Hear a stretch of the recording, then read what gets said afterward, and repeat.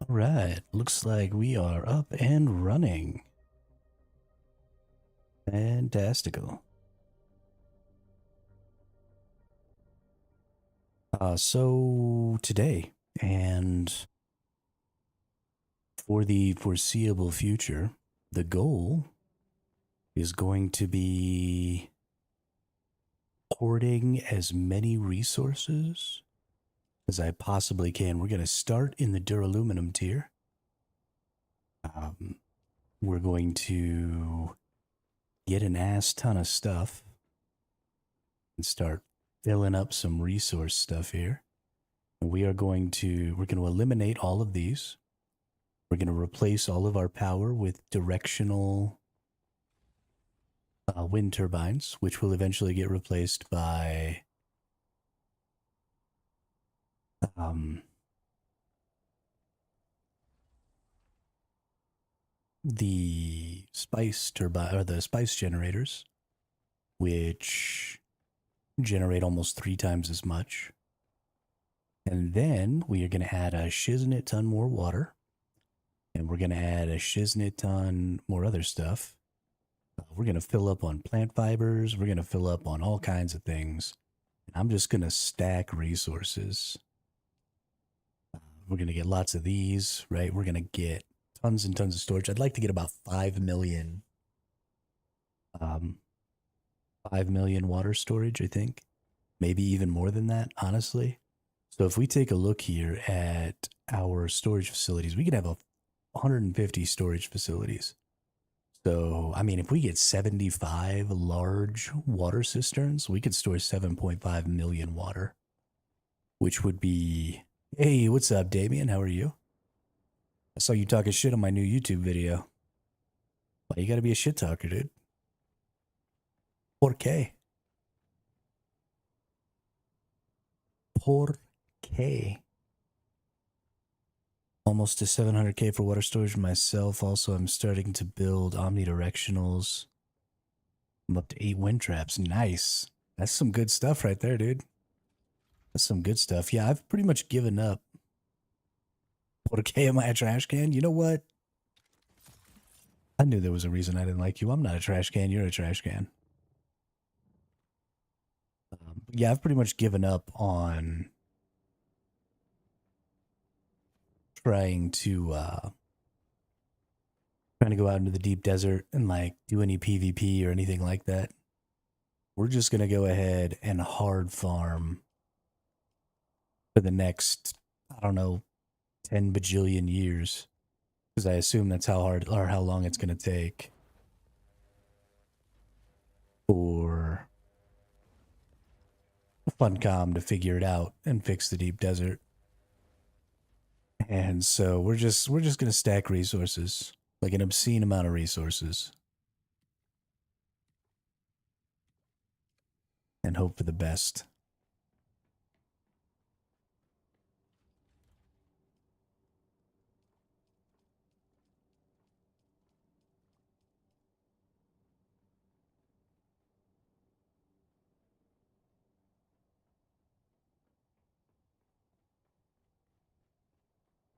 Oh, nice.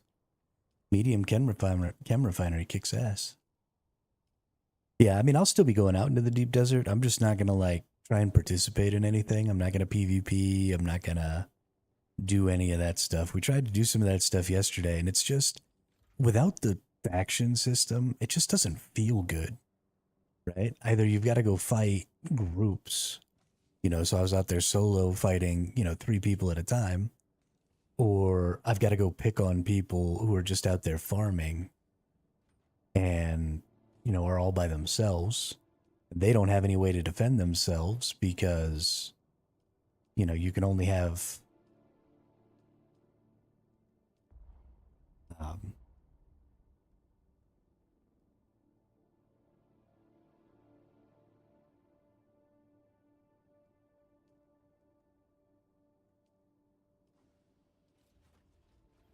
you can't have storage and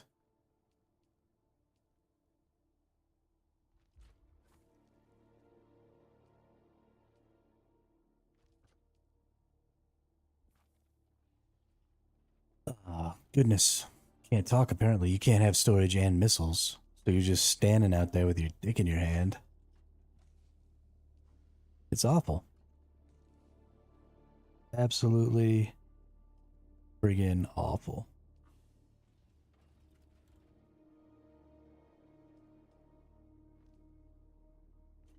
And it honestly just made the whole thing not really that much fun.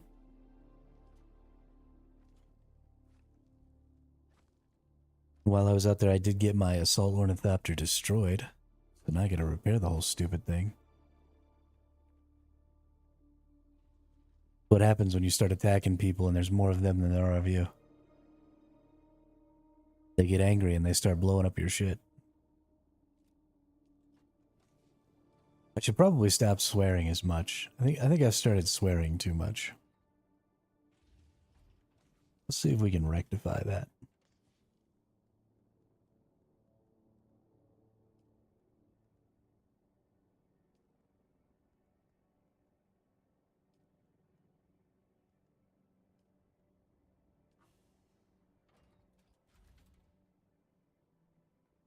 Gotten a little too comfortable.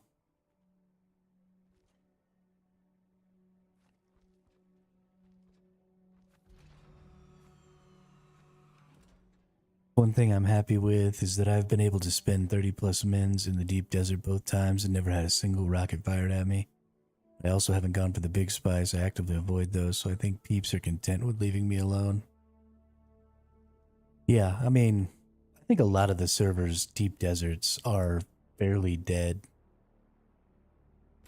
You know, they're going to have to start mixing servers together. They're going to have to start doing a whole lot of stuff. Because it's 100% true that people are starting to leave the game.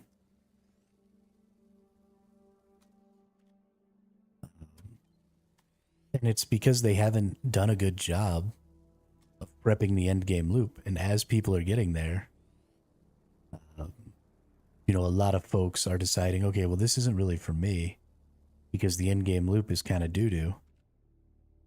So, you know, what am I supposed to do other than bail out and hope for, you know, some more content in the future? And that's a lot of what they're doing, is just waiting for new content in the future. That's very much what I'm doing, except instead of waiting for new content in the future on a different game, I'm just going to wait on this game. And I'm just going to make a mess ton of storage and get a mess ton of resources. And then when the game isn't garbage again, I'll go out into the deep desert and do some stuff.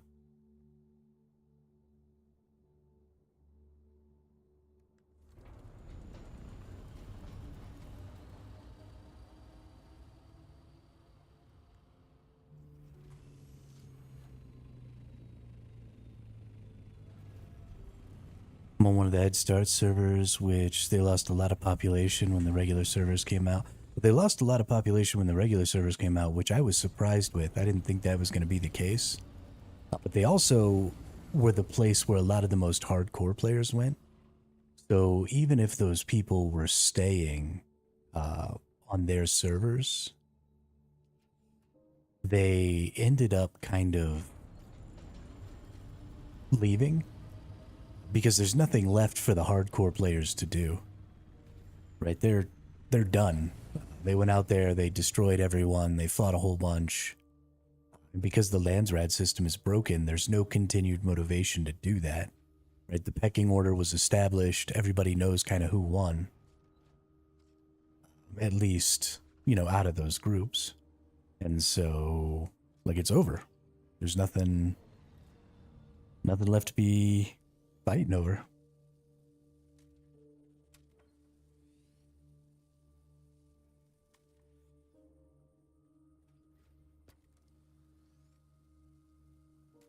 I still have a freaking scrap chassis and a scrap front hull on my buggy from the very first scrap chassis and stuff that I stole. It's hilarious. Goodness, I need to get some more water in me. I did not drink enough water this morning.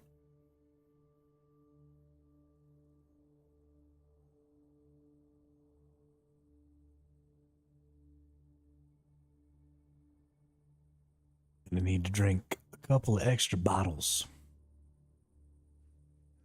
a day.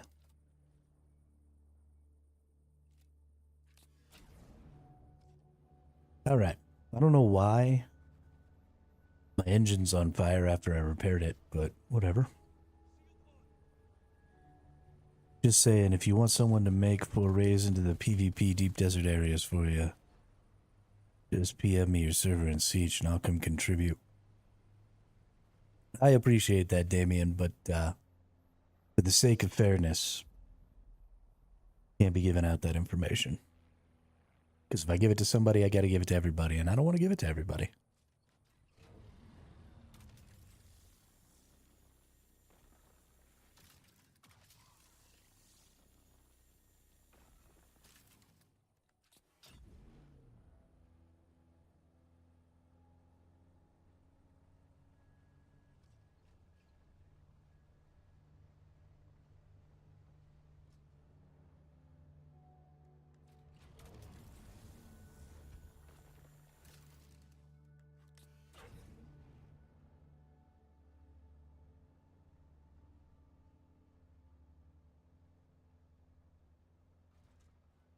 You know, I just don't really like lying. It's not something even really that I'm capable of. I just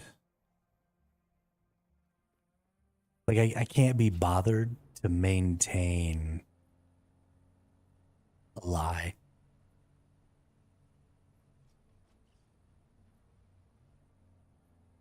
I'm just bad at it.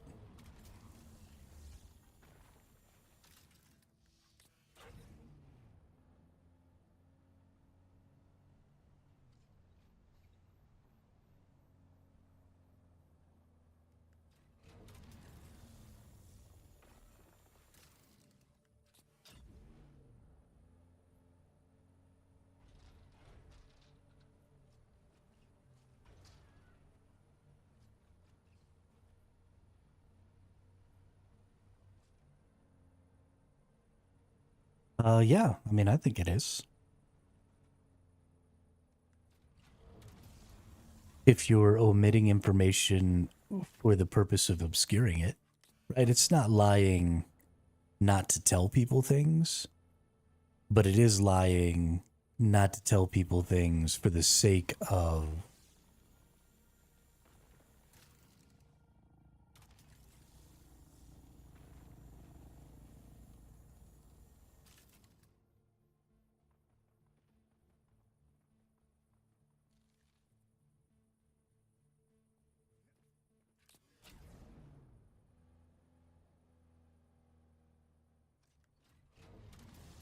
I mean, it's all about intent. Why am I only getting 215? Oh, I know why. I don't have planetologist skills anymore. Yes, I do.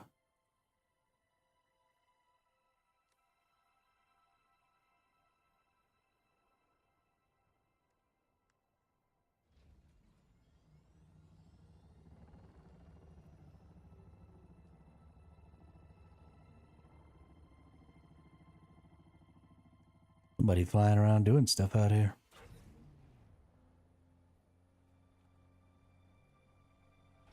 Yeah, honestly, I have already kind of given up what server and Siege I'm on. There was a stream a few days ago where I didn't have my streamer mode on at the beginning of the stream, and so it did actually give up my information. And I have spoken in the chat, so anybody who's on my server knows that I'm on this server. I've actually had somebody come and follow from this server because they saw people were talking about me in the global because I attacked some people yesterday and they got mad.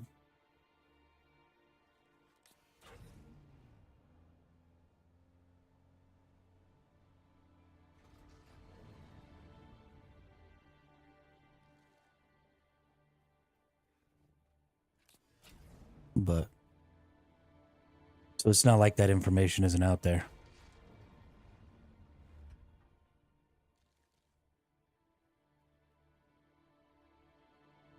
Oh yeah, sometimes when you've got your repair on and you look at your vehicle, it does that. Then usually you can just turn off your repair.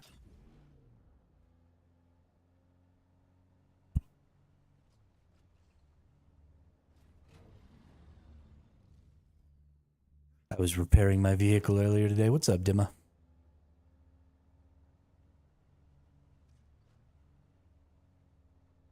Low fuel.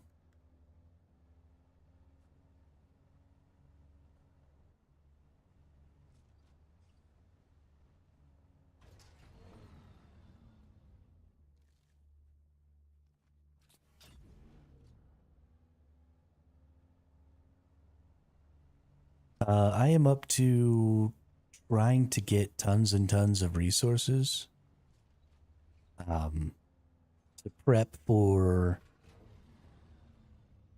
Yeah, well, I'm getting fiber. I'm also going to get myself some aluminum. But I'm just going to start prepping resources and building up my base to be just massive.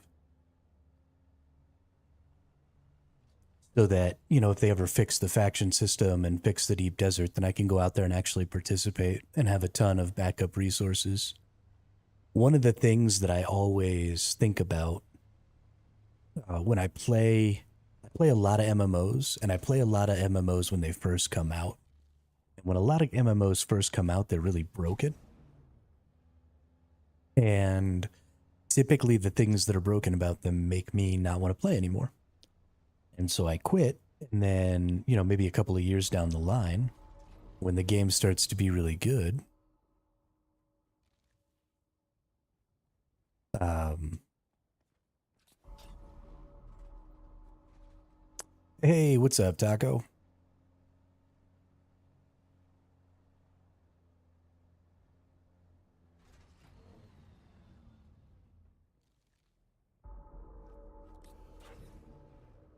But then when the game starts to get decent or good, then I have to go back and I have to like redo a bunch of stuff and I'm behind and stuff like that. So I've decided that instead of allowing that to happen to me in Dune again, because I really do believe that Dune could be a really good game, I'm just going to keep playing. I'm going to keep playing hard and I'm going to farm a bunch of resources. And I'm just going to try and get as stacked as I possibly can so that, you know, when they fix it.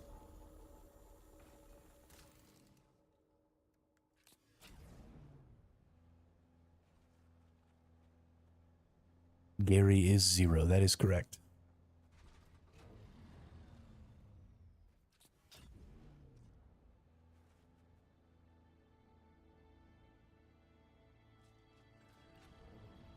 Yeah. Yeah, I did that with New World. I put in, you know, like 1,200 or 1,500 hours into New World before my guild quit and stuff on there. And then I quit too. And then I went back like a year later and just deleted my character and started over because I was so far behind and I went to a new server.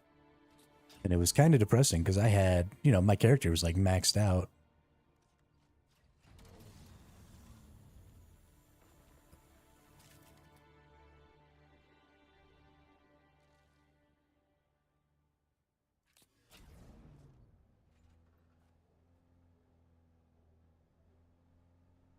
So I'm trying to avoid that with Dune. I think it'll be better for the channel. I think it'll be better for my sanity.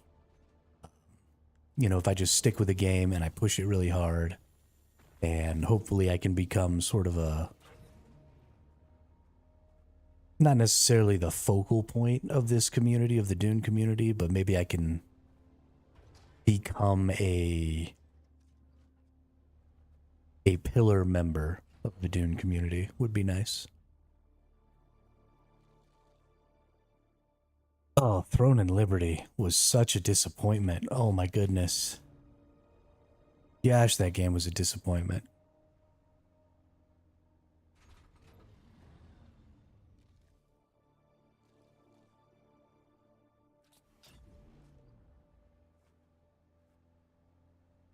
Did your wife quit on you there, Damien?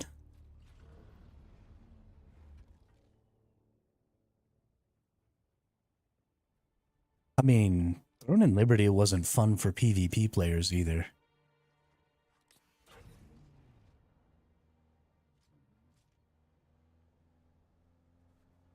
Throne and Liberty, it's the guild system. And I say this all the time, but I'm never going to stop saying it because it's one of those things that I know without question I'm right about, and it makes me angry that the people who are in the position to do something about it don't know or don't agree with me. If your highest level of social structure is run by players, your game will be toxic, period. It's always going to happen because if you have player-run social structures, then the people in charge of those social structures are responsible for making sure that they bring the best players they possibly can and that everybody contributes so that nobody feels taken advantage of and so that nobody is taken advantage of. But if there's an automatic social structure like a faction or something like that that you have to choose that nobody can tell you that you can't be a part of, then you become more more of a social welfare system than a mutual aid system. And so a lot of the, people helping people stuff is all just sort of taken care of by the system. And so you have to have that. You cannot have the highest tier of your social structure be run by players. Because even if they're not trying to be malicious, they have a duty to do the best thing for the most people. And that is, kicking out casuals, that is kicking out players with less skill, that is really bad for the game. Well, every game does that. Every single game, their highest social structure is guilds, right? It's true in this game. It's true in New World. There is a faction system in New World, but it doesn't actually matter, right? It's all about guilds in New World. It's this game, it's Albion, it's Eve. I guess there's a little bit of faction stuff in Eve, but for the most part, it's your guild. I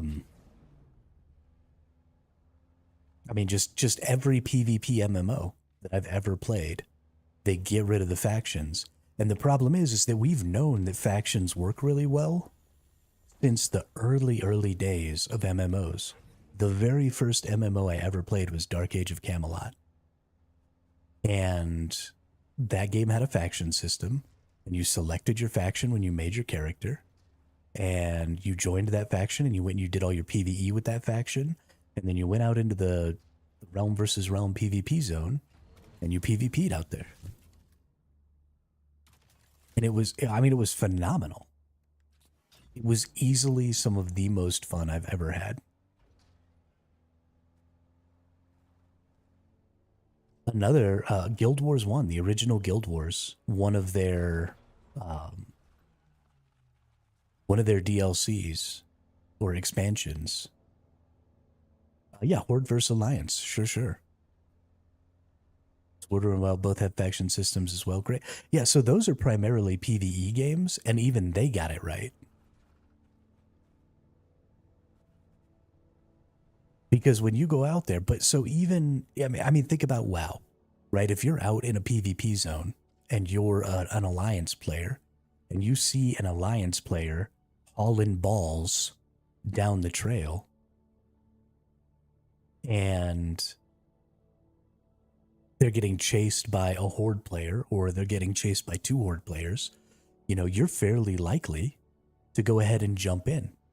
Even if it seems likely that you're going to die, people are more likely to engage in PvP combat to save another person than they would be to save themselves, right? If you get attacked, you're most likely to run if you think that it's a losing situation. But if you see somebody else get attacked, even if you think it's a losing situation for you to join in, a lot of people will join in the fight anyway, And that creates significantly more engaging, emergent content than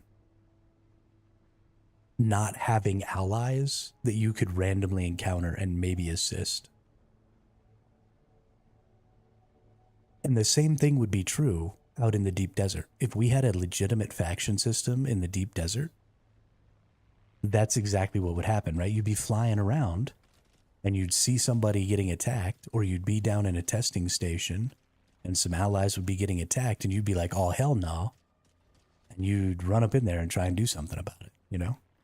Ashes of Creation got rid of factions and is a guild-based system. The only faction-related thing in the game is races. That only affects the aesthetics of the towns and settlements. So that is not true, actually, Damien. The faction system in Ashes of Creation is not global. The faction system in Ashes of Creation is your node. Because if you become a citizen of a node and you're in a guild, and half of the members of your guild are citizens of one node, and half of the members of your guild are citizens of a different node, if those two nodes go to war, then the members of your guild will fight each other because your node supersedes your guild affiliation. Your node affiliation supersedes your guild affiliation. And so the reason that's important is not because... The reason that's important isn't because you want your guilds to maybe have to have internal conflict.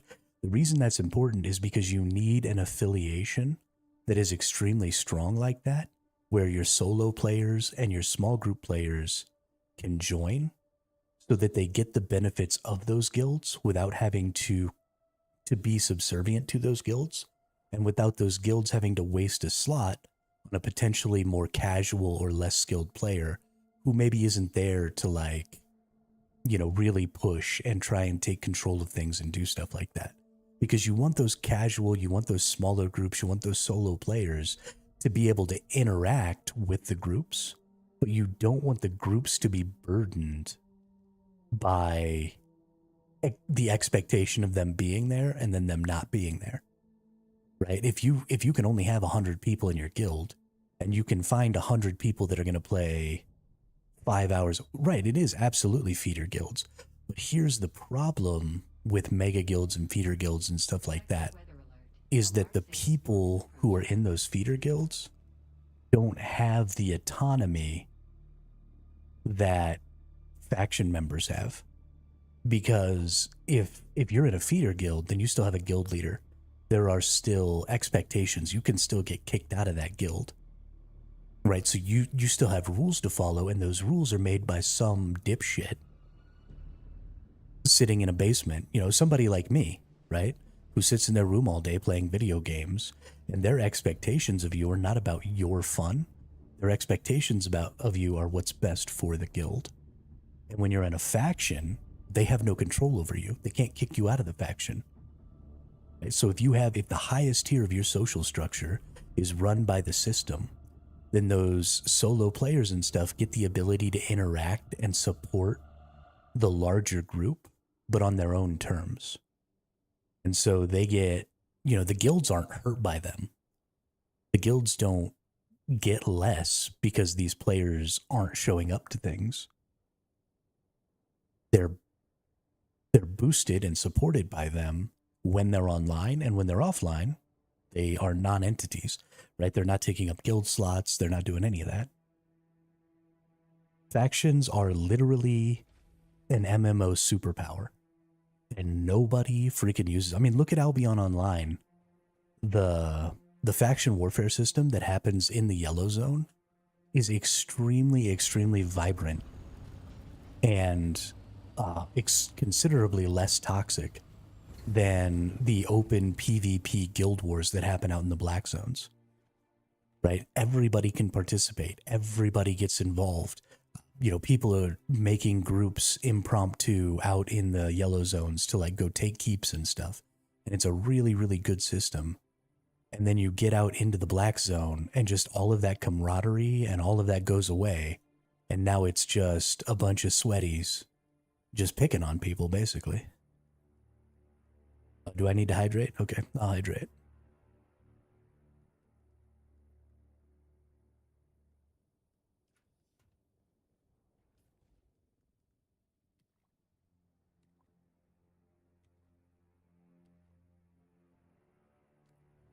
But I can't. The other thing is, factions are also the solution to mega guilds. Because as soon as you have a faction system, as soon as I can just join the faction and forcibly basically become a part of your group without having to be any sort of subservient to you, without having to let you, tell me what I need to do or tell me what my goals are and stuff like that, then mega guilds stop existing because nobody's going to join a feeder guild or a mega guild, to be controlled and told what to do if they don't have to. And so you almost immediately kill those mega guilds. And now those guilds, instead of you fighting for a spot in the guild has to start fighting for members, right? They have to start actually providing some sort of benefit that goes beyond, we control this territory. So if you want anything to do with this territory, you have to join our guild and we just get control over you, right? You flip the script on who's in control of that recruitment cycle. Why is my base? It's because my buggy is smoking. I don't know why my buggy is smoking. I just repaired it and it started smoking. So it looks like my base is smoking. Yeah, no, it's the buggy. The buggy's engine is on fire. The roof. The roof. The roof is on fire. We don't need no water. Let the mother burn. But yeah, and that's why I started playing Dune, right? It was because they said they were going to have faction PvP. And I was like, oh, shiznit, no way. We're actually getting a faction game. And then they botched it. Super bad. It's so bad. So we don't have a PvP. Or we don't have faction PvP. We have guild PvP. And because we have guild PvP, the deep desert sucks.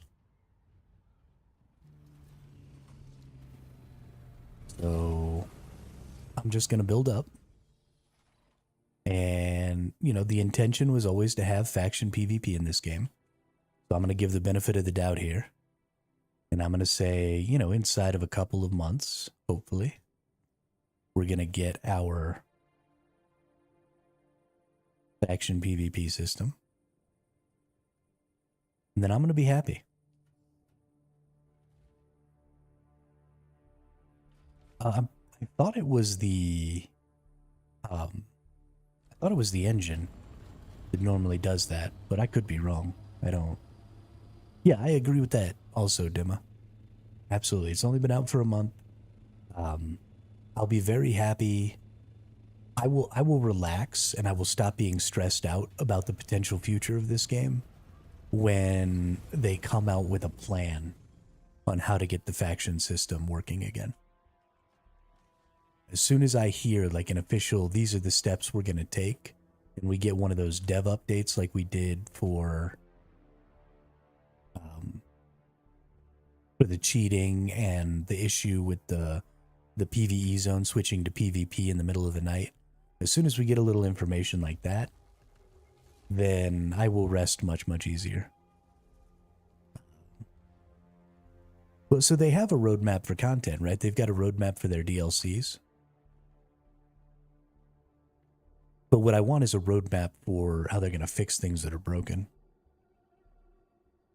Yeah, absolutely. Exactly. Those things. What they want to change, when they want to change it. 100%.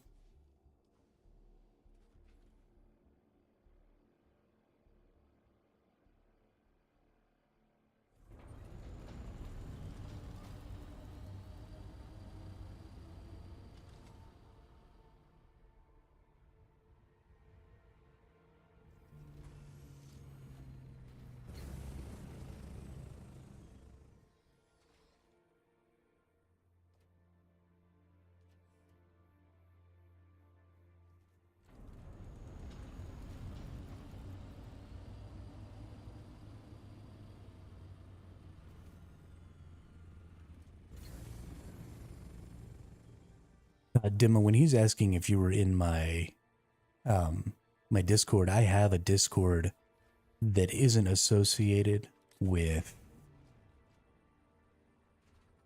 um, with the guild at all. I have a Discord that's just strictly for my channel. Yeah. It's in my bio on the Twitch. Yeah, I had it set up where you could just type exclamation Discord, but then I got rid of that bot and I haven't fixed it. But it is attached to my bio. Should be like in my description or something on Twitch.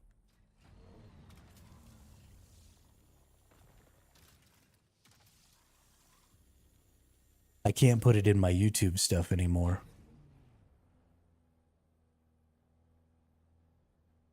Yeah, I don't have Nightbot.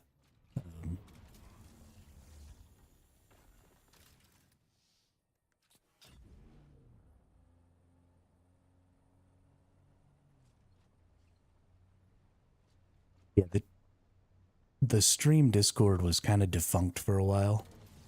I need to go back in and do some more work and stuff on it. I've been working on it a little bit in the last week or so, though, to try and make it not trash. We'll get there. We'll get there.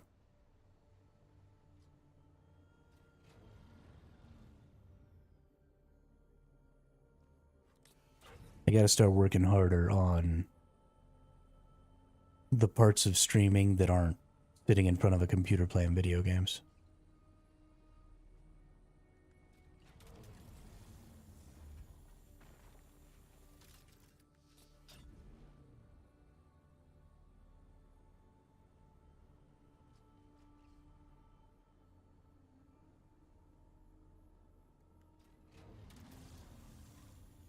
2 more hours of work, is it? Isn't it Saturday? Why are you working on a Saturday, Damien?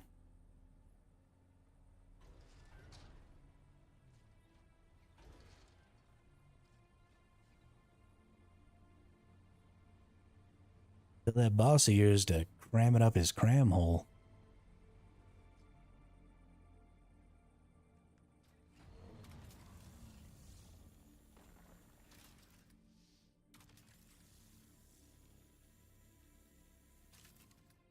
Well, okay, as long as it's OT. You getting paid OT?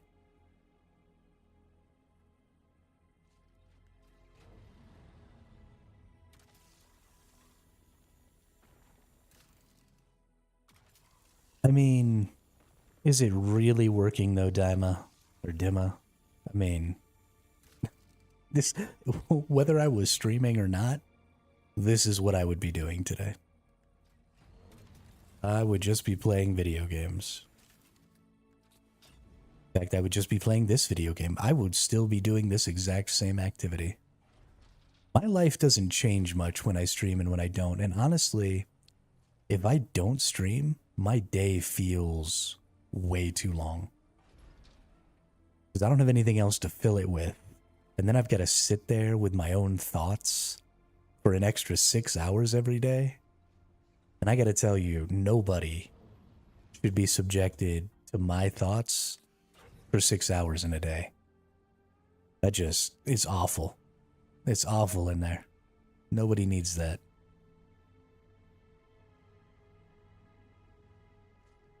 $36 an hour, so today, hey, that's pretty good. That's real good, Damien. Good for you.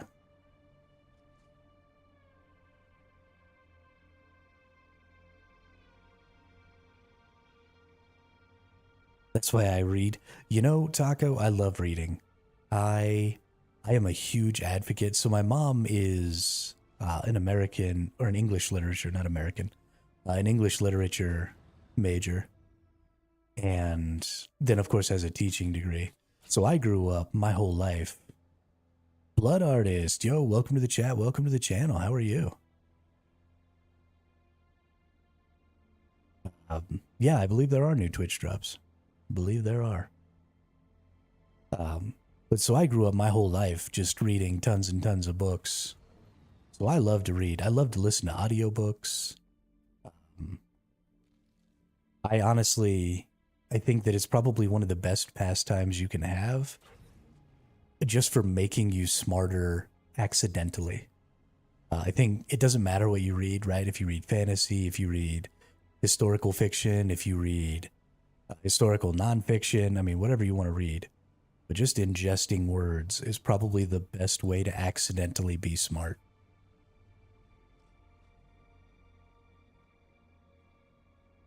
Definitely don't want to audiobook Taco's book.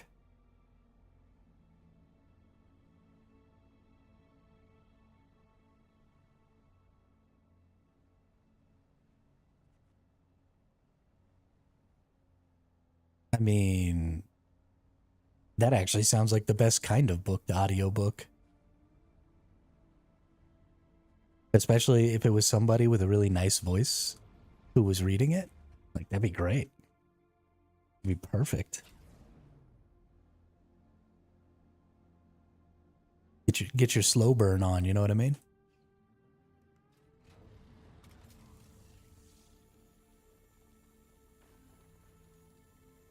Atreides or Harkonnen, I am currently factionless, Blood Artist, because the faction system is broken garbage. And so until the faction system doesn't suck, I'm factionless. What about you? I mean, your name is Blood Artist, so I'm going to assume you're Harkonnen. If I'm going, or when I go to pick a faction, I will probably actually choose the third faction because I like the idea of switching sides based on who's winning and supporting the underdog. I like to be the underdog. So I think having a faction where I can always be on the underdog side is probably going to be fun for me. So I will probably pick the third faction.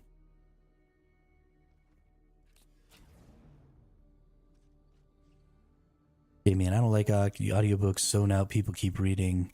Need the physical book in my hand so I can feel the dead tree scream in agony. Oh, okay. That went from 0 to 100 real quick. That went 0 to 100 real fast.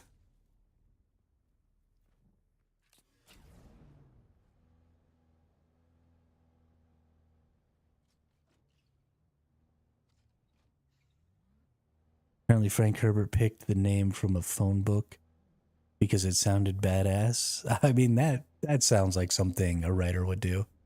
100%. 100%.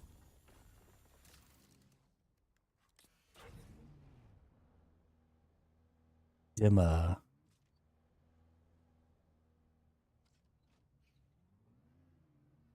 Oh, so whatever I want to do the other one first. Yeah, yeah. I'll probably, I don't know, because I don't want to waste my betrayals.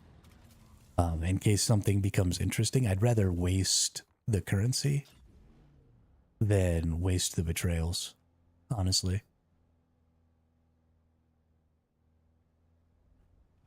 Blood Artist, if you want to start trying out audiobooks, something I've been doing is a lot of independently published or self-published writers have a tendency to also publish audiobooks on YouTube. And so I've actually been listening to a bunch of self-published authors who write fantasy novels. You know, I've listened to some lit RPG stuff on there, some fantasy books, some stuff like that through YouTube. And it's actually quite a bit of fun.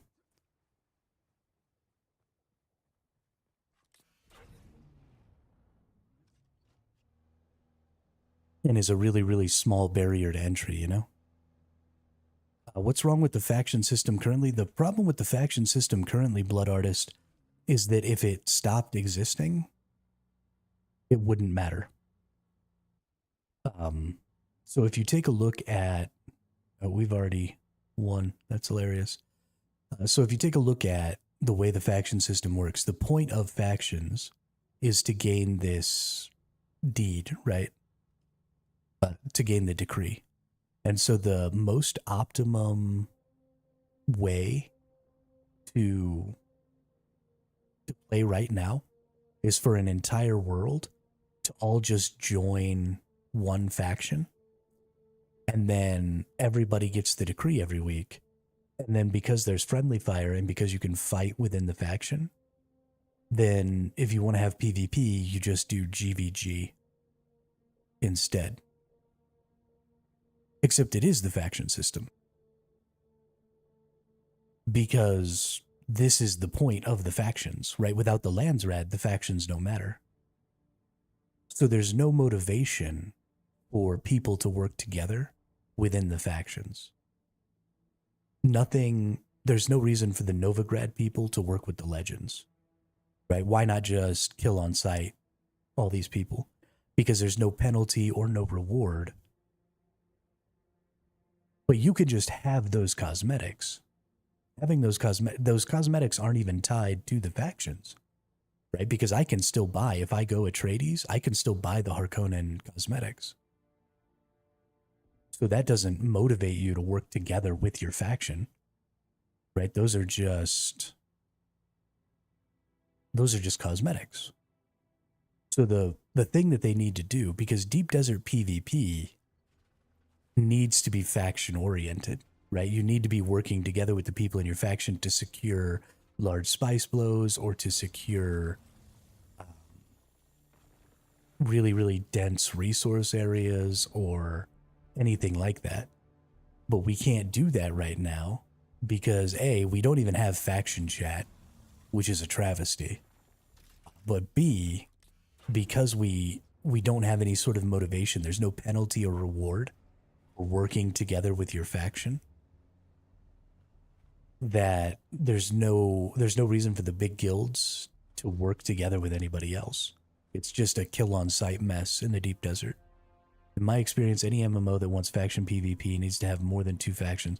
I totally agree with that. They are going to have a third faction.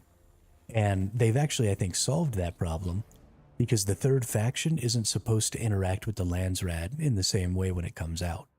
The third faction is going to get rewards from the Landsrad based on how close the fight is. So they're actually going to flip-flop back and forth and try and help whoever's losing. And then based on how close the Landsrad is, they'll get rewarded that way. So, yeah, I think it's going to be Fremen. They came out and said it's not going to be House Carino. Specifically in an AMA, they said it's definitely not going to be House Carino.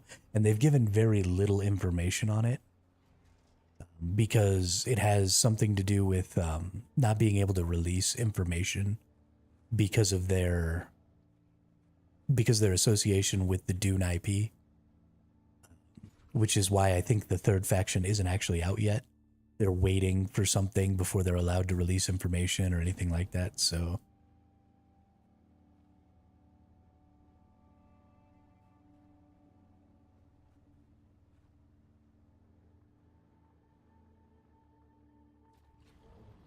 yeah, exactly.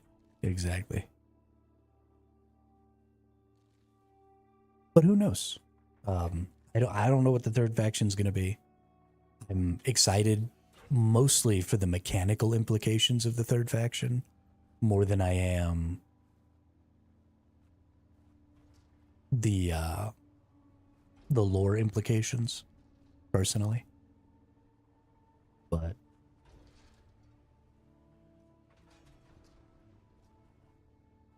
well, so we are supposed to be getting a third faction soonish, right? They said within I think they said within months, but it wasn't supposed to be like a super long drawn out thing without the third faction based on what they said in AMAs and live streams and stuff like that. So I would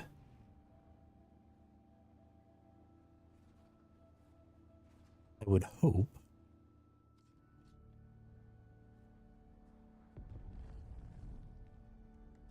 that it'll be in the next month or two.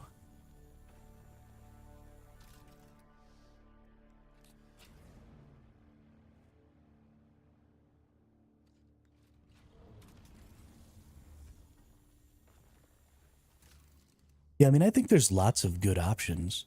Because spice is such an important resource, there are a lot of factions out there who benefit from the spice, and the conflict over the spice definitely benefits, prices and stuff like that. War is always good for things like that.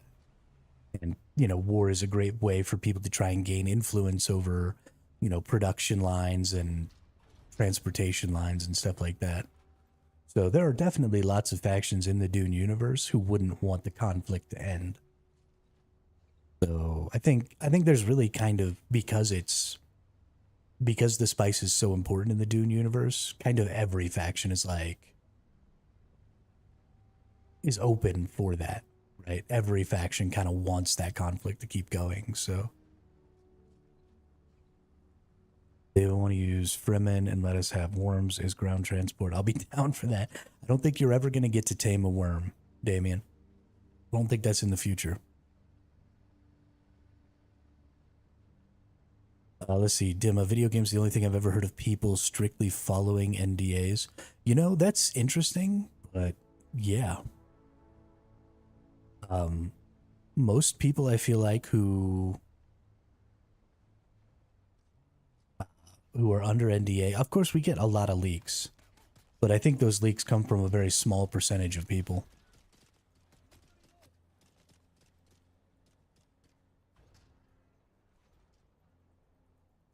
Why not? I don't think we're ever gonna get the ability to ride the worm, because I think it's a pretty specifically Paul Atreides style thing, and because Paul Atreides doesn't exist, I think just for the sake of maintaining the lore around Paul Atreides, um, I think that's going to be a decision by the holders of the IP, not necessarily a decision by. Oh, did they? I thought it was specific. So my only experience with the lore of Dune is I watched the 1980s movie one time when I was like 10. So I don't know a ton about Dune lore. So if I'm ever wrong, y'all just let me know. Postmortem, what's up? Welcome back. You can always ride the one in mass. You won't survive, but you can ride it. I would prefer to survive, personally.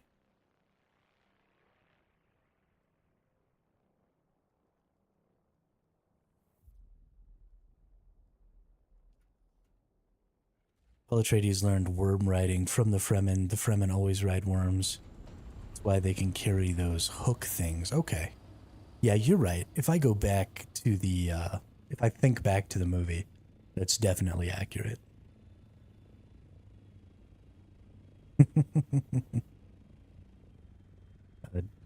We are in his spice dream.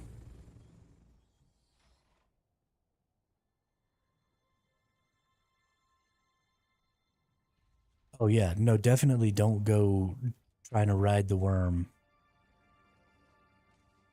with, stuff you don't want to lose. Because if you die to the worm, it's all gone. And tell you how they work if you want. I mean, I'm down to hear about the lore anytime. I don't particularly give a shit, Blood Artist, about the war or about the lore of video games. I am much more a mechanics oriented kind of player. But if you know some cool stuff about the lore and you want to share it with us, I'm down. Let it rip.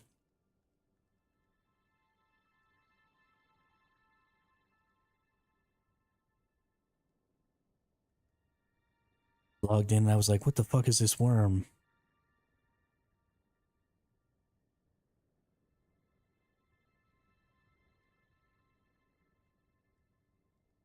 Yeah, I know a little more than nothing.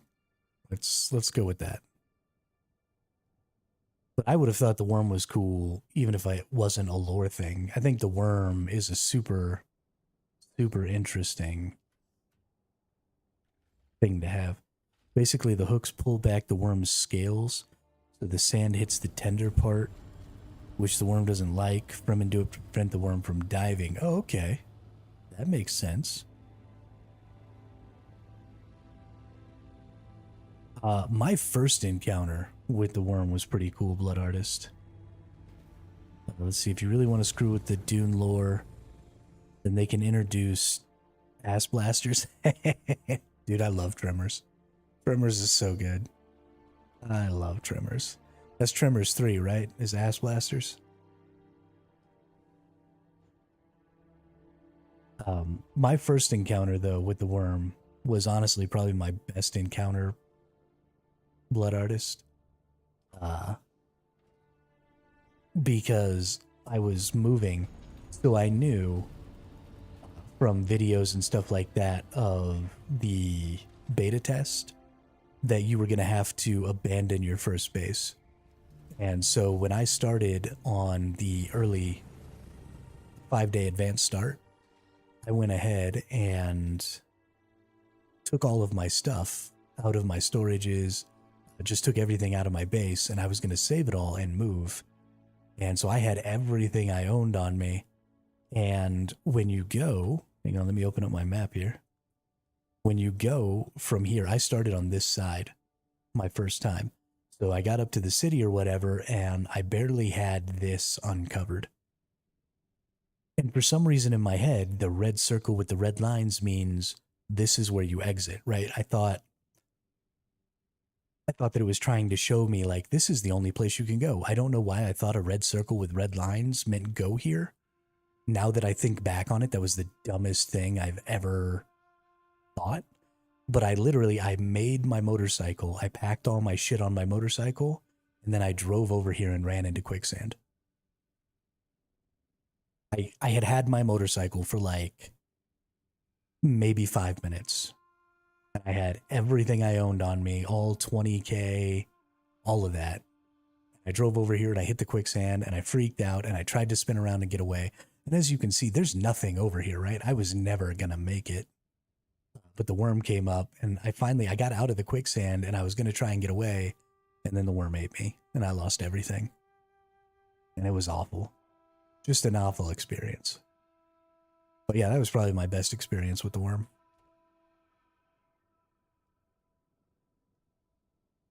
That experience made me very, very safe. And I haven't really been risking things since then.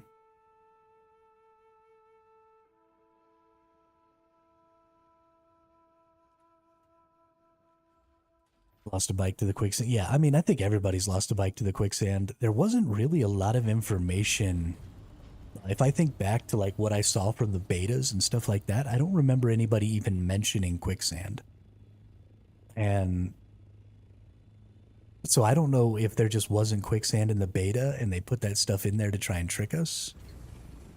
But like they're just like I don't remember seeing anything about quicksand. And then all of a sudden I was in it and dying. And it made me a sad panda. I got ate while carrying most of my stuff. Yeah, that's exactly what happened to me, Taco.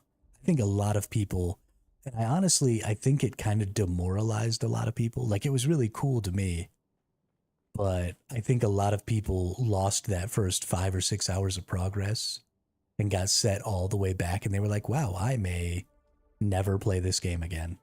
So I don't know if it was necessarily a great idea for them to do that, but it was still pretty interesting. Actually quite coming, especially if you restart on a new server to play with peeps to get eaten by the worm as soon as you can. Well, aren't you special, Damien? Yet to get caught in quicksand.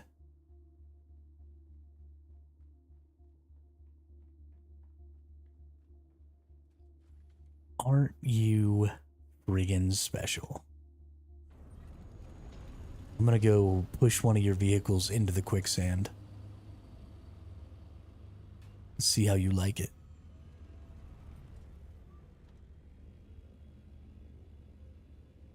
You haven't been eaten by the worm? That's actually pretty impressive, artist.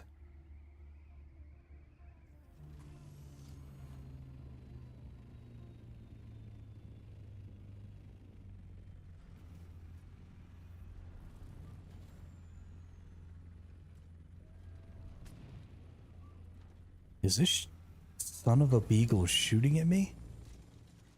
Hey, man, why don't you fuck off?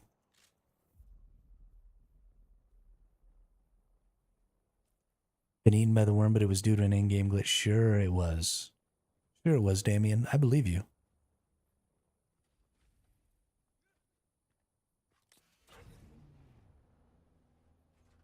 Heard you should make a base in the sand.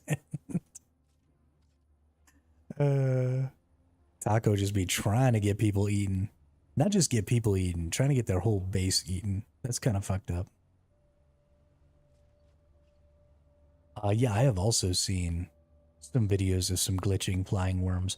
I haven't actually seen.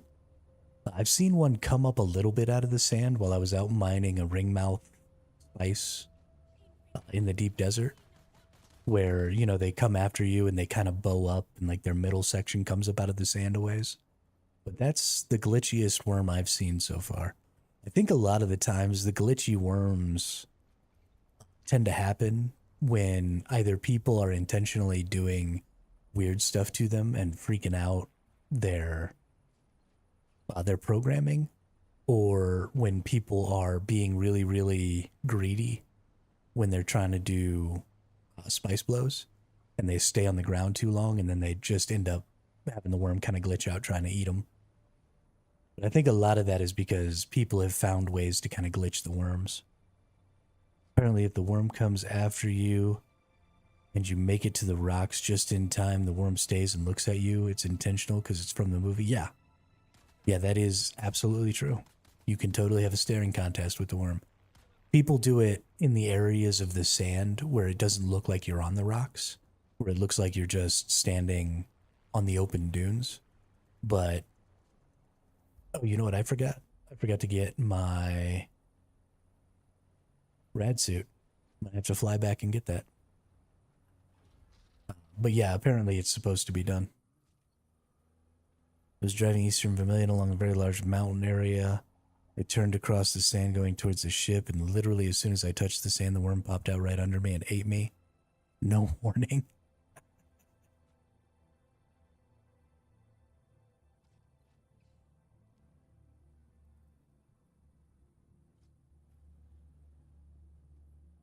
Got the achievement even if the worm didn't look at me. That's hilarious.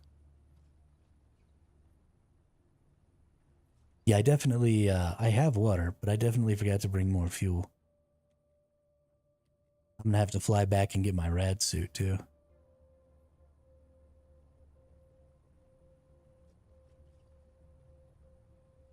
I love the worms. I think the worms are great because I think the worms are a really good anti-botting measure because the resources don't respawn often enough for you to not need to go out across the dunes periodically to harvest a lot of resources. So if you're running, you know, a gathering bot or something like that, and it glitches out even a little bit and doesn't necessarily run straight for the next rock, there's a really good chance you get eaten and just lose everything. So I actually think it's a really, really interesting anti-botting measure. I would like to see some more games implement some stuff like that. Stuff that's a little dangerous to the players, but not really. Adds a little flavor, adds a little spice, but mostly just sucks for bots. Saw a dude who was mining flower sand. The worm came and and the guy panicked, went to the rocks, but left his bike behind.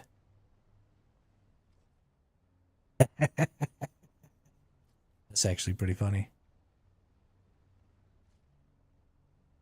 Well, so I understand those bots dim up because I think that resource gathering is a really lazy way to extend the grind in MMO games. I've actually been having a conversation with ChatGPT, and we talked about this a little bit yesterday. You might not have been here, but I've been having a conversation with ChatGPT about how to improve gathering systems so it's not just walk up to rock, walk up to rock, hit rock, walk up to rock, hit rock for freaking hours. And something we came up with. Let me um, let me get into a safe-ish spot here. Let me go fiddle with my OBS for just 1 second.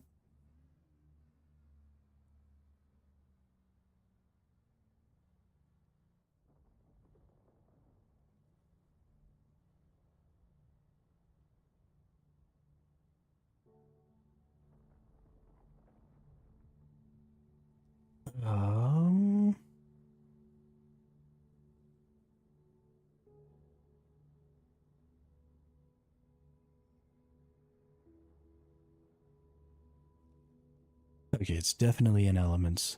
I just got to find the image. I made a little graphic. It's not a great graphic.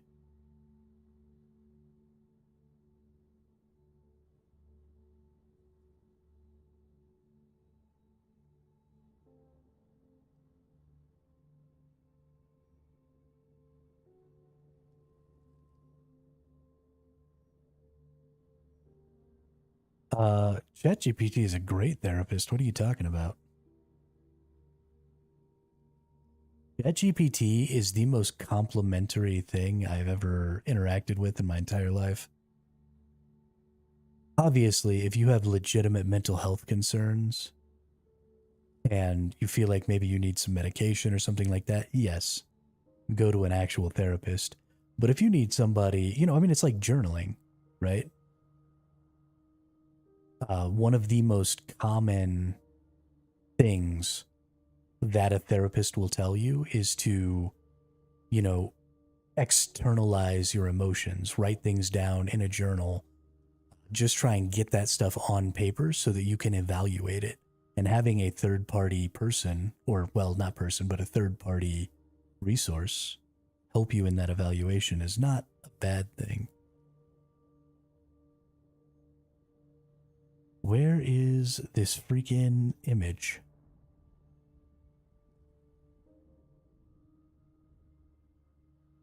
Here we go. Okay. So let's put this on real quick. It doesn't quite show up right. But there we go. So this is what I was talking to it about.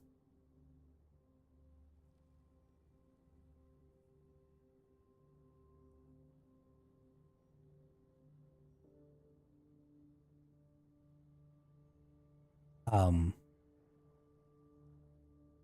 Hey, no U411. Welcome to the chat. Welcome to the channel. I've seen all the new faces. Chat has been popping this morning. Oh my goodness. Well, this afternoon, I guess. It's my morning. I just woke up. But I love to see all the new faces. So this is what I was looking at.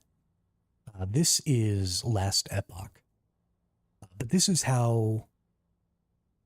Well, yeah, exactly. So this is how ARPGs do their loot systems. This is all procedurally generated and then crafted on. And so the way the procedural generation works is you've got prefixes and you've got suffixes, and then the name of the item is based on the highest tier prefix and the highest tier suffix. So you've got sentinels, and then you have the name of the actual base itself, which is the Solarum plate, and then you have of life. So the prefix and suffix add to that. So this is already a system that exists for loot. I'm sorry to interrupt. If I may, I have a question. I'm royally effed right now. Was I supposed to put my fief in my base, logged in, teleported, and base gone? You don't have to put your fief in your base, your console. Logged in, teleported, and base gone. That is definitely something I would take up with support. No for you, 411.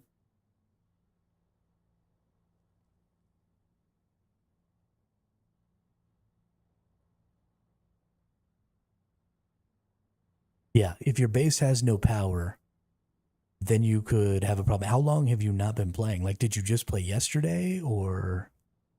No, they restarted the servers before I logged out. Yeah. Yeah, I would definitely get with support on that. Because that's not... Probably not supposed to be happening. But so the way this works, right, this is a procedural generation. And so these effects down here, right, 90% increased elemental damage over time. I can't actually read these because this wording is too small. 42% void damage taken as physical. All of these are stats that can be added to any item of the same sort of class.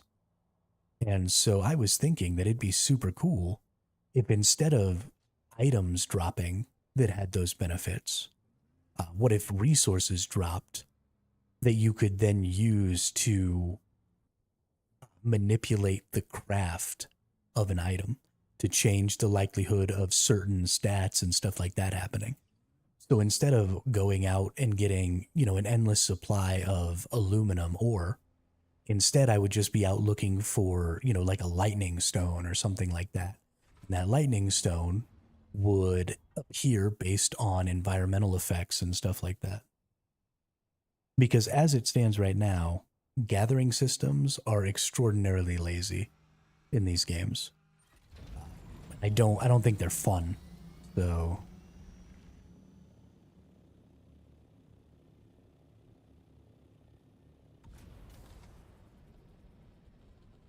they had one at like 6 a.m. Eastern or something this morning. I don't know exactly what kind. Yeah, no for you. They do that pretty much every day. Actually, I think they do it every day at 3 a.m. Pacific. They have the server reset. So I've been playing right up until those every time. Can I tell my vehicles to stop polluting the environment? No, I like to pollute. If anything, I pollute less than everybody else because I ride my vehicles till the wheels fall off. So I'm not putting out a bunch of like industrial smog making new parts. I'm just using old parts until they don't work anymore. So you can call me a polluter all you want, but you'd be wrong.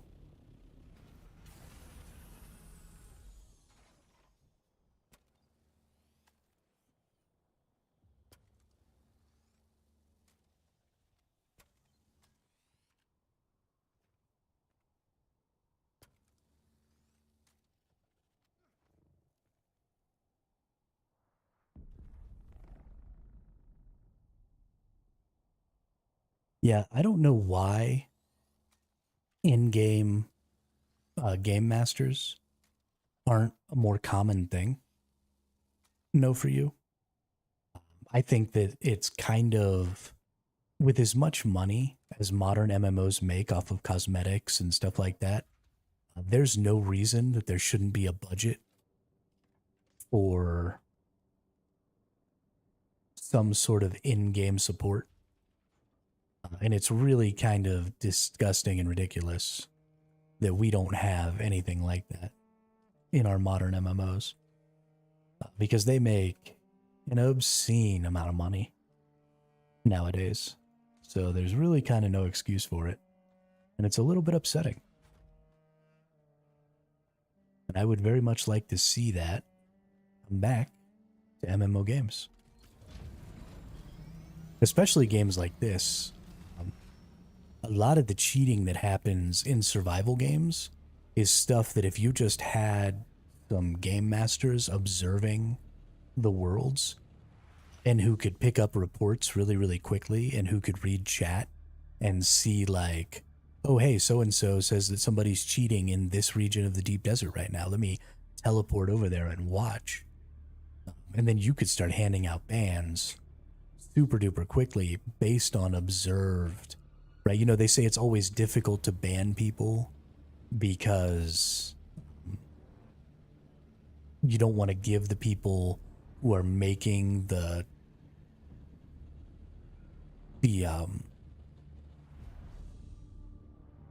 hacks and stuff any information about how you're affecting their system. But if you did it all based on observed gameplay and with a GM, then you could ban people instantly and they would have no way of figuring out why you were banning them other than that observed gameplay. So it would end up being a much, much better way to get that done, I think.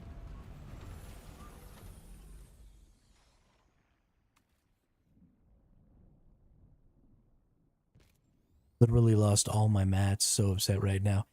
Yeah, that's a pretty rough one now. I would, if I had a solution, I'd give it to you. But I don't, I can't think of any way to get that stuff back other than hopefully support can help you out. GMs are fun. I've actually interacted with them in multiple games, including Ultima Online and World of Warcraft. Yeah, I agree. I think the GMs are a great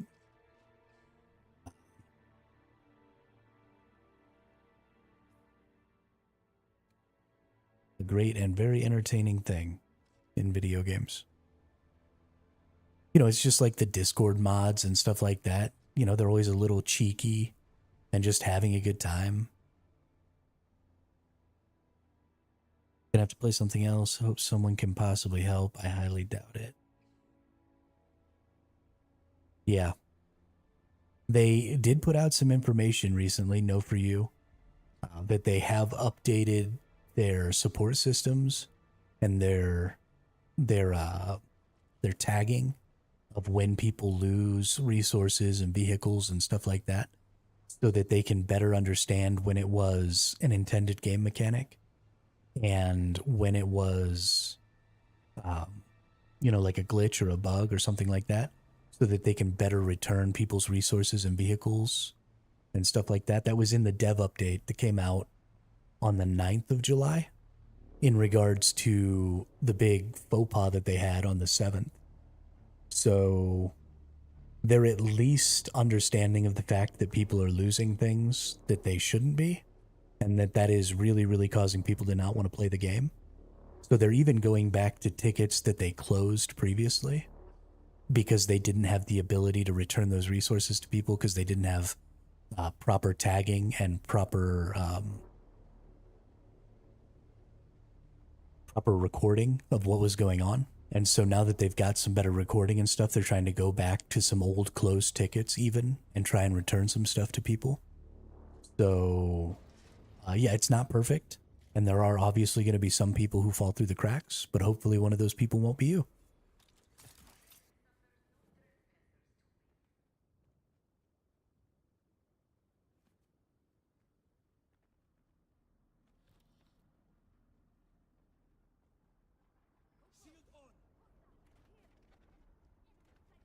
I don't want to fight this person. Give me that. Boop. Oh, no. Oh, no. Whoops.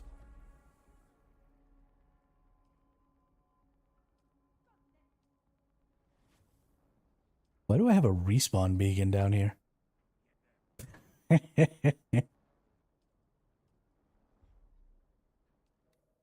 That's funny. Why are you so angry with the auto mod, Damien? Don't get mad at the auto mod.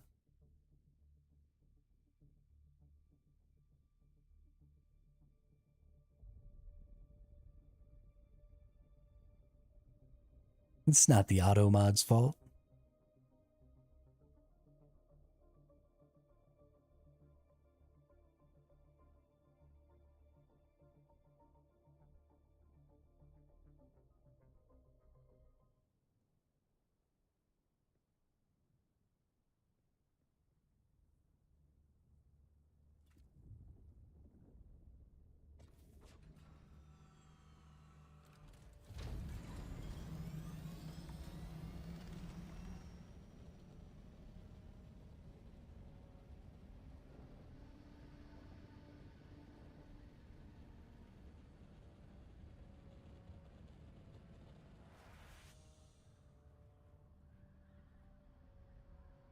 Even had to go back to repair all my gear. I got everything done before reset, ready to go back.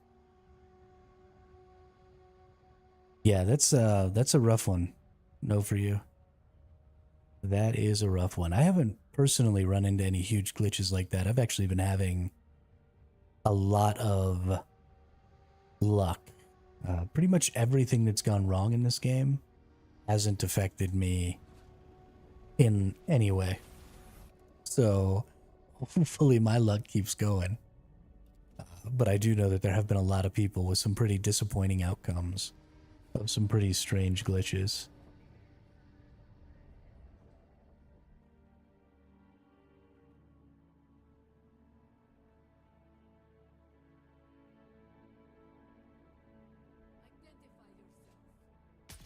You shut your face.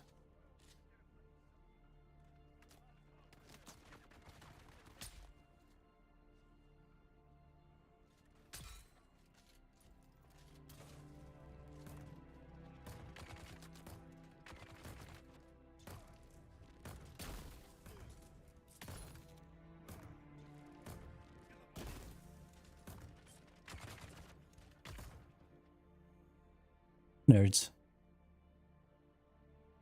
If you'd have just let me come in here and get this stuff without actually having to fight you, you wouldn't have had to die.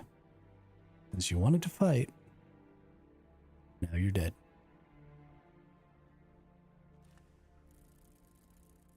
Hey, a Mark V buggy engine. Now I can replace my garbage engine on my buggy.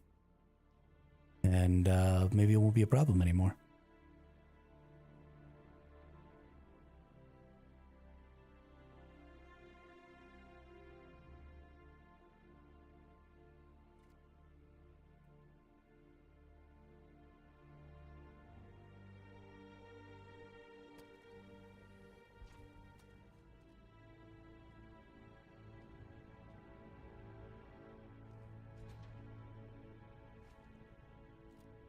All right, we got a Mark V engine now.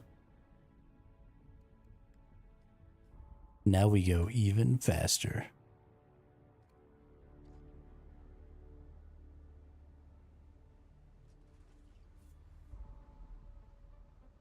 I don't feel like I'm going faster. Also, I should really repair this engine. Hang on.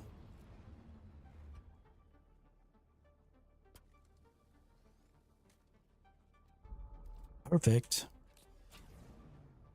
Need to upgrade my engine storage cut array to Mark V, I think. Yeah, I got really lucky actually. I have the unique Mark V buggy. Buggy storage. So I get just shy of 3,000. I get 2,750 instead of 2,500 in my buggy storage. So I haven't had to worry about trying to upgrade to Mark 6. I mean, I could get another 250 by upgrading to Mark 6, but I'm pretty happy with the Mark 5.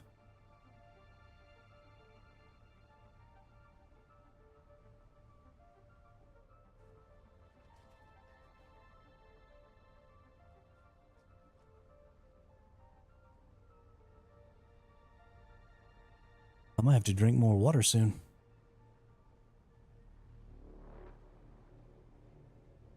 Yeah, it's still pretty slow. It does end up picking up speed apparently decently, but it's still not great.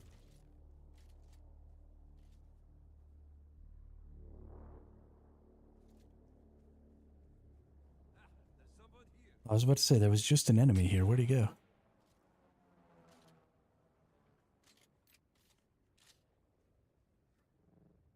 Any more enemies? Nope. All right.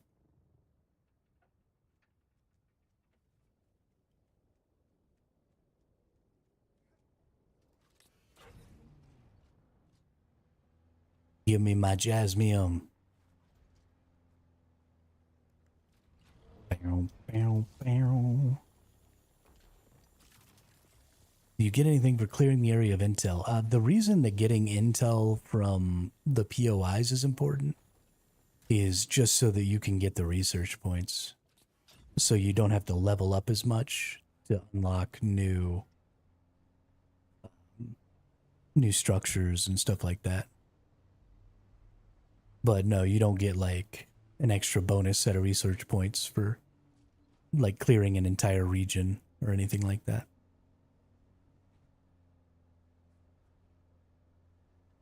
Yeah, no, you don't get anything like that.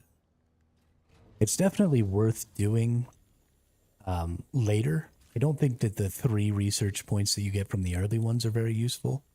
But when you start getting into some of the later regions, you'll start getting like 20 or 30 up in the shield wall.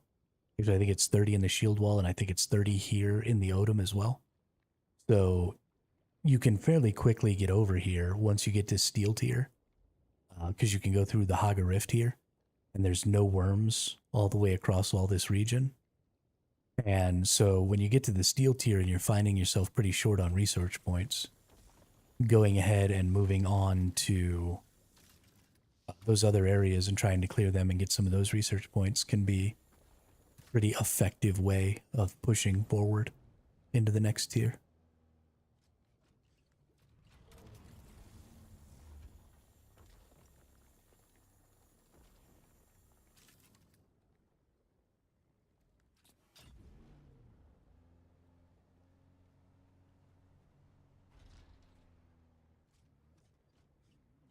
Yeah, I honestly, so because I moved through the tiers so quickly, I don't have a lot of stuff from a lot of the earlier tiers because I didn't need a lot of the stuff from the early tiers, like the weapons and stuff. I only got the weapons that I was actively going to use, and then I just kind of left everything else. And so I actually have like everything in the plastanium tier almost, and I'm only level 125 or something. When do you get the still tent? The still tent is the fourth trial. Yeah, I believe the still tent is the fourth trial. But you get all the Fremen stuff by going through the trials, going through that main story. Damien, I only unlocked one piece of armor, one sword, one ranged weapon in each tier. Yeah, I mean, exactly. There just wasn't a whole lot of point in doing anything else.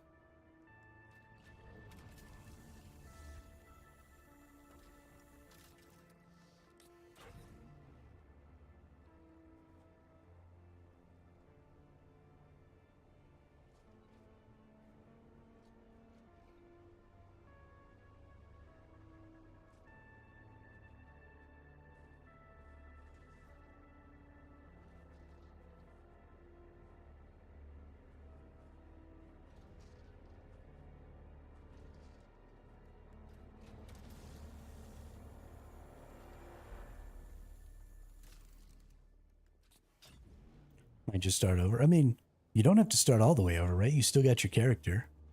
You've still got your levels and stuff like that. You know, you'll have to start over with like an improvised cutter array and work yourself back up through the tiers. But that can happen fairly quickly. And honestly, there are some pretty nice people in Haga Basins. If you put out in the chat that you had lost your whole basin stuff to a glitch and asked if anybody could just hook you up with, you know, a set of equipment and tools based on the tier that you had gotten to, then I bet you there's probably somebody in your Haga Basin who would hook a brother up. I mean, if you were in my Haga Basin and I saw that in the chat, although I don't read chat very often, I keep it off for the streams. But if you were in my siege, then I would totally, honestly, I'd probably just make you duraluminum tier so that you didn't have to worry about it for the rest of the time.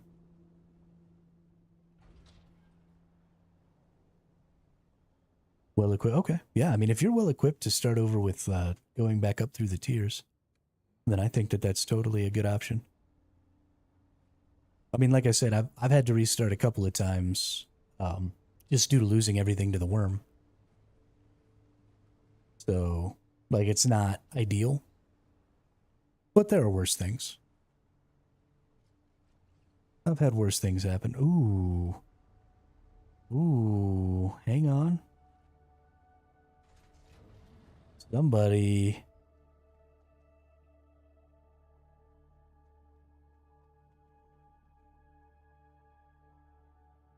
Can I destroy this? Is that how this works?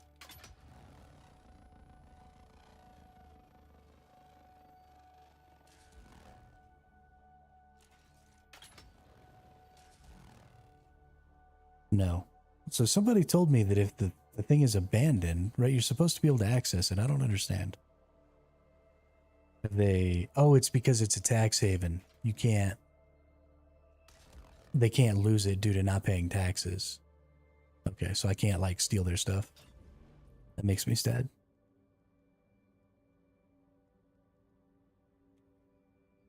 Very nice people. Peeps actually gave a guy free Mark 5 or Mark 6 assault warning on my server yesterday because he lost his to a glitch full of titanium. Yeah, I mean, absolutely. Absolutely. I don't personally have the resources to just give somebody a free Mark 6, but I certainly have the resources to give somebody a free Mark 4 or something like that. Or maybe even a Mark 5.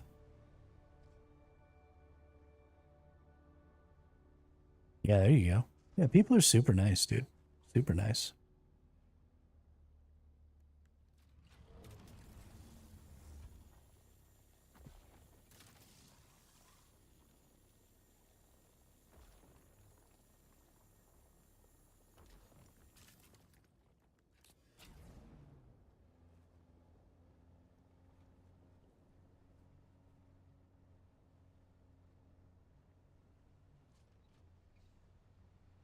Love finding abandoned bases and full destroying them and finding free stuffs. And yeah, absolutely. I have yet to actually find an abandoned base that I could do anything to, which makes me sad. People have been finding tons of like plastanium and spice melange and stuff on them and posting that shit on Reddit, making me all jelly. I haven't found shit.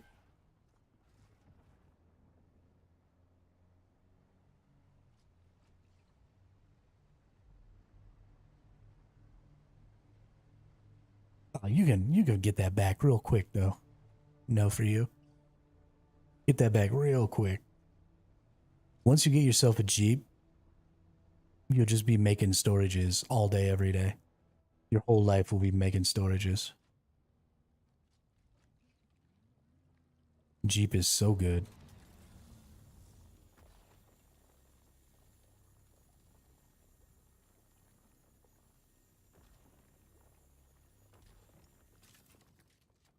Better hurry up and jump in my ornithopter before anything bad happens to me.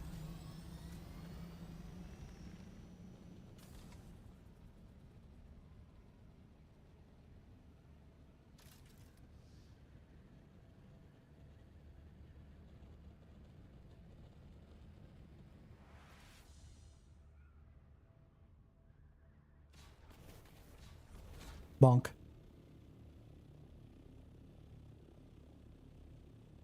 There's a base near me close to the Atreides stronghold that looks like the one you just passed. That hasn't paid their taxes, and it has multiple plastanium level refineries in it. Heck yeah. Yo, claim that for sure.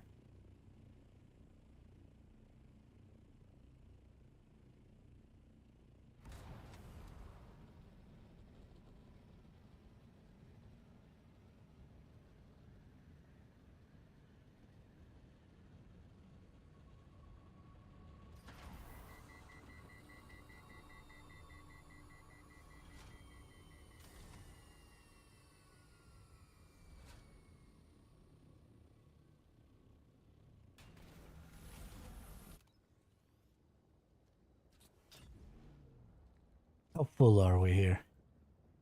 We almost done. We only need like one more node.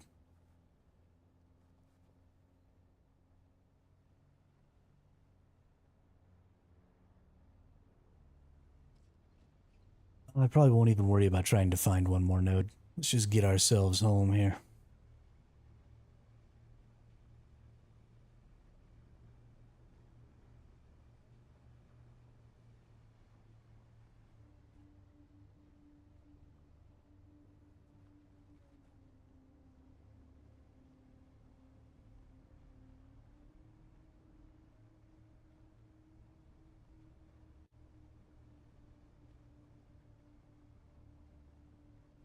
Let's just get home.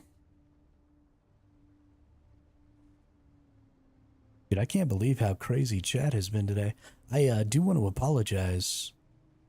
There were a lot of people talking a lot, and I know I missed a ton of messages and probably didn't do a good job of maintaining the conversation with everybody. I know I let a couple of conversations kind of lapse in there. It's not because I have favorites, and it's not because I like didn't want to talk to one group of people over the other. I just am not a great multitasker, so I am terribly sorry. If anybody feels slighted or anything, that was not my intention. I will try to maybe come up with something with my bot that will allow me to better overcome those times. So that maybe I can get some text to speech or something going on in my ear or something like that. It's been a long time since there was so much going on in the chat that I wasn't able to keep up. So I'm definitely out of practice. How dare you miss messages? Exactly. I think you should be offended, Damien. I really do.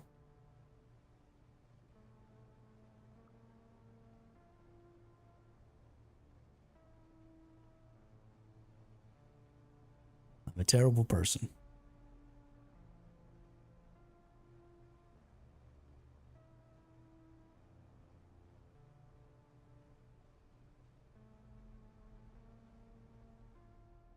Grass can over here misses messages pretending he's got a chat as active as pirate software or something. I mean, right now it might be more active.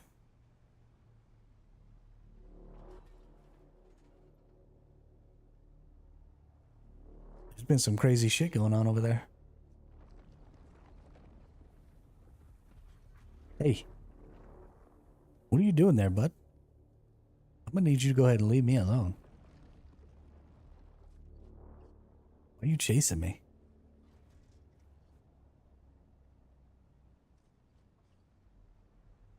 I see you, little butthead.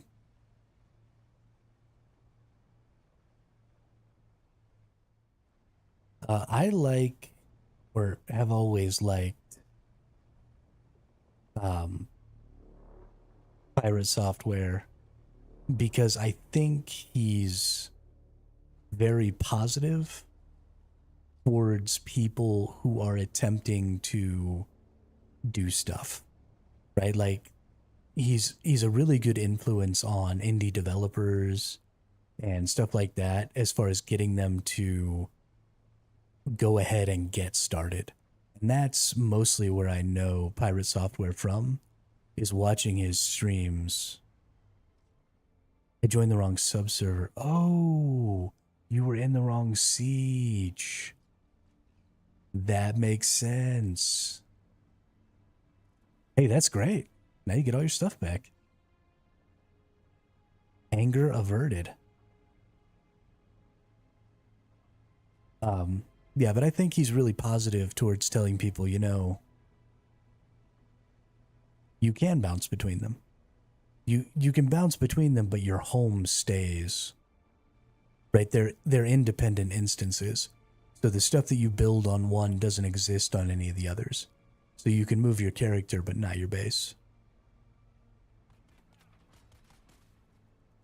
It's not like Fallout 76, where you just bring your base with you everywhere you go.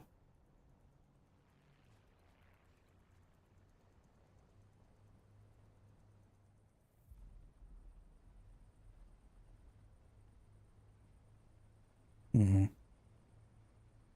So you can build a base. This has been something they've changed recently. So the siege that you picked at the beginning of when you made your character is your sort of quote unquote home siege. And originally you weren't able to claim land on any of the other sieges in your world. But they changed that a few weeks ago, and you actually can now claim land and build buildings on any one of the sieges. But those buildings will only exist in that siege where you built the building. So if you, for example, if you join a guild that's in a different siege than you are, you can just travel over to their home siege. And if you wanted to build, you know, a little personal base near their main base or something like that, you could. Um, which I think is a really, really great change to the game. And eventually you're going to be able to just straight up migrate your character to a different home siege so that that siege is like your main siege is the goal, I think.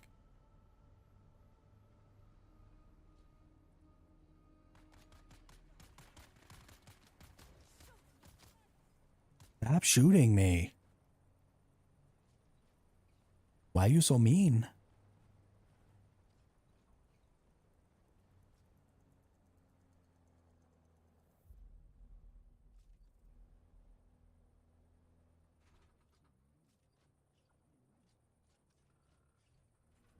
Which location which location brings you to Anvil? You mean the Anvil station? Anvil station is right here. So this is where you started, right? It should just be Anvil station.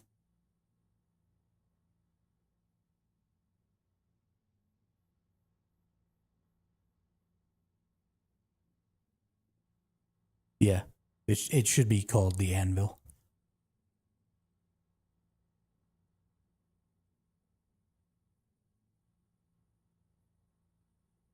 Yo, what up, Gravy?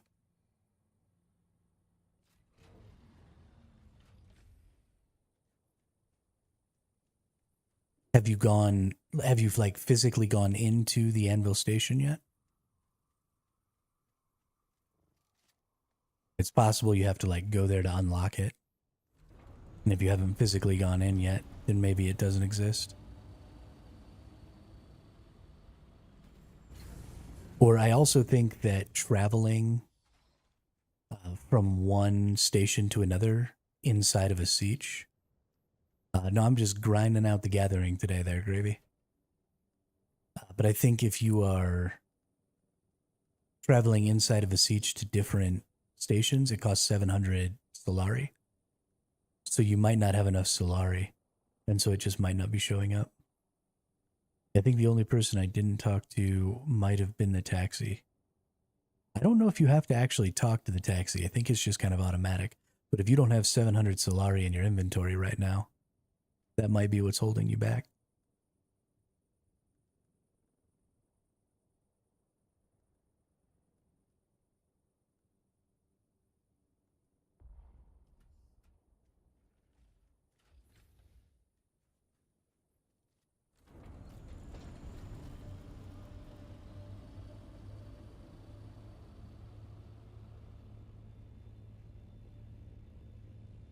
But if you go outside, there might be a scrap buggy that you can claim inside of Anvil Station.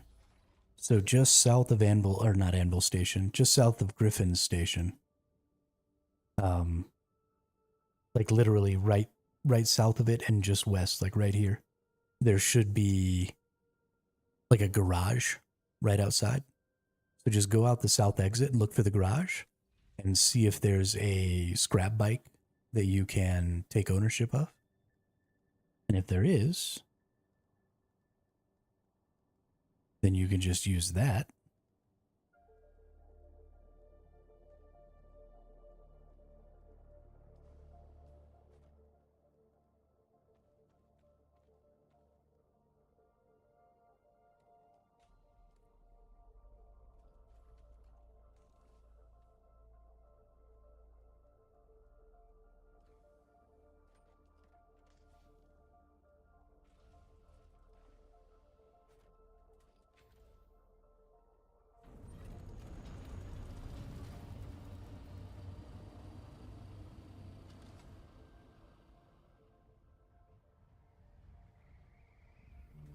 The scrap buggy,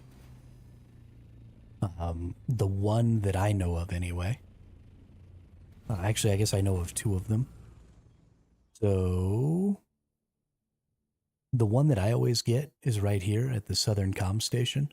You just follow this path up right here, and there's a garage like right here on the ground floor. And there's a scrap buggy in here that I always get.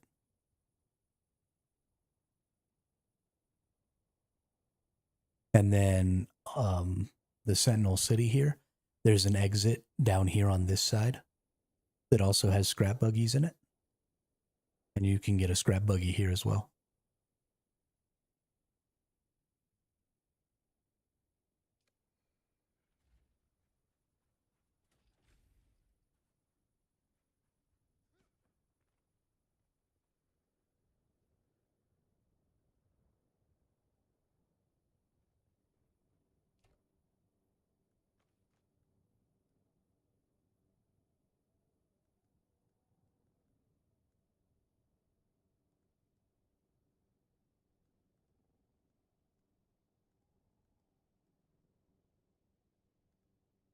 There might be, Damien, but I'm not 100%. But yeah, great job. Gravy, Dimma, Taco. Y'all are killing it over there. It was mighty fine work.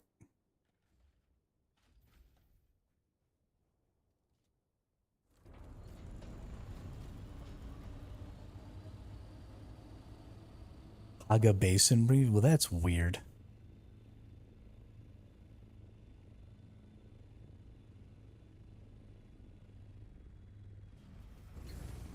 It should just say the anvil. Why they gotta make things freaking complicated?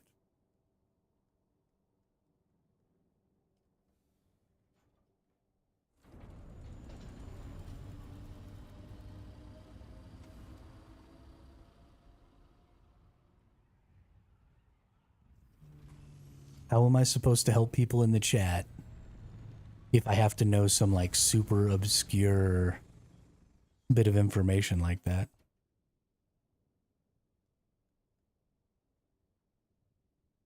They're making me look dumb.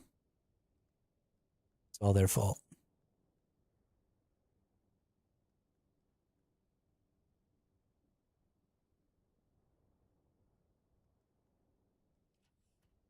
It'd be nice. I'm thinking of coming back to that server so I have peeps to play with since Hermit won't sneak me his location.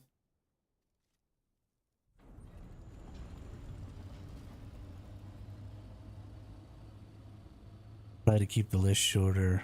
Yeah, I don't know. I don't know. No for you.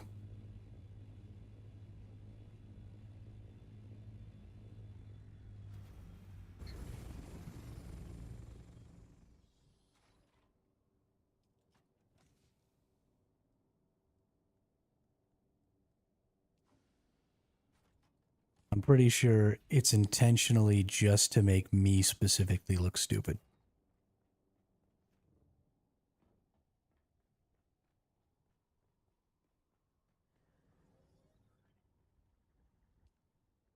Let's see here. We have 646. That's too much. We need 493. Actually, 492. And then we'll go over here. And we'll do duraluminum ingots. We'll max that bad boy out. And then, sure, let's max out some more aluminum.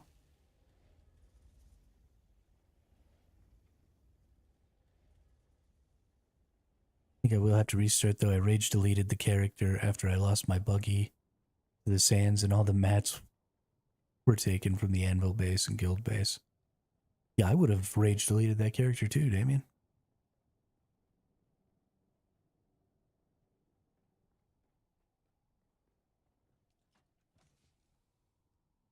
People helping people. Powerful stuff. I love that y'all went ahead and just made a guild without me. Really, really makes me feel better that I didn't totally ruin everybody's gaming.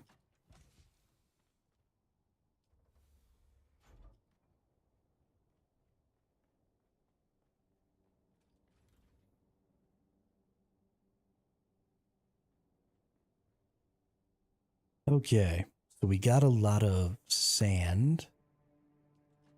Right, we actually even have quite a bit more flower sand, I think. A couple thousand.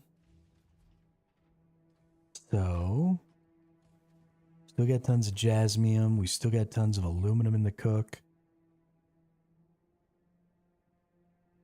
We probably need to go get calibrated servos. Because I'm going to need a lot of calibrated servos to start turning regular...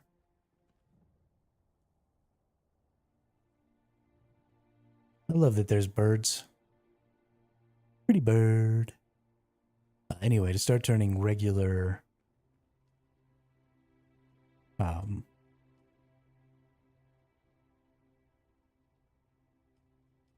power generators into these wind turbines. And to give me some more of these water catchers. So let's see what we're looking at here when we look at building.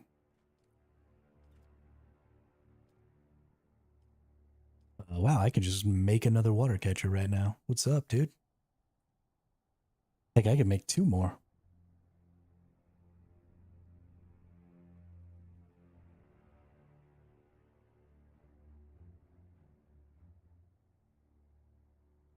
Oh yeah, that's totally totally an option.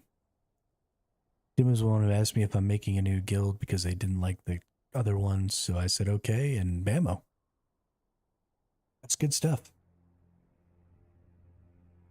Way to be a better person than I am, Gravy. I appreciate that.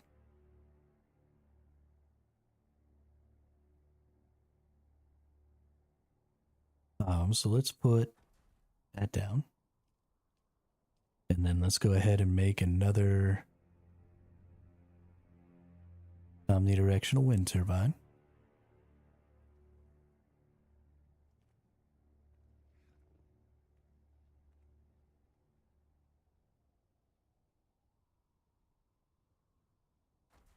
Bammo.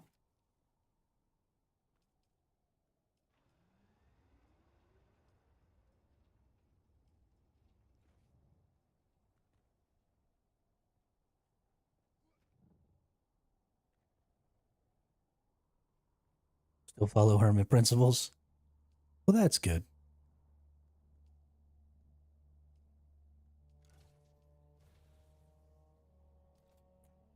I think that my gaming principles are at least decent.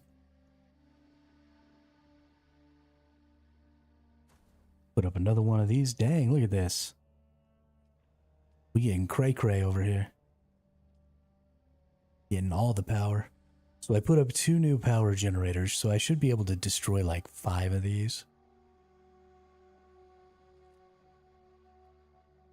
So let's go ahead and 1, 2, 3, 4, 5.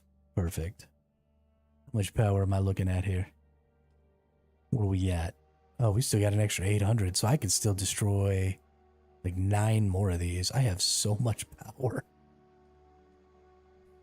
Oh my goodness. I am so powerful.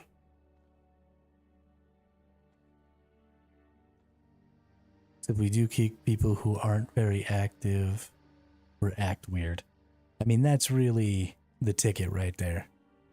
Help everybody always, and then get rid of weird people. I'm really bad at getting rid of weird people. It's just not my bag. Why I shouldn't have children, because I wouldn't be able to discipline them. They'd just be running around like hooligans doing whatever they wanted.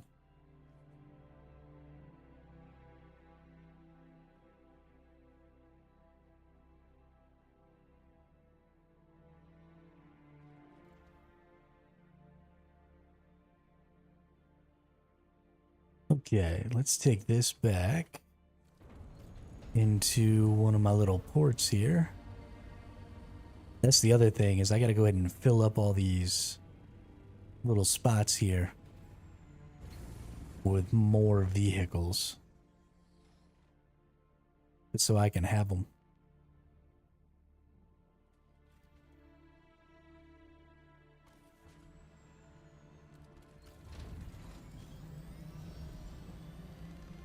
Who determines what's weird, though? Like, are we kicking the weirdos who like anime?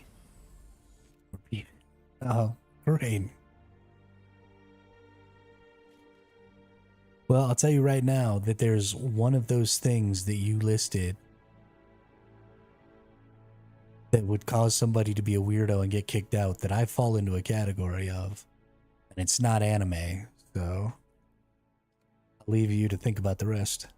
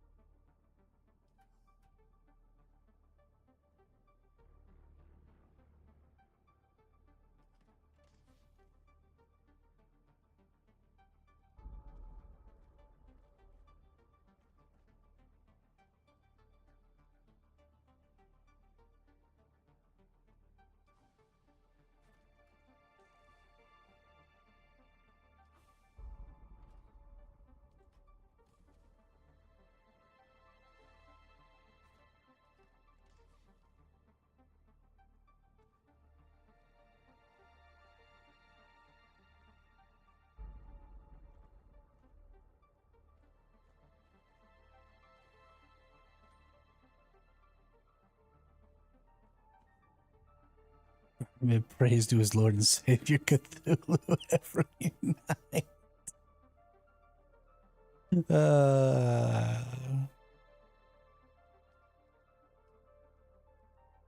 And now I feel gross.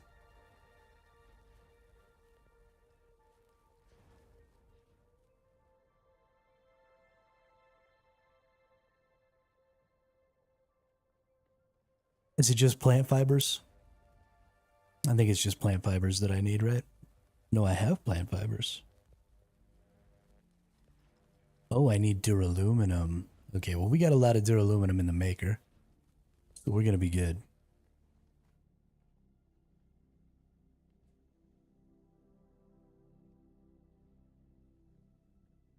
I mean, I'm already not in the guild. So I got kicked preemptively.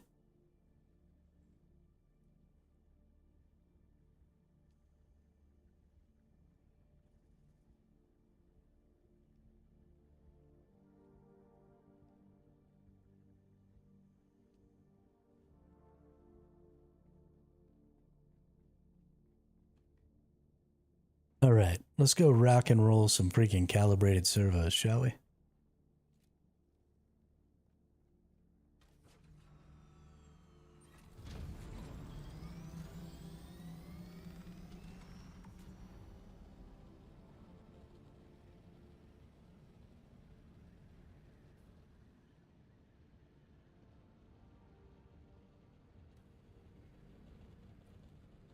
Is there a question mark? No, there's no question mark.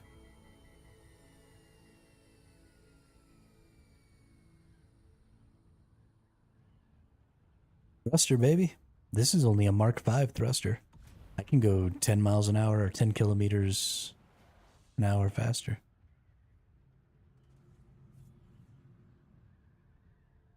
Never seen a single anime in your life.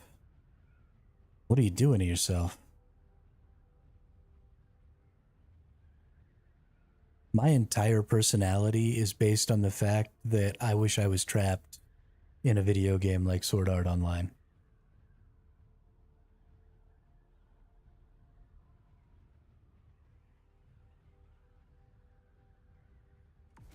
Yeah. Yeah, if you get the Mark 6 thruster, you can actually go 220 kilometers an hour.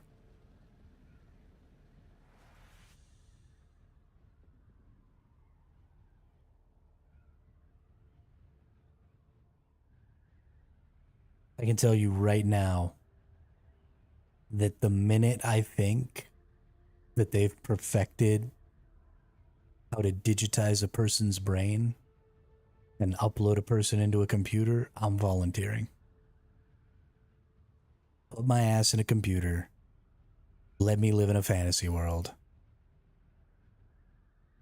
All I want out of life.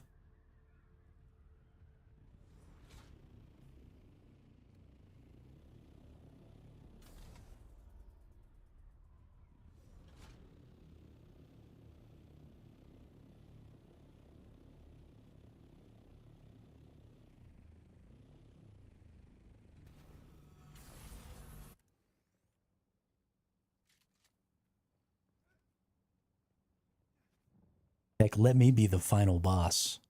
That'd be fun. Do you? Do you see someone? There is someone here.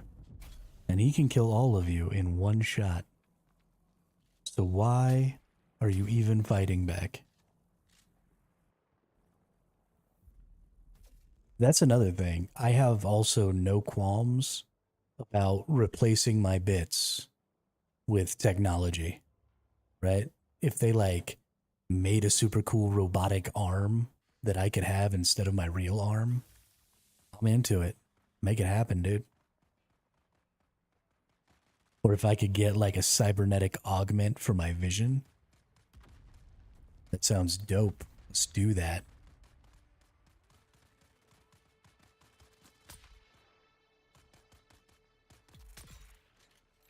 Posthumanism sounds fantastic.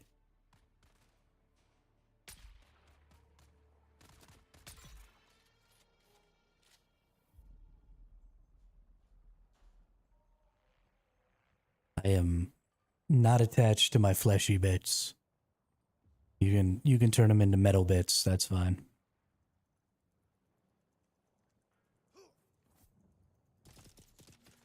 That's not quite where I was taking it, but sure, that's fine too.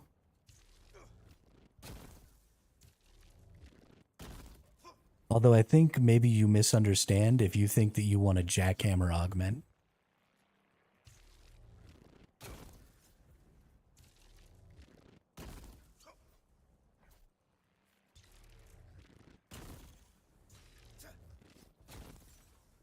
Okay, I cannot hit this enemy. I am so bad.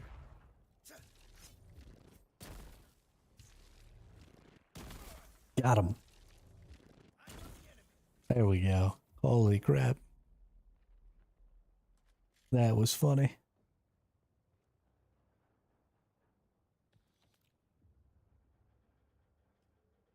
Use your skill. Why would I do that? Why? Why would I do that? I think if you need to use your skills to win a fight, you're the dupe. How about that?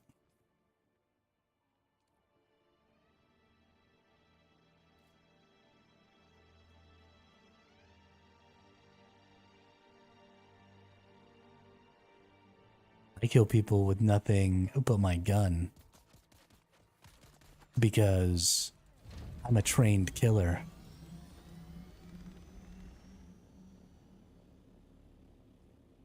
Yes, Young Sparky Mark V is a power pack.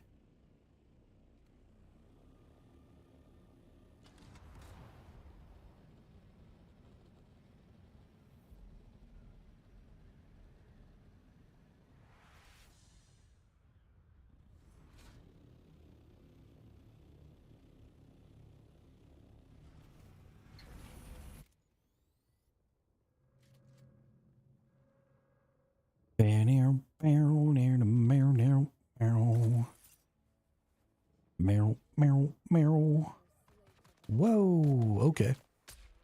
We came in a little hot.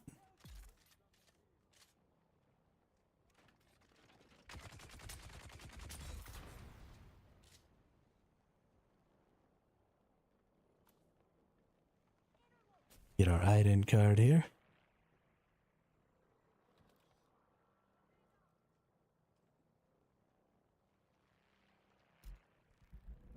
Do you know what's the Shaitan's tongue? No, I have no idea what that is. If I had to guess, it's probably a dagger.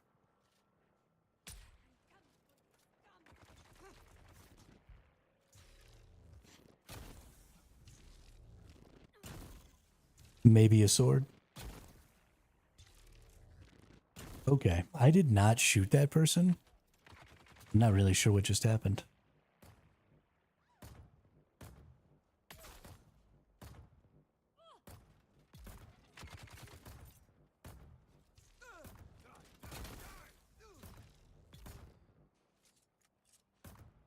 I'm gonna use 2 skills. What's up, dude?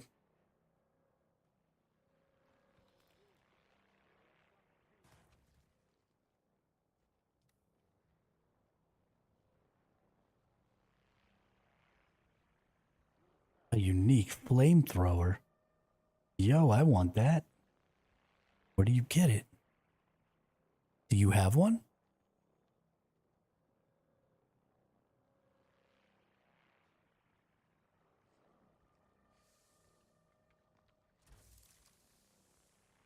Yeah, that sounds hella dope.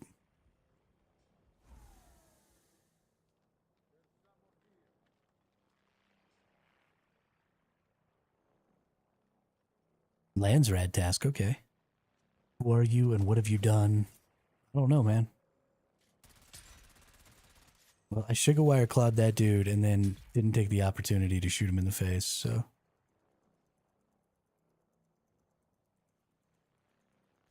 Let's go see. Where's House Talgiri? I got Sandfly's Carver and Way of the Miser. Ooh, a plasma cannon. What's a plasma cannon?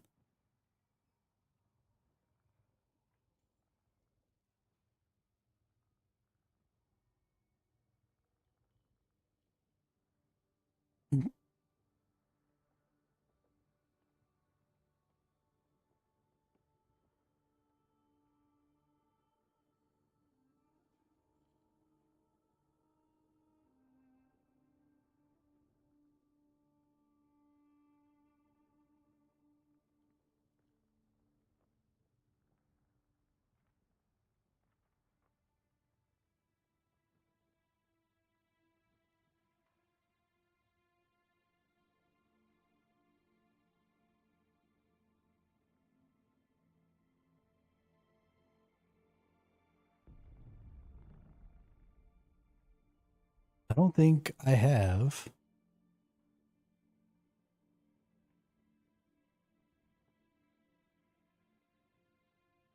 Ooh, what's a cauterizer?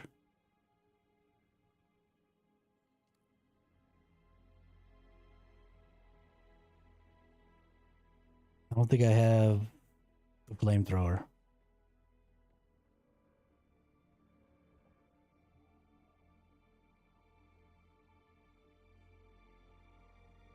Which kind of makes me sad.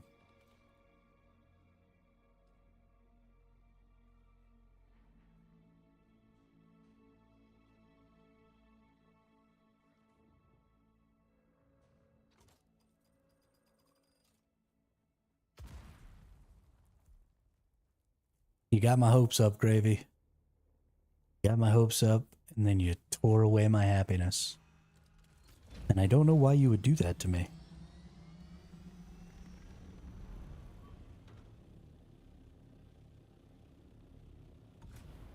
I thought we were friends.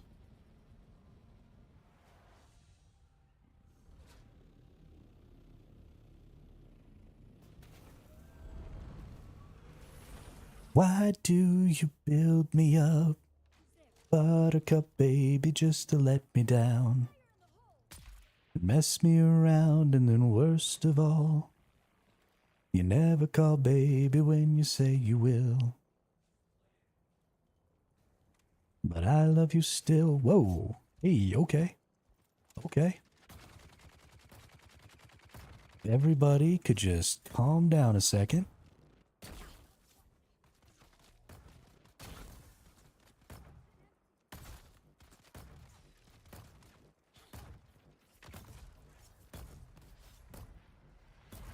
Oh, now.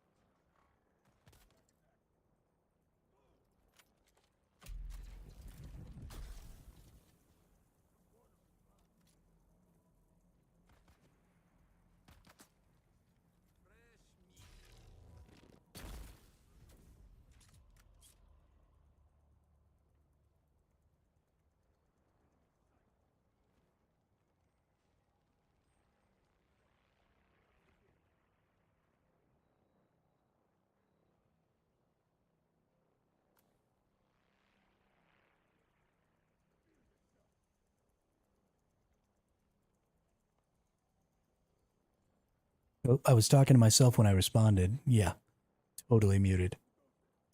Totally. But yeah, Davian, I totally understand the difference between jokes that are made to be funny and jokes that are made to be mean. I think I'm pretty good at identifying when people are trying to be joking and when people are trying to be assholes. It's all about intention, in my opinion. If you're intending to just crack a joke for fun, then it's funny. If you're intending to be an asshole, then you're an asshole.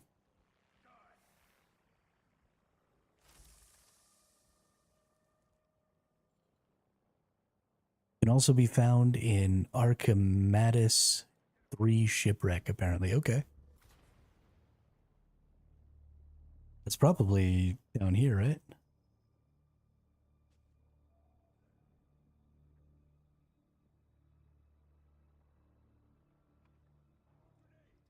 Nope, guess not.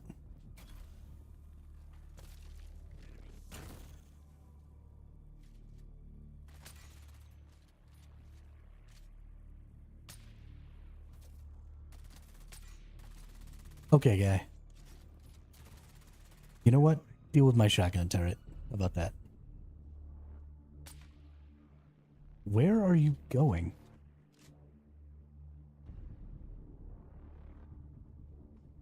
It's so hard to determine through text, so I find it best just to clarify. Absolutely. Absolutely. Especially on a per remark basis. Which is why I try not to worry about, I give everybody the benefit of the doubt on here. And then we'll just change our judgment over time. If it seems like you're trying to be a butthead the first time, I'd probably let it go. But then if it seemed like you were trying to be a butthead 10 times in a row, I'd probably be like, oh, you're just a butthead.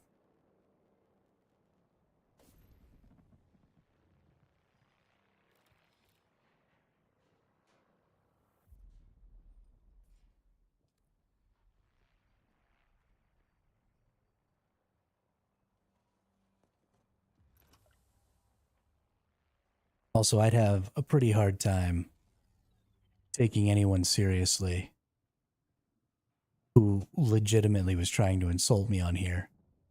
Because, like, I don't, as much as I like all of y'all, I don't know any of y'all. None of y'all actually know me. So your opinions about me don't actually matter at all.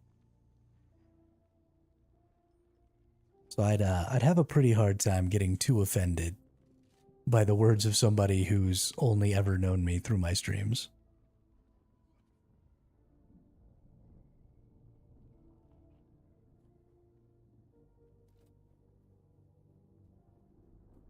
Like, that'd just be silly. On a side note, why are you slacking on your survey probing? Have I not survey probed? No, I survey probed the shoal. Okay, the shoal is just stupid.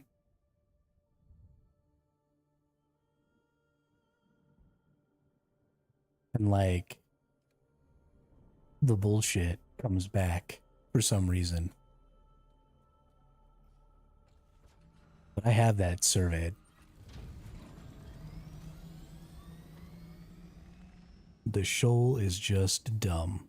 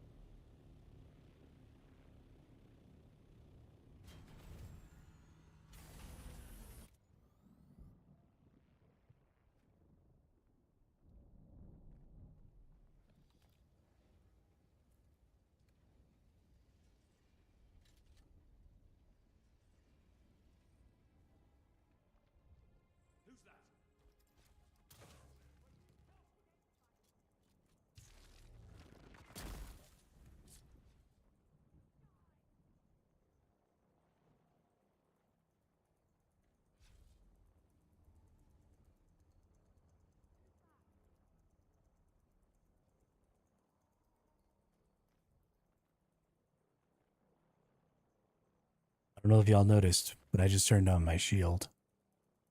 Not only have we started using our skills, we've started using a shield now. I am officially invincible.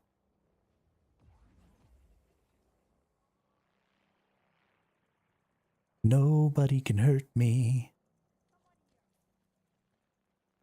I'm the best player in the game. Oh, I accidentally left my deck of leader John at the base.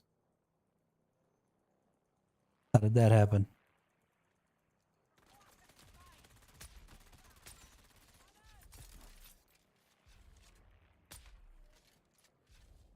Nerd.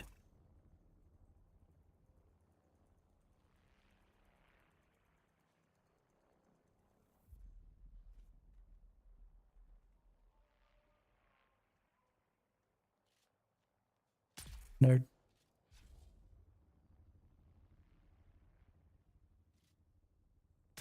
Nerd.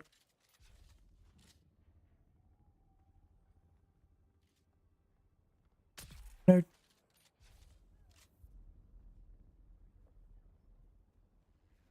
Oh, there's another nerd.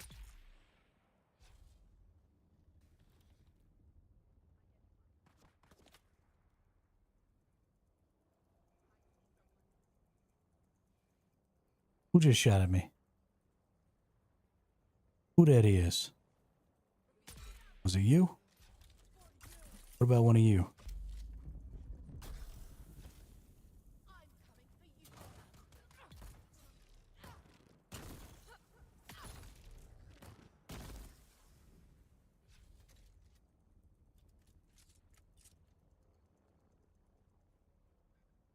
Boom shakalaka.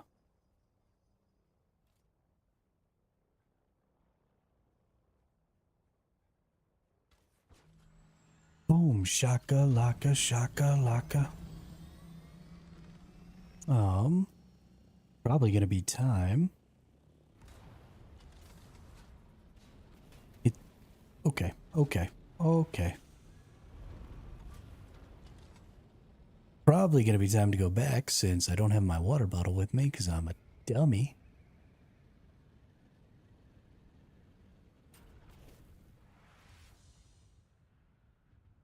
Choo. I love flying these things. They're so much fun.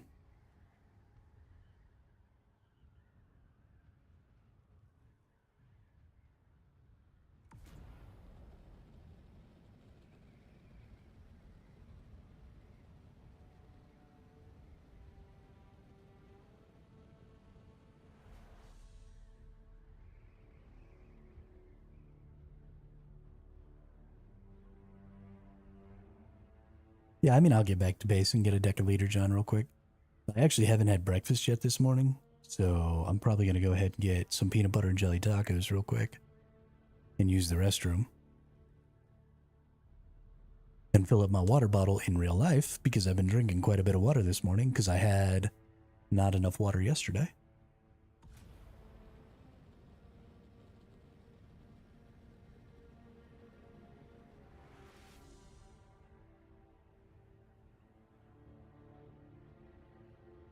And then we'll come back and get back on this grind.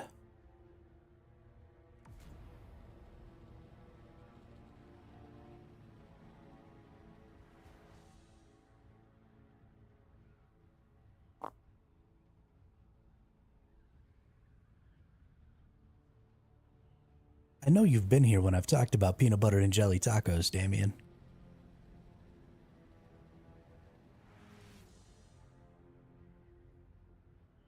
If it can go on a sandwich, then it's better on a corn tortilla.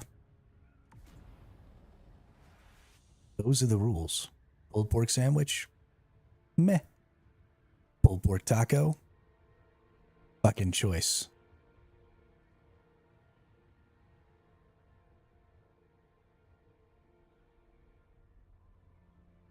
Peanut butter and jelly sandwich? Meh. Peanut butter and jelly taco? Choice.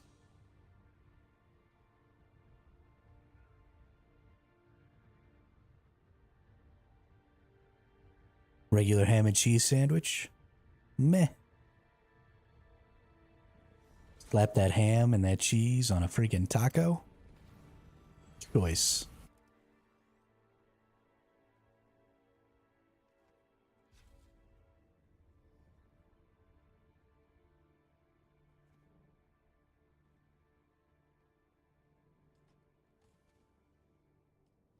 This is my stance on Monte Cristo. I don't know that I would want.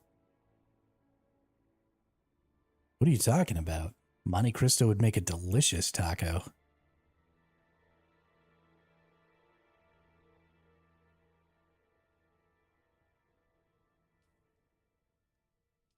Although, I don't think you should eat Monte Cristos in general. I used to be a fry cook at a Bennigan's. Those things are literally a heart attack waiting to happen. So maybe don't have a Monte Cristo as a taco or a sandwich, just for the sake of your health.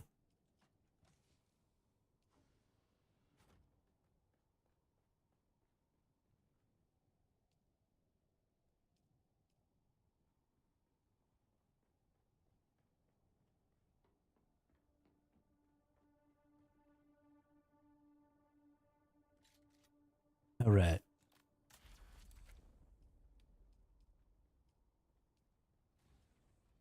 Let's build us some more water catchers.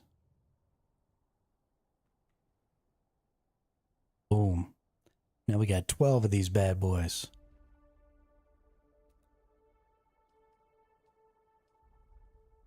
Now I need to go get some industrial pumps too.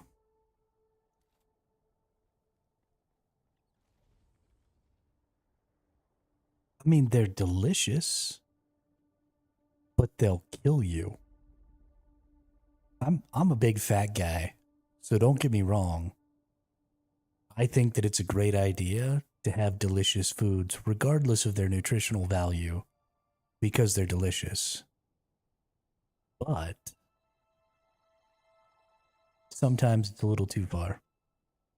And sometimes it's not unhealthy, but still delicious.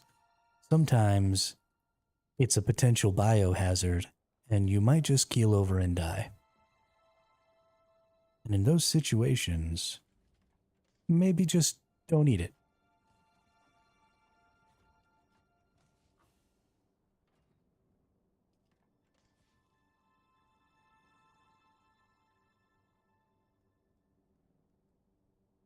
Okay, but serious? There it is. Oh my goodness. I was like, where is my deciliter, John?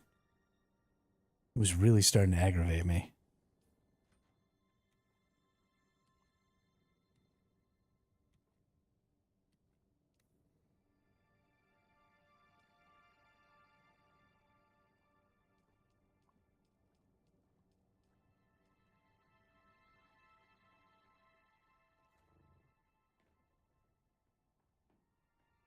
We're going to need to get some more industrial pumps, but we'll do that when we get back. I'm going to go get my peanut butter and jelly tacos real quick and do all my other stuff. So give me just a couple minutes. I'll be back.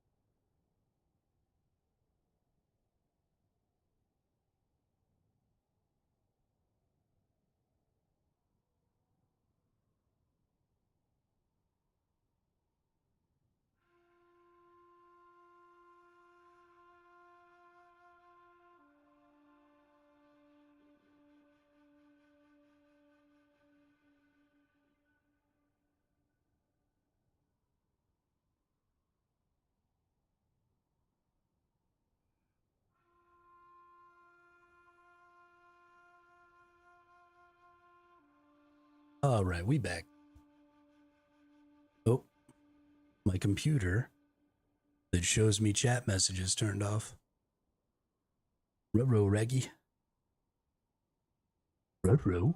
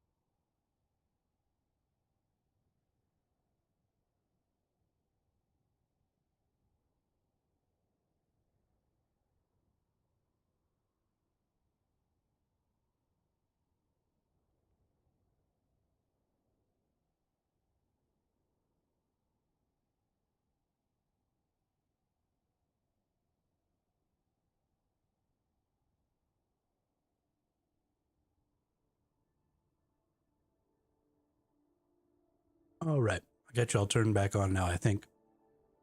If anybody's there, type something real quick so I can see and make sure. Hey, there it is. All right.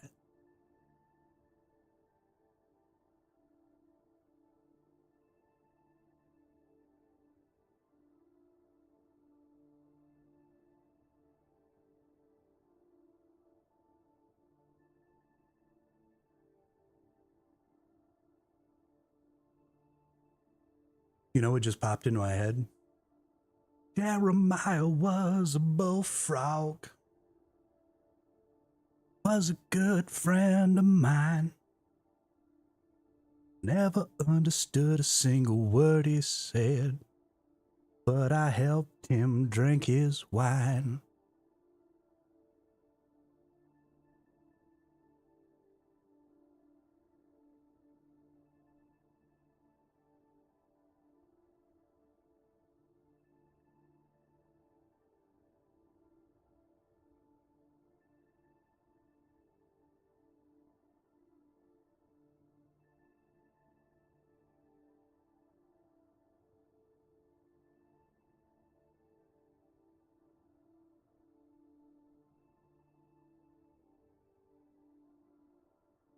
It's the truth. Serenading has been my go-to move since I was in the 7th grade.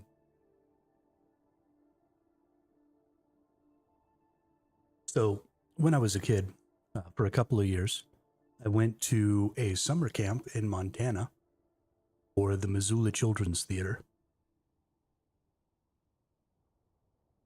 And while I was there, I met this friend from Hawaii.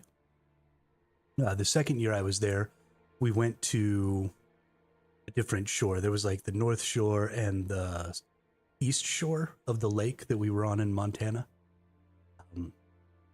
But the second year I went, we went to the North Shore because we were older.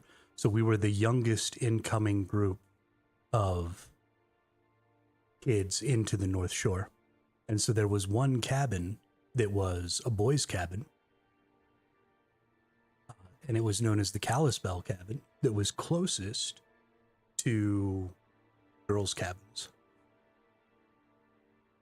And so they put the youngest incoming group of boys and girls next to each other in those two cabins because they figured that we were the least likely to get up to any trouble. And oh my goodness, were they wrong?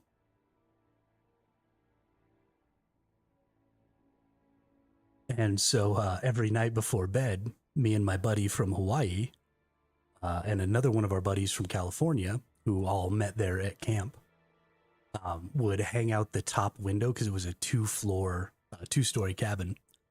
And we would hang out the top window, and my buddy from Hawaii would play his ukulele, and we would sing Leaving on a Jet Plane to the girls before we went to sleep every night.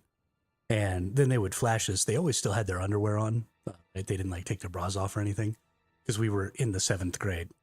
But they would flash us and then we would all go to sleep. And so every night we sang Leaving on a Jet Plane to the girls in the cabin next to us. It was quite the summer experience. I had myself a really good time going to theater camp when I was a kid.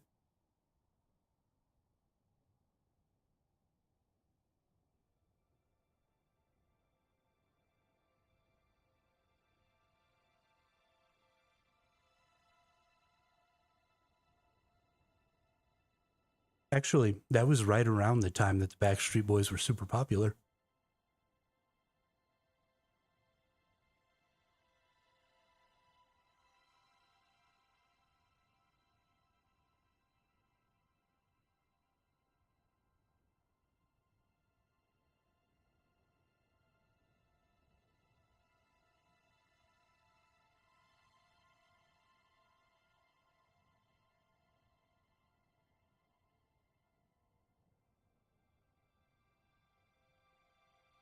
I guess that's actually even before the going to camp thing. When I was in the fifth grade, I used to ride the bus back and forth to elementary school. And so Backstreet Boys had that Backstreet's Back song, like, oh my God, we're back again. Brothers, sisters, everybody sang. And so I would sing that song on the bus ride back from school every day. And there were a couple of girls that I had a crush on in my class. And they would always chime in at the part where they sing, am I original? And they would say the yeah. And so, yeah, that was the fifth grade bus ride right there.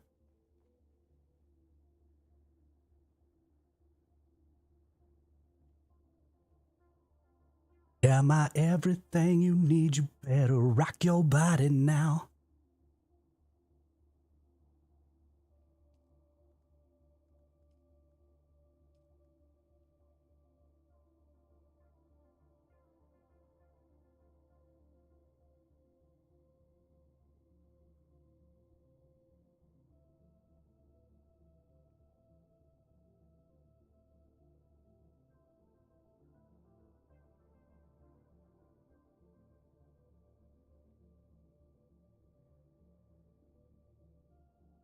Dirty Pop was a little later. Wasn't Dirty Pop just Justin Timberlake?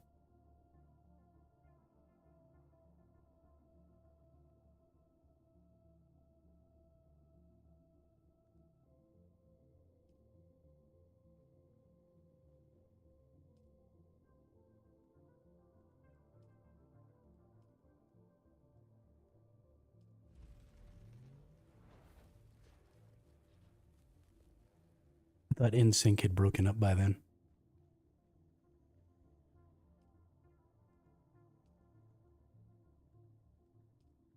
Although it's possible they didn't. I honestly don't know for sure.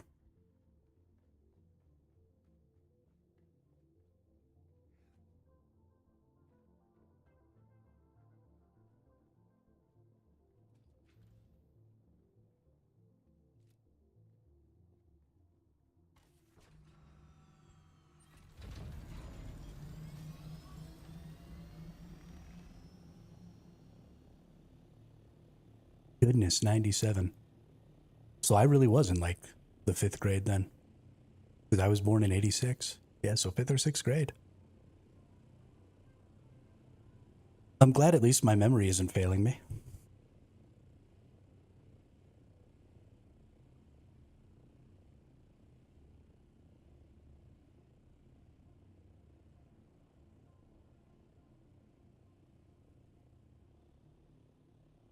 Hey, there you go.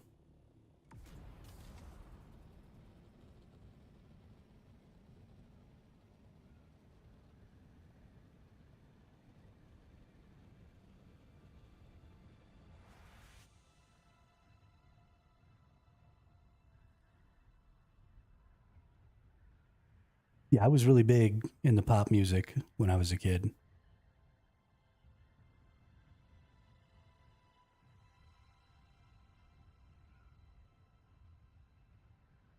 I'm down for it. mean, I've already got two brothers. What's one more, right?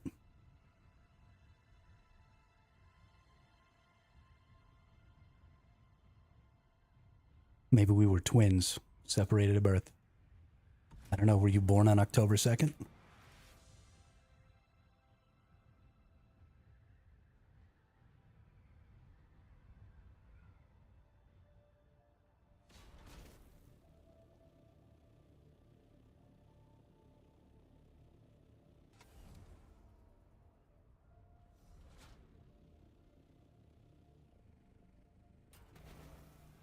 Wow. Oh, right on Halloween. Nice.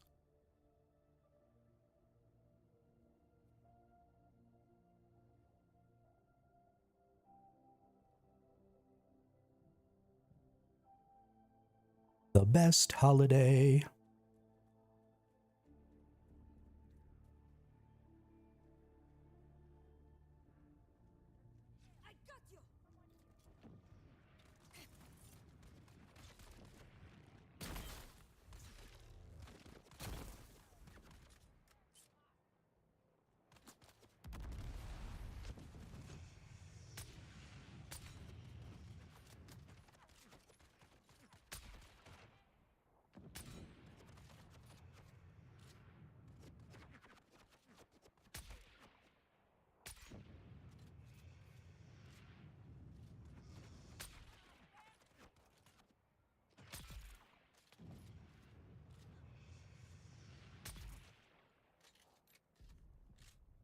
That was rough.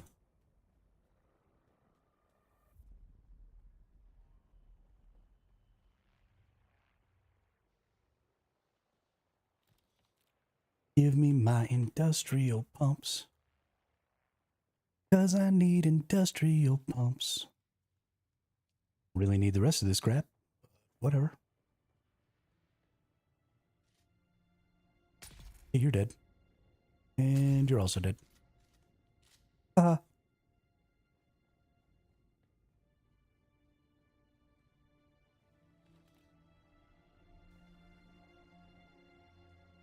it's days like today that make me realize that streaming is definitely the thing I should be doing with my life.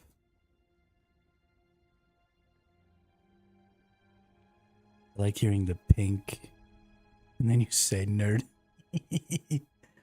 uh, Today has been just such a good day. We've had such an active chat. I have been so thoroughly enjoying this stream. This is what I want every day of the rest of my life to be like.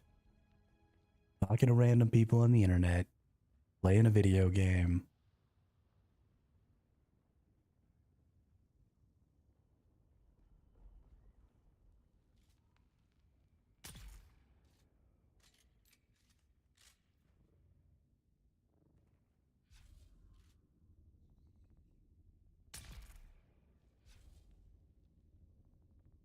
Bonita. I don't feel beautiful, but I do feel incredible.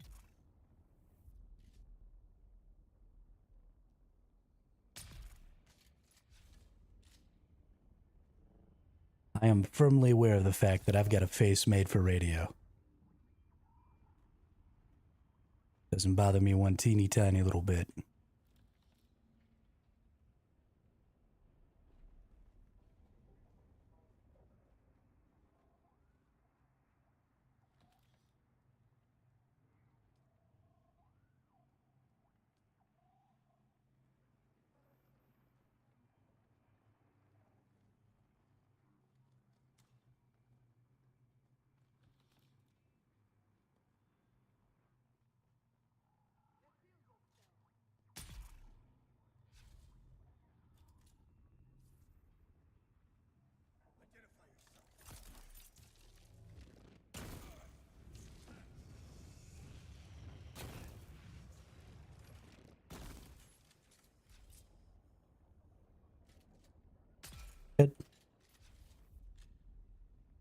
What a jackwagon.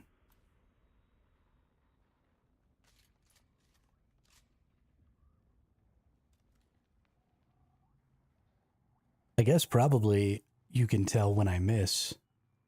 by the fact that I don't call them a nerd after I plink them.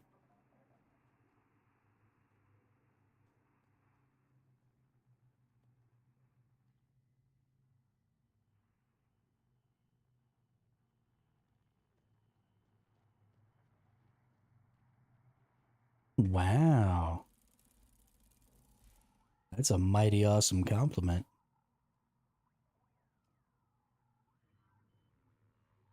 Bass made for the big screen and a voice made for everything.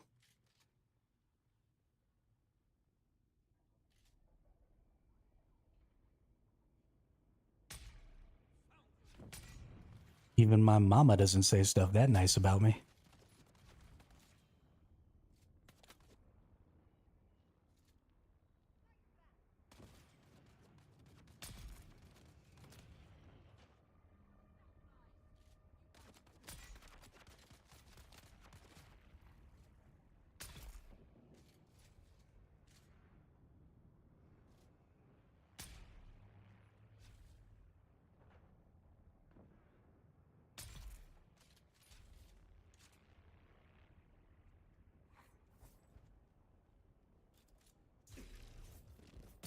That's okay, Gravy. Neither do I.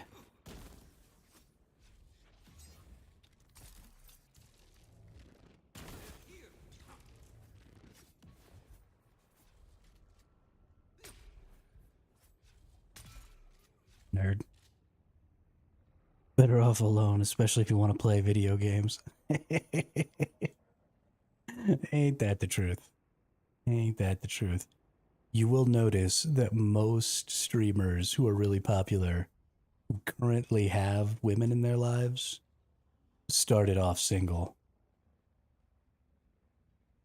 and did not end up with women in their lives until they could prove that they weren't just sitting around playing video games and they were actually at work.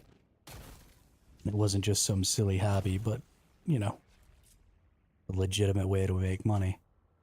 You would be hard pressed to find a woman who wanted to sit around for the trying to figure it out phase of struggle. You'd be hard pressed to find a man. I mean, not just picking on women.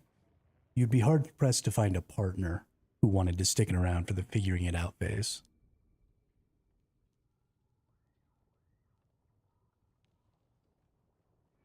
I mean, even if the other person was a gamer, you know, just the instability of early streaming is not something that most people would want to bet their future on. You know what I mean? I'm trying to like build a life with somebody and they're like, yeah, no, I want to do this thing that very few people actually succeed at. And I'm just going to put all my time and energy into it. Totally good idea. Most people would look at you like you had 6 heads.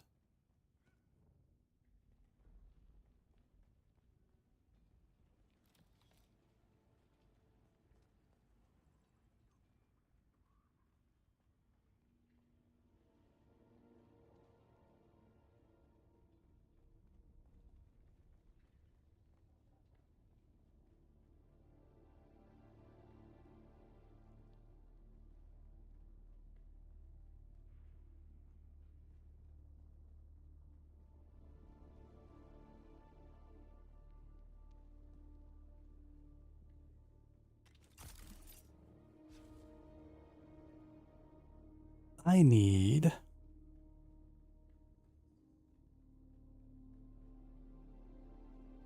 ladies and gentlemen, some trash cans. I'm off work. Gonna play some. Yeah, absolutely. See you around, Damien. Have a good day. Oh shit. No for you is still here. I gotta admit, I honestly thought you bounced. I'm glad to see that you're still here, though.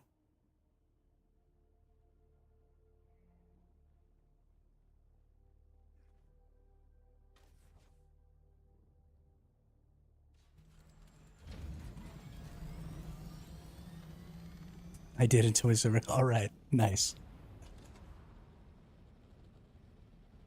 That's funny. That's funny. Well, I'm glad to see that you're back.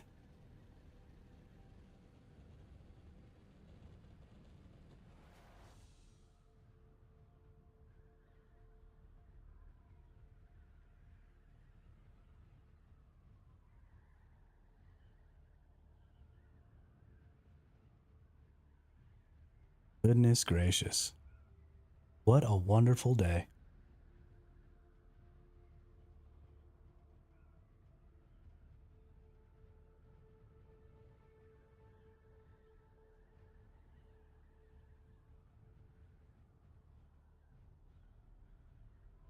Raindrops on roses and whiskers on kittens.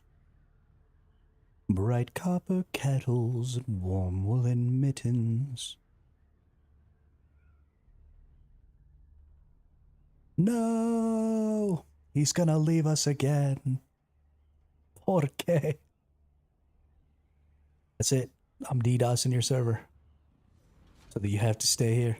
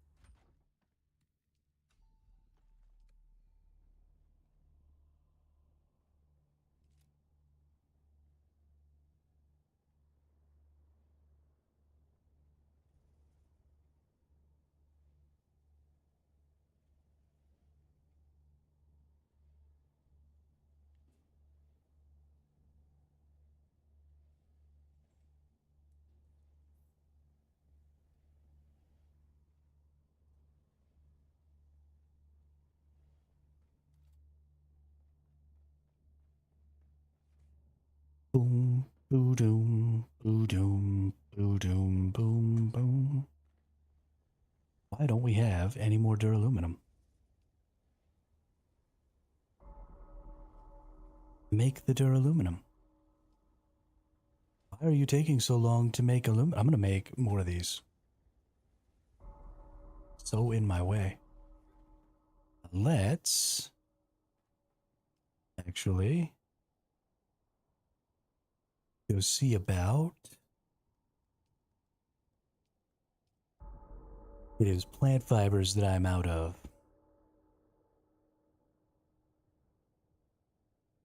I still have so much spice residue. So let's go get some water filter things installed up here. Because what I want to do is I want to totally max these things out today. So we're going to deposit 5.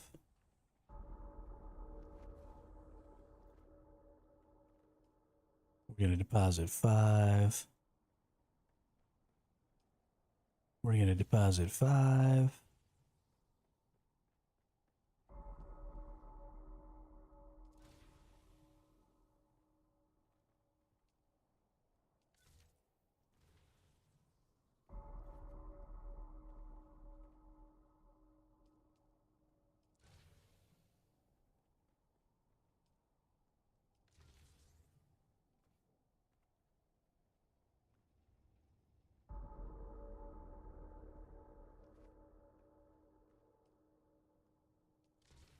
All right, it's almost all of them. I think a couple of these do actually still have filters in them, though. This one doesn't look like it does. This one doesn't look like it does. I could have sworn a couple of these still had filters. What's going on in my life?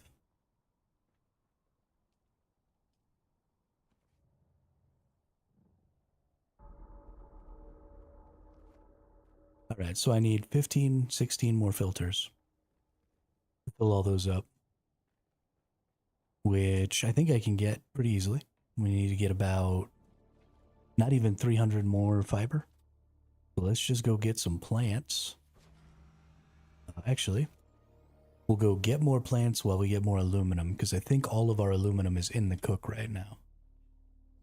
So we don't have any ore just standing by.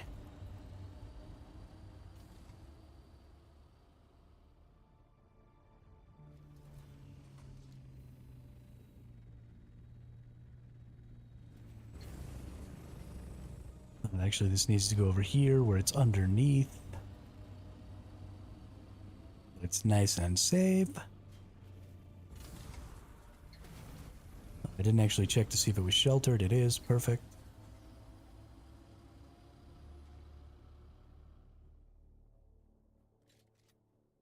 Let's go get some more aluminum ore.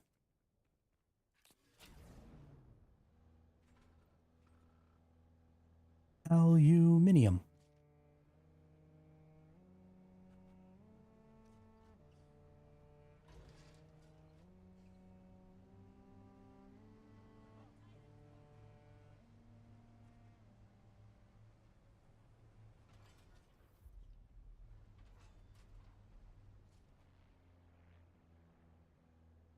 Does anybody ever get on like those monkey paw subreddits? Or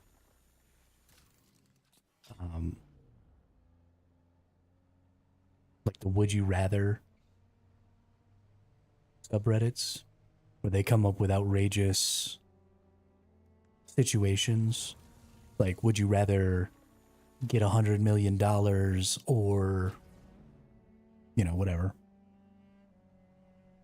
be able to live forever? We should do something with those in the channel.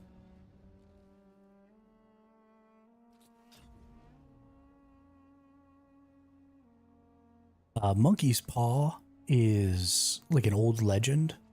I don't know exactly where it originated from, but it's an old like fantasy legend where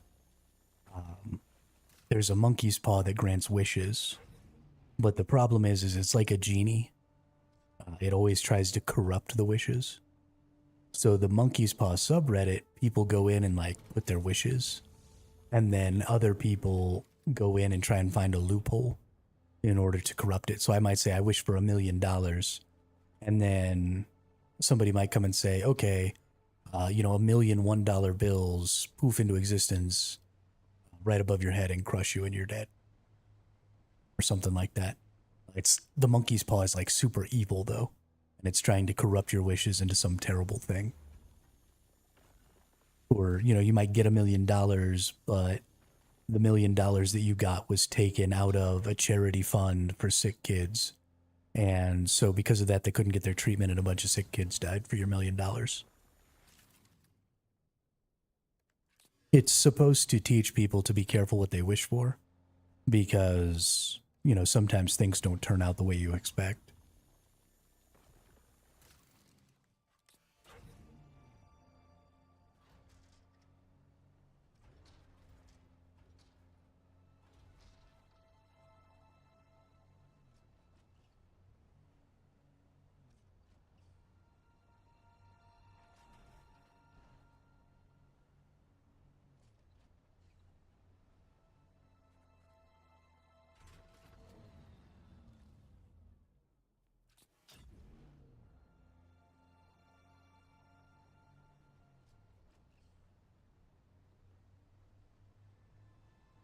But I think it'd be cool.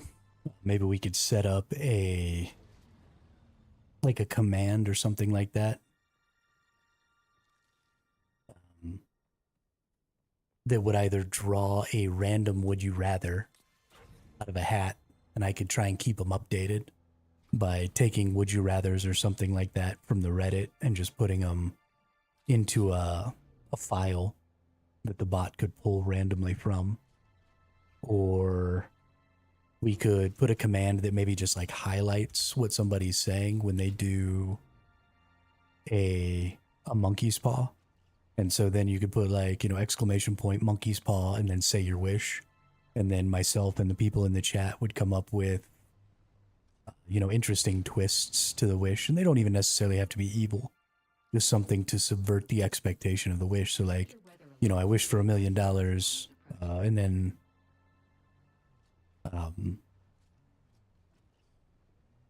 you get $1 million, but it's all been shredded or something like that, so you can't use it, or I don't know, something.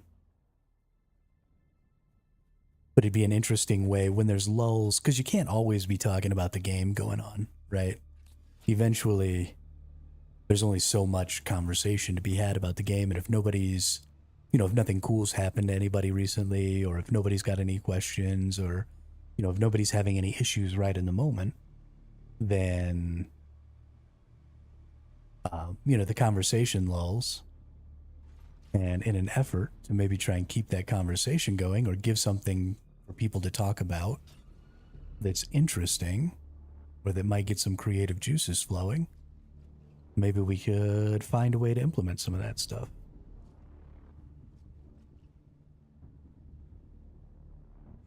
I don't know. I always have lots of ideas, and I always have really poor execution on said ideas. Because I never know exactly how to get it done, you know? Please give me shelter. Please give me shelter. Shelter me. I am sheltered. Nope, I'm unsheltered. I am sheltered. Nope, unsheltered. Become sheltered. Please shelter me.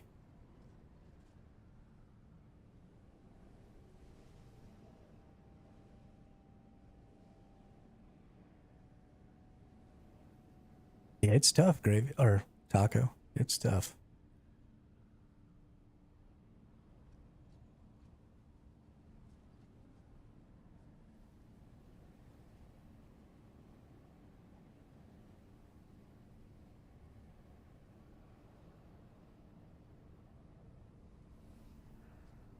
Okay.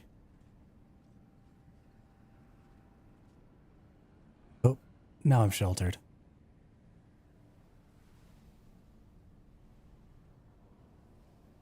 So most of the buggy is not repaired because its maximum durability is doo-doo. Because the chassis and the front hull are the scrap versions that I stole from the enemy camp. So I haven't actually made a whole buggy. Actually, I guess that's not even true. I actually have a Mark V, I think, chassis and a Mark V front hull in my base. They just aren't on here.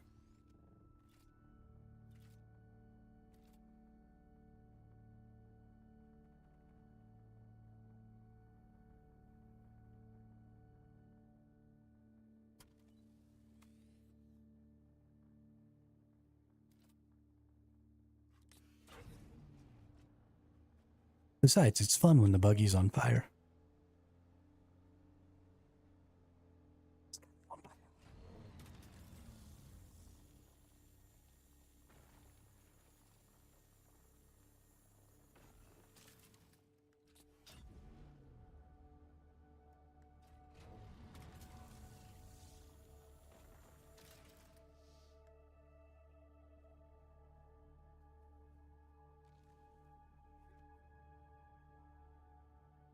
There must be adversity to overcome, even if that adversity is self-inflicted because I'm a trash can.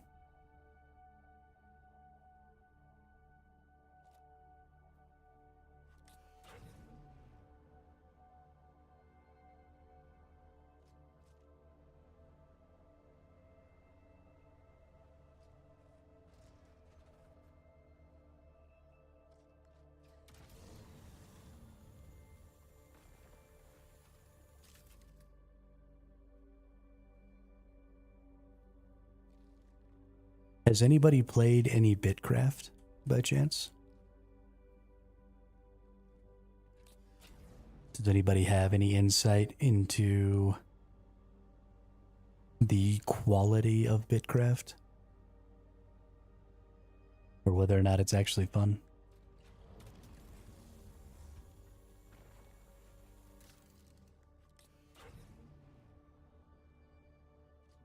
$200 NPCs is a lot. Holy crap.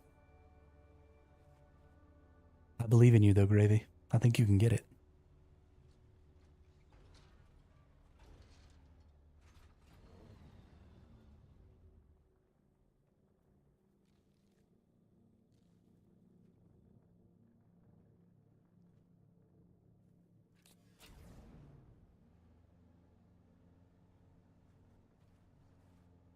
Though hope is frail, it's hard to kill.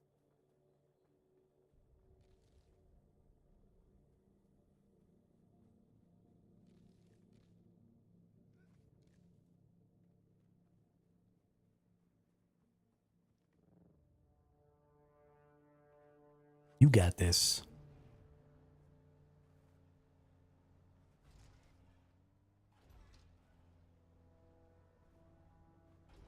I mean, you're a gamer, right? Murdering NPCs is second nature.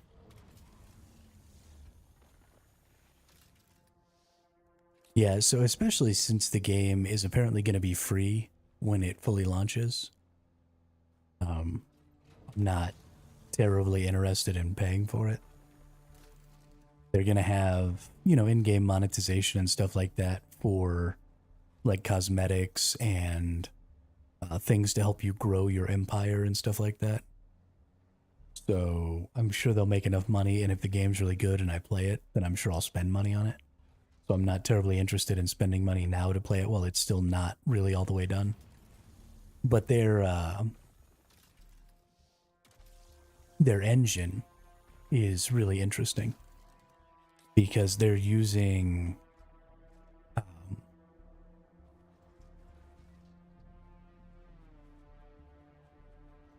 fudge knockers.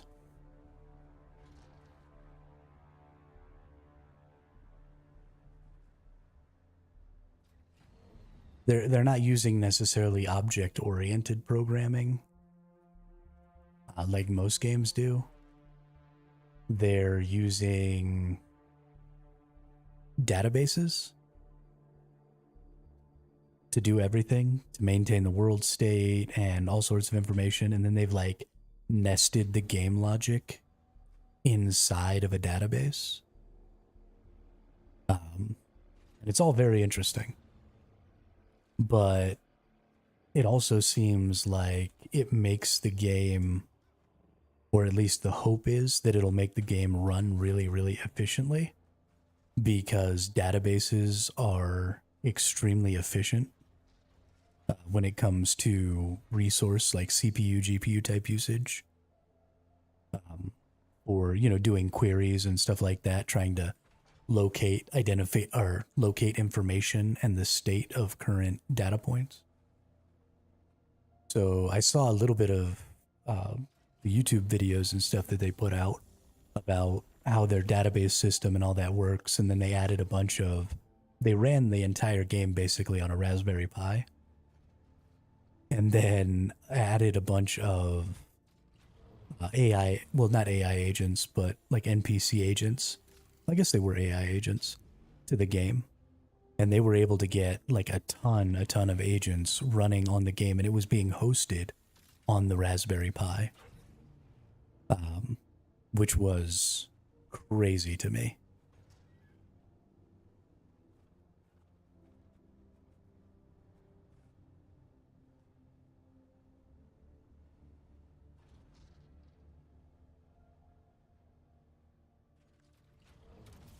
So even if the game itself isn't, the most groundbreaking thing in the world, the hardware technology and the software technology behind what they're doing with the game hopefully has a pretty transformative effect on gaming in the future.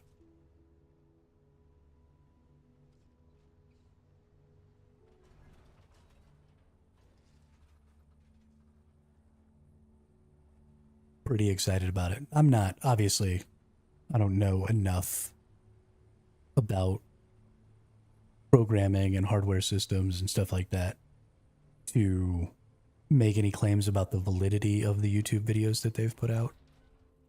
But I also haven't seen any extreme controversy coming out about the claims that they're making. There hasn't been just this like outpouring of people saying all of this is a lie and there's no way that they're doing what they're doing or saying or doing what they're saying or anything. So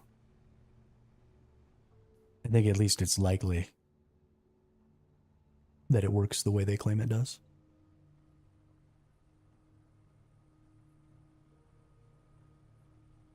Which is pretty cool.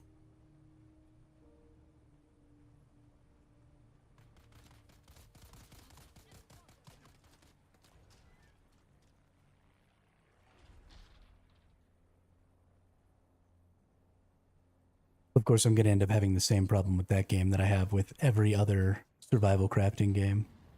And that's that their crafting system is still just a menu.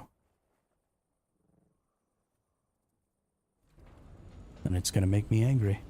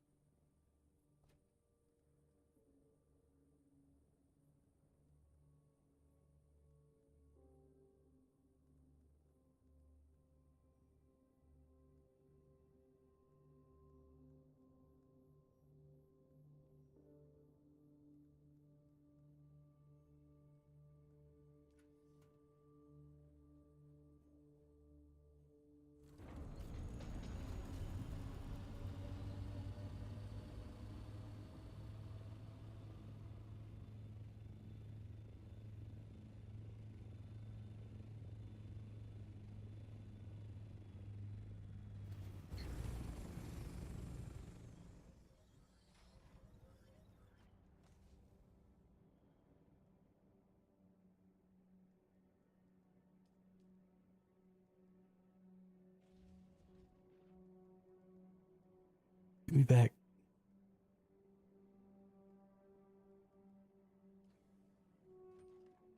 We're going back to Calais.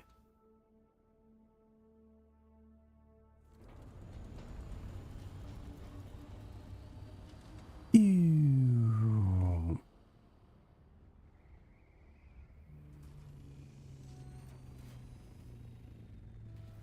Oh, my house is on fire again.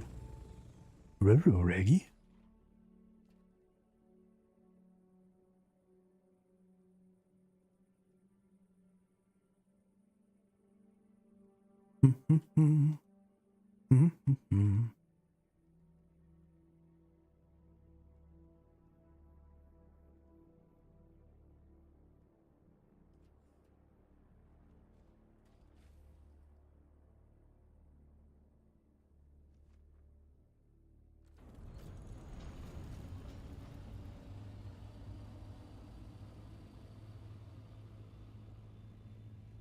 Something else we really need to work on is making this base bigger and badder.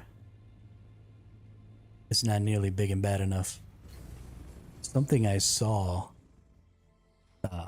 yesterday that I thought was really cool was someone used the angled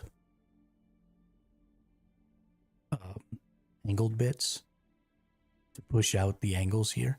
So I'm thinking about making these 3 high instead of 2 high, and then using the angles as the walls and pushing angles off, and then leaving like open sides so they won't be water sealed. I don't know.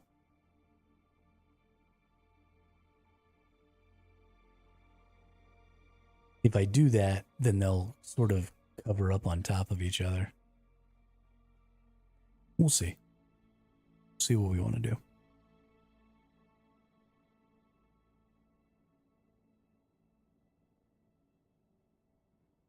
What did I come back in here for?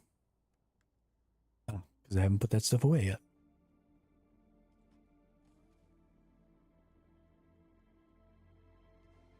And then we need to build a wind and water farm, because we're definitely getting to where we have too much wind and water on top of our base.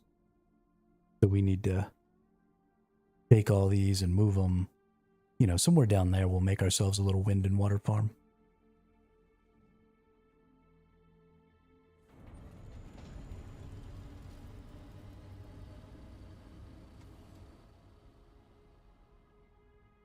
Yeah, usually I don't start going out into the deep desert to farm until like 11 o'clock at night my time.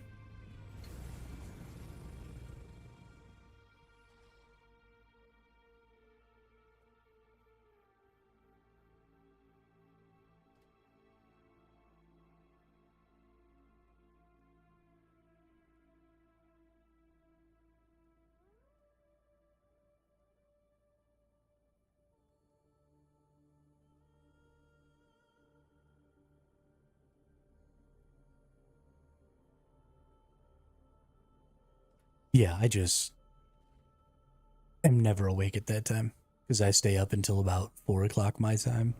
And then I don't wake up until about 1 in the afternoon. But I usually wait until there aren't a lot of spice blows because then there's just less people.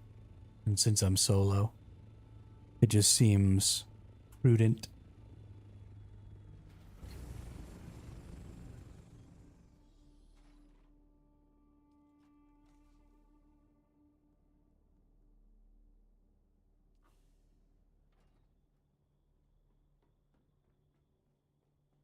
There have always been, you mean the ships that explode in the sky and then crash down?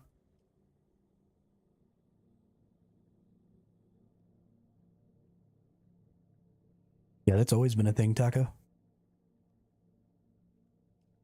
They're just super rare, um,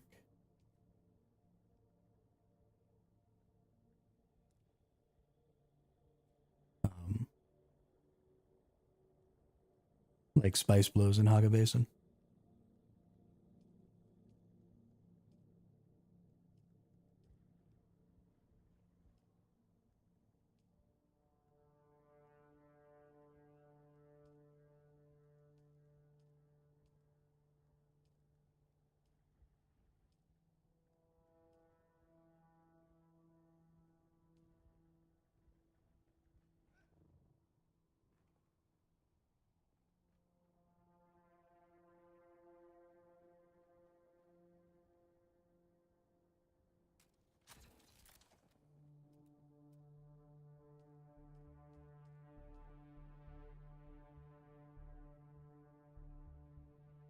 What are we missing here?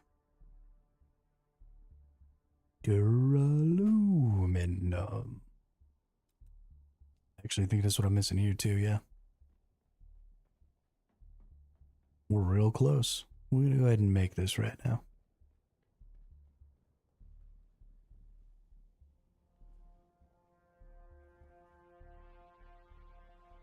Maybe, Taco, you should pay more attention to your surroundings.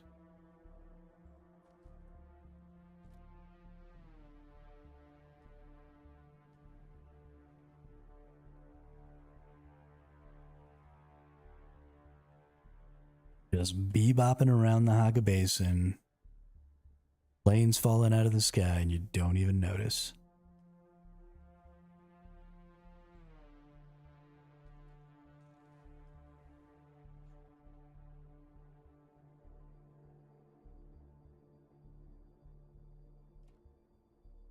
Tisk, tisk, tisk.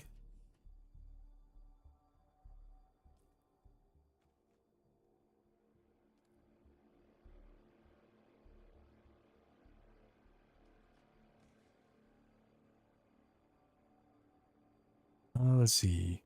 A bunch of these are supposed to go in these other resource bins over here. Really gotta organize.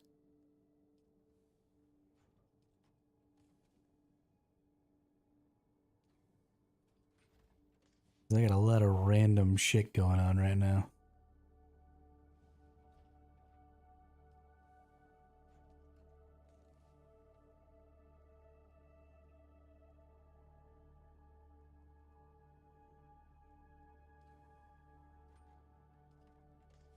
Like, why do I have 300 steel ingots? Put those in the assault horny so I can move them.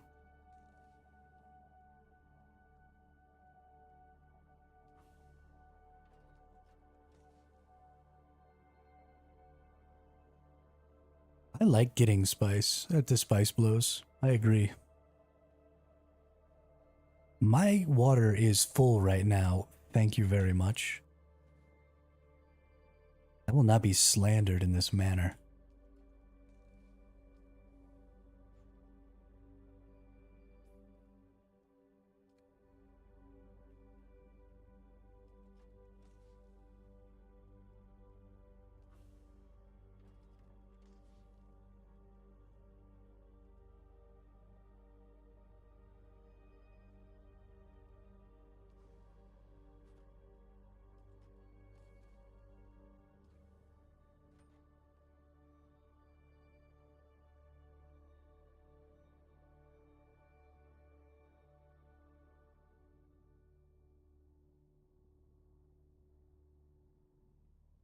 is Taco y'all's quartermaster?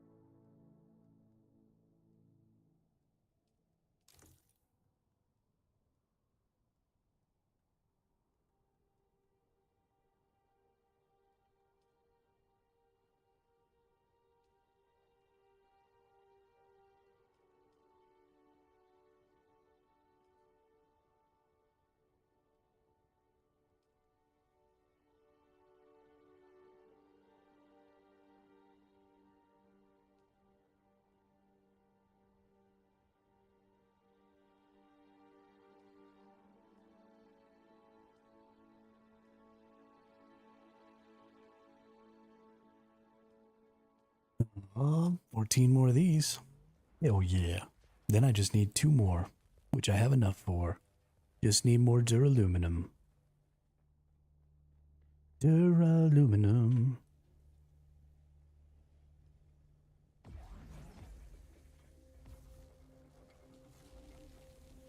I mean, you're not wrong, Taco. This right here didn't happen by accident.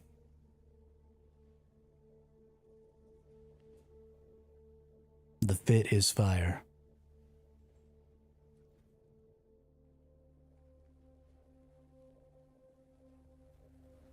Let's face it, there's no such thing as an MMO where the end game isn't at least 50% fashion.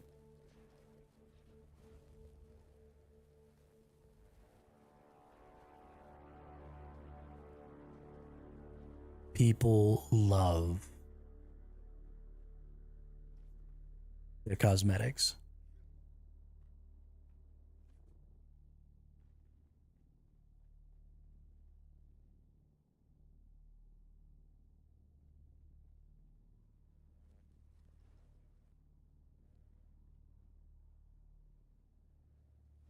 I don't even really care about getting cosmetics, and I still took at least a little bit of time to change all the colors and stuff on my stuff so that instead of some weird purple, I could be blue.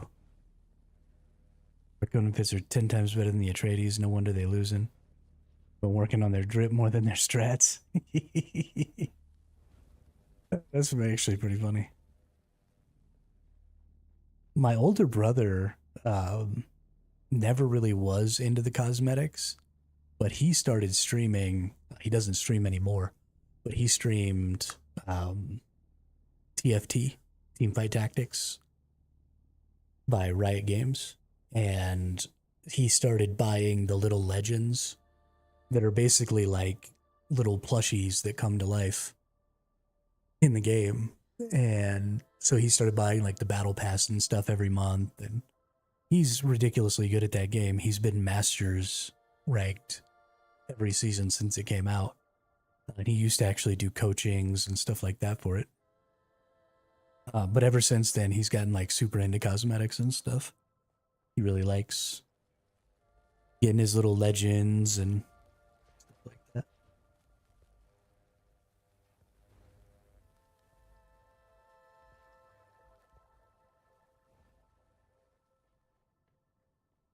I mean, it's why that games like Final Fantasy XIV and Guild Wars 2, and honestly, even WoW, it's a big part of the reason that their player base sticks around in between content drops is to, you know, go try and farm out cosmetics and,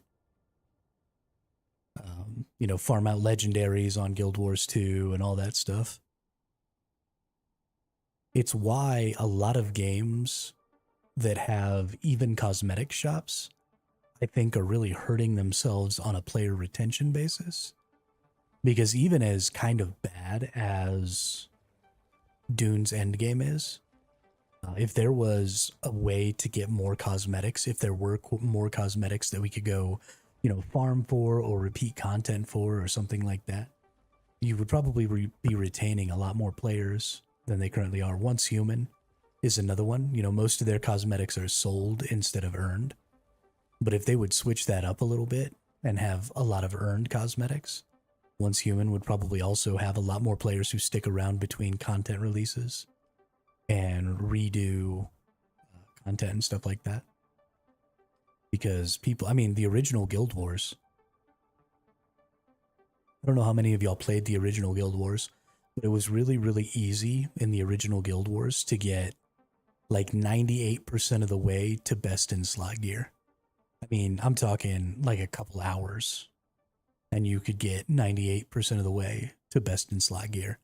But if you wanted that extra 2% to get absolutely best, it would take you, 100 hours per item to finally find something. And then if you also wanted that absolutely best drop with the skin that you wanted, then you had to go spend that, couple hundred hours in a specific zone where, maybe there were multiple different types of, say, swords that could drop with different skins. And the one you're looking for is the rarest one.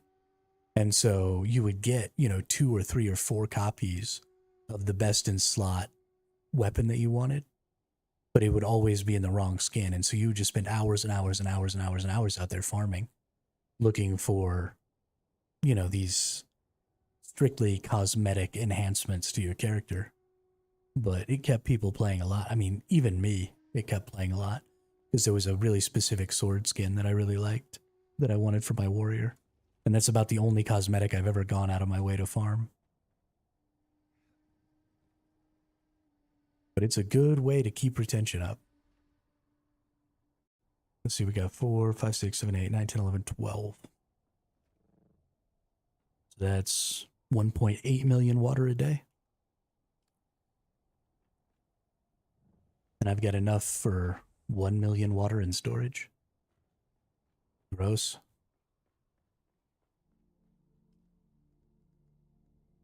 Gotta get those numbers up.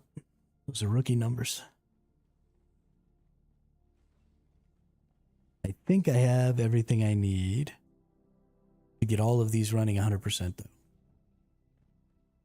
It means we should have 3 days where I don't have to interact with these anymore.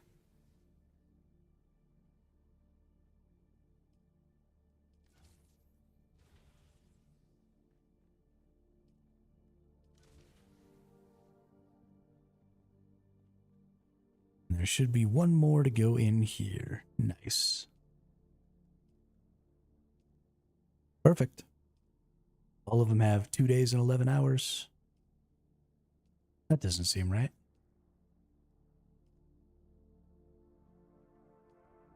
We should all have... This one doesn't have anything in it. Okay, so I need one more here. And then I need like 3 or 4 more here. Okay.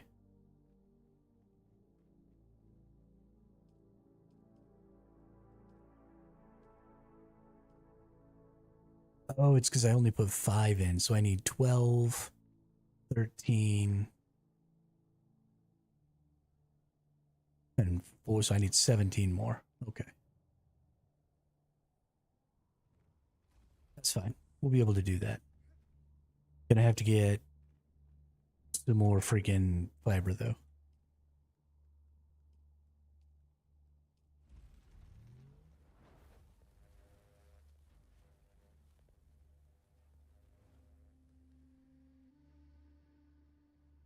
That's a good question, Gravy. I'm pretty sure that there's a mathematical thing in there. The worse your team is doing, the more points you get per kill. So if every week Atreides wins, then there's actually a balancing system in the game that will give the Harkonnens more points per turn in, per kill, per time on control points, all of that stuff. That will make it easier for the less populated Harkonnens to ultimately come back and win in the future. So I'm sure it just has something to do with needing a certain baseline so that the maths.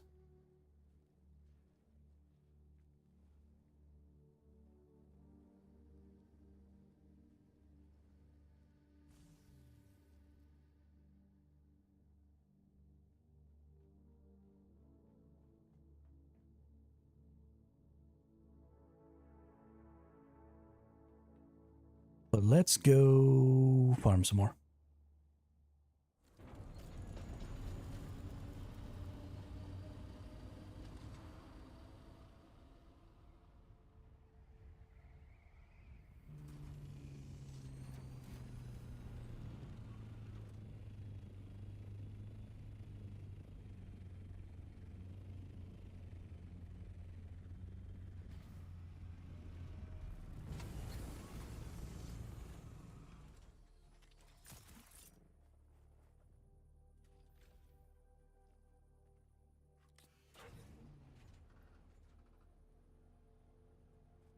Vroom, vroom, vroom, vroom. I love driving this Jeep. I think that this gathering system is a super boring pile of crap. But I tell you what, just giving me a vehicle that I can drive to go do it in really makes all the difference in my enjoyment. Jeep is so much fun.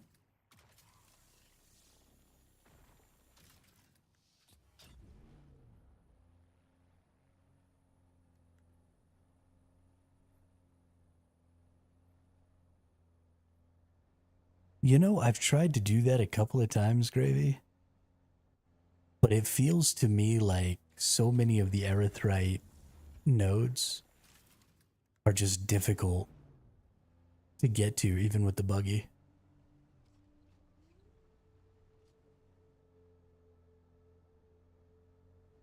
Wow, 189, seriously? That might actually be worth it. I don't want to do that, but we might.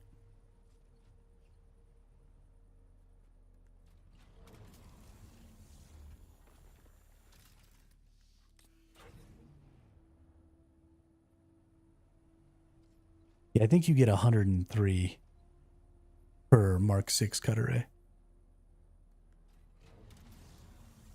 Oh, okay, so you probably get double. No, you get a little more than double. So you probably get a little over 200 with the Mark 6, like I have.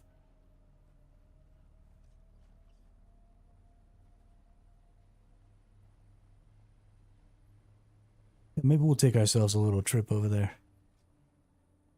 It's kind of a long way, but it'll be worth it.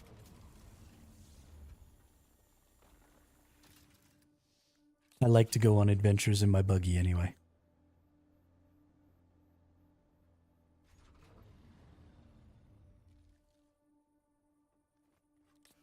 Adventure time.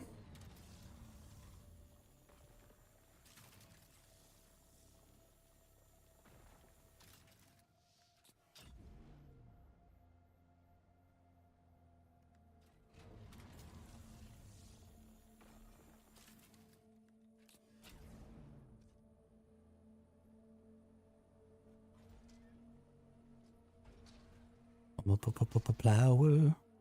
Chug-a-lug-a-lugging 5 miles an hour.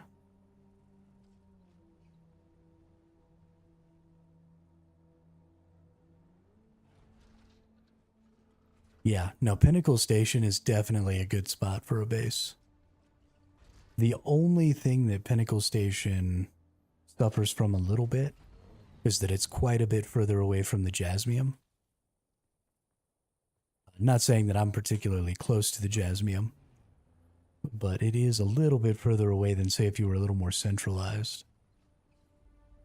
But Jasmium is just kind of a pain in the ass to get anyway, because the devs just decided to put it in the middle of freaking nowhere in a radiation zone. Like a bunch of buttheads.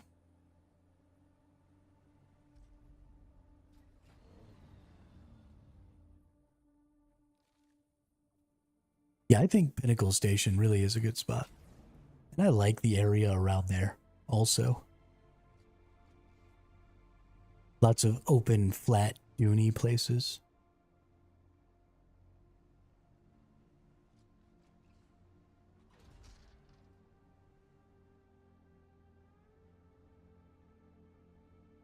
Nice.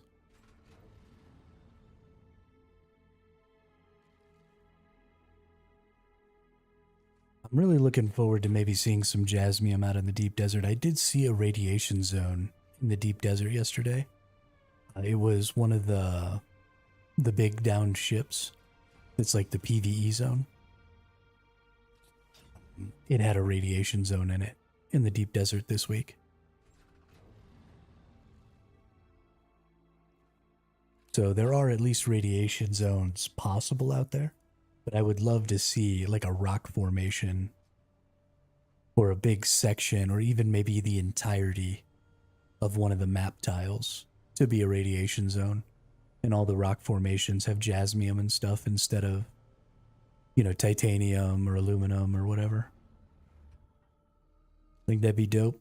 And then, I mean, you'd feel kind of safe in there.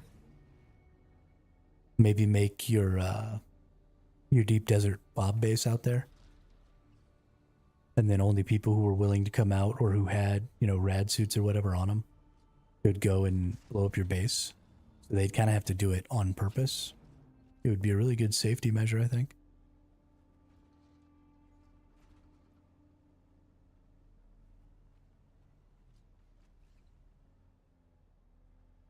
It would be mildly annoying to have to always keep a rad suit on you, but honestly, at this point, that's something I should probably start doing anyway.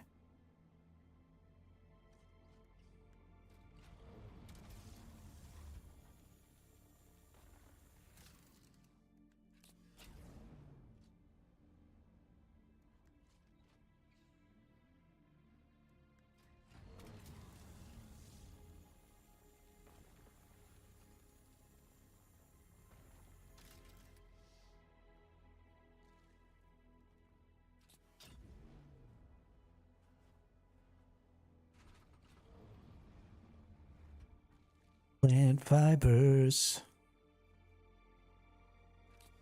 Yeah, so I think this is kind of the ticket. As long as I stop and pick up all the plant fibers as I come out here and do these aluminum runs, I think I can get more than enough plant fibers.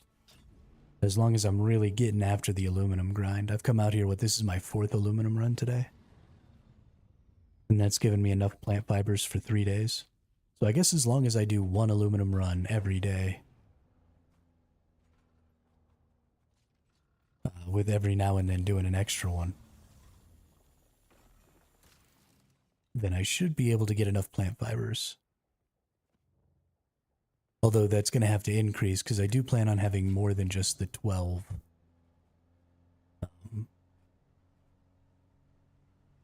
12 water catchers. I'd like to try and get like multiple millions of water a day. Right now I'm only at about 1.8. So I need at least 14 to get to 2. I have 80 possible structures. So if I make 30 water catchers, that would be 4.5 million water a day.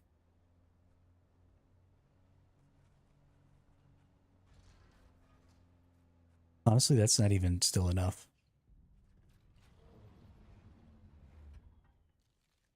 We make 40, that's 6. And you need about half as many wind turbines. So that'd be 60 of my 80. So if we did 50, we could probably do 50 and 20. But that would take 70.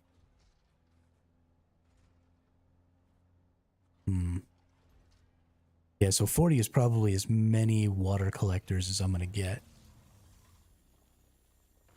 And that'll be about 6 million water a day. I think that should be what we shoot for. And then if I can get 6 million water a day, that means I need 60 water cisterns to hold a whole day worth of water. I'd like to maybe be able to hold 2 days worth of water. but that would mean 120 of my 150 storages, which would mean I would only get to make 30 storage containers for resources.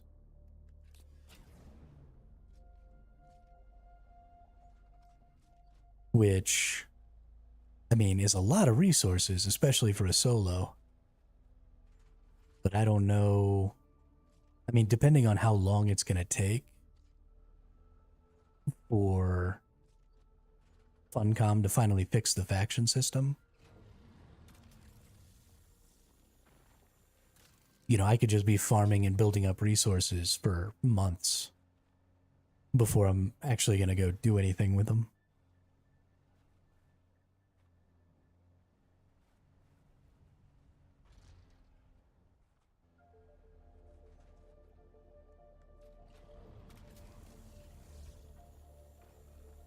One of these days, I'm going to gather up all these resources and I'm going to have all these storages and all this stuff going on. And then I'm just going to abandon my base. And there's just going to be thousands of plastanium and spice melange and a whole setup with tons of fucking power and all that stuff. And somebody's just going to get to come and yoink my base. And it's going to be like Christmas.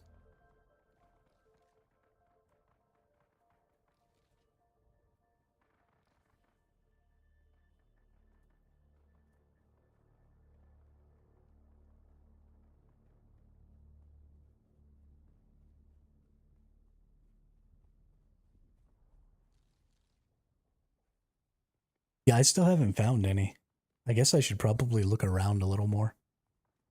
Like intentionally try and go find them. Or maybe that's something I could do is if I just have all those extra resources and stuff, I could just go like build bases that have all the infrastructure and stuff that you need so people could just take them over. And, you know, not like go super ham. You know, I wouldn't make like 30 water catchers, but maybe a base like I have where there's 10 or 12 water catchers and plenty of power and all of the structures and stuff. And then just go like build them in random places in the world. And then remove my thief console so that somebody might run across it and like take it over. That sounds like fun, actually. I'll be like the Santa Claus of my world.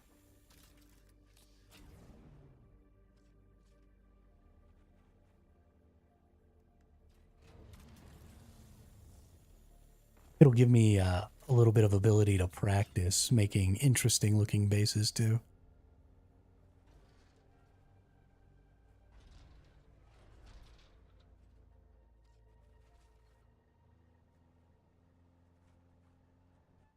I think that sounds like fun. We might do that.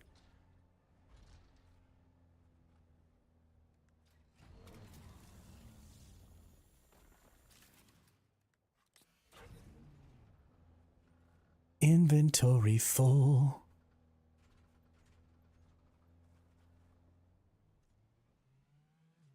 Because if you don't make them look cool, then people will just destroy them and take all the resources. But if you make them look cool, then people will go ahead and take them. And that's what I'm after.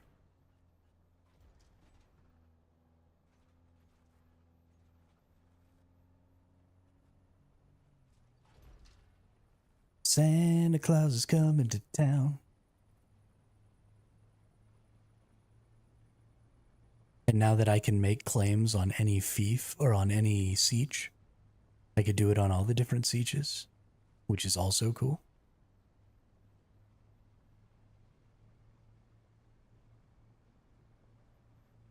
Yeah, I mean, like, take the stuff out of the inventories and stuff, but like, I want to build like whole bases, and I want to build them in places where maybe new players will come. So maybe identifying the spawn locations where new players pop into the siege, and then just go build like whole ass bases down there in the southern Haga Basin, and just let people take them over if they're new. And then they'll just have everything.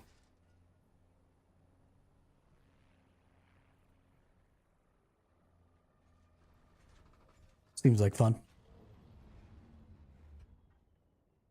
It seems like a good use of my time. Well, there's no faction PvP and Lands Rat stuff to do.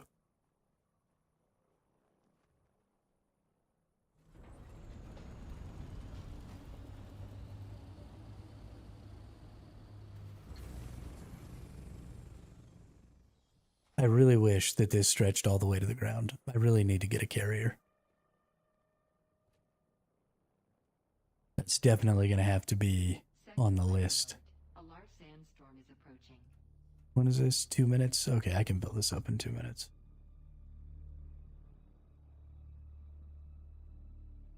It was super nice getting to speed run using the guild base without having to build it all. Yeah, no, I definitely think. But maybe that's the best spot. Maybe putting it in Anvil instead. Of course, if it's an Anvil, people are going to find it much, much faster. Who maybe don't need it and already have good bases. So we'll just have to look. I have to make some decisions.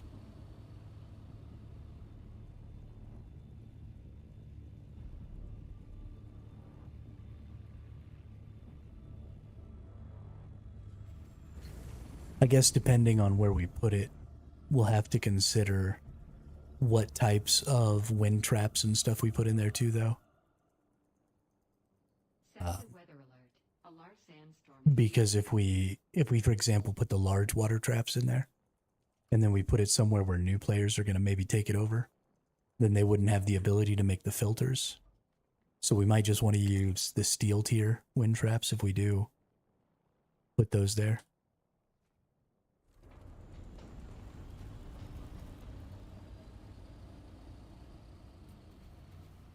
And we only get 40 structures.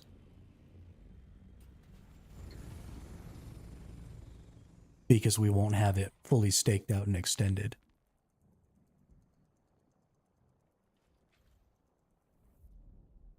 Gotta wait for my little sandstorm here. I was gonna look at some. Oh, these.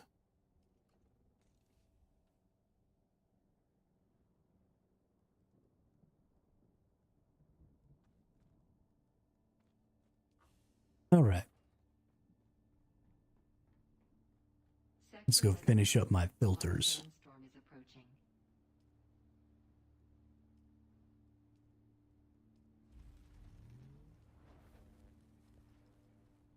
And let's also consider some more of these. 70 plastanium, so I can get 4 more of these made. I feel like I definitely want to do that.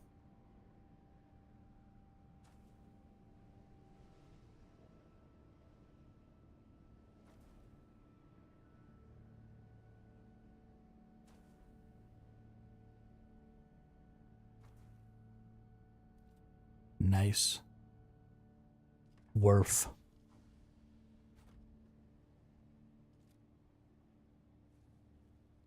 Let's go ahead and move one of these over here.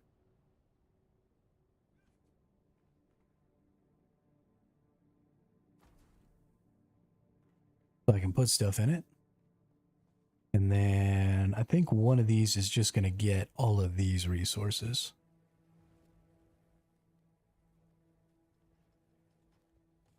So we're going to use our assault thopter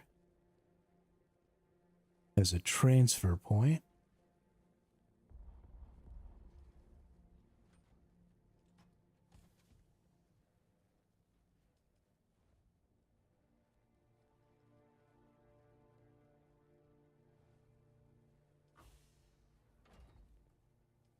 Because that's super nifty.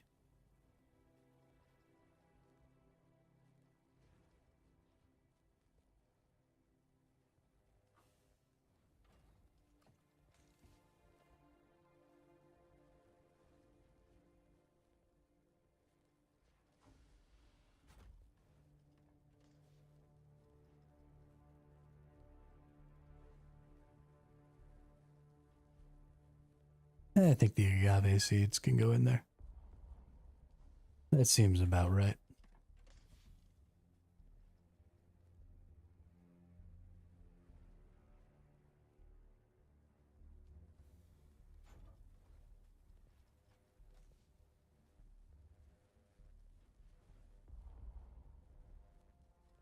Oops.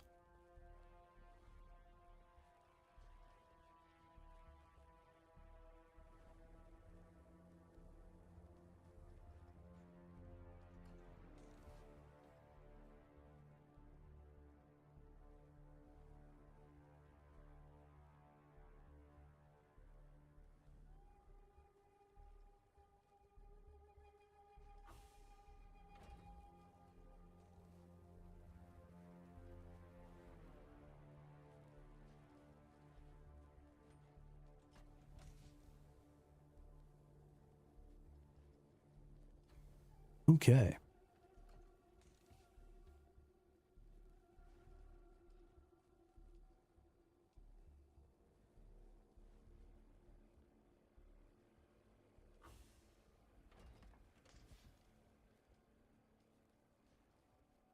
Hmm. That's interesting. I seem to remember these staying sorted at some point, but whatever. And then this one can come over here and be a part of this. And it'll also go on circuit 3. Because I plan to get a shiznit ton of resources in here. And probably, should I take all the resources out of these and move them? And then just delete these little ones? Like, we should get this stuff out of here. Put that in here. Because now we can delete these and get a little bit of aluminum and silicon back. And then I think we'll use this one.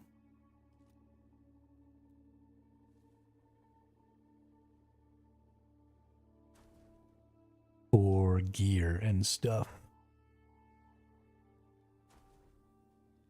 Because I have a lot of things that I'm hanging on to here. Which I don't actually think I need to necessarily hang on to all of them.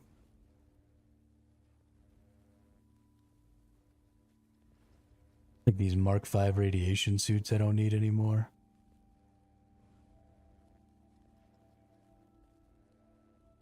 Assault ornithopter generators I'll keep.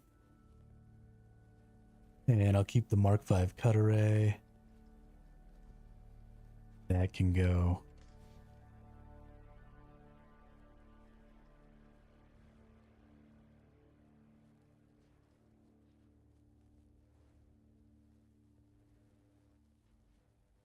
This is duraluminum tier, right? I believe it is. Don't need that. Don't need that. Hey, what's up, Lycan? How are you today?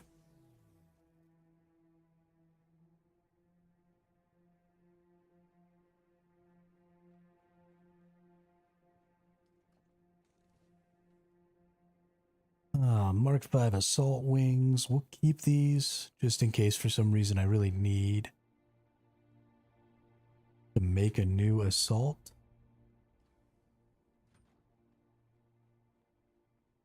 New puppies. Gross. I am deathly allergic to dogs. Thank goodness. Because I love dogs, and I would have a pet dog if I wasn't allergic, and then my life would be ruined. Because I am not responsible enough to take care of an animal.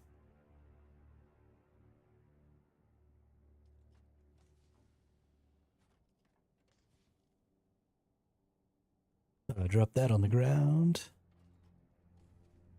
Drop that on the ground. Hang on to these parts. We'll hang on to this stuff.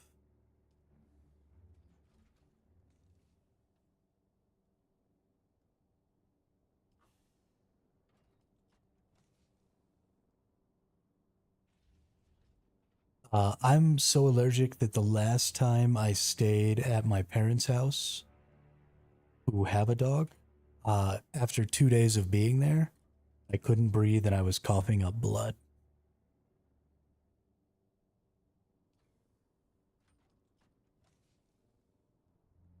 So that's how allergic.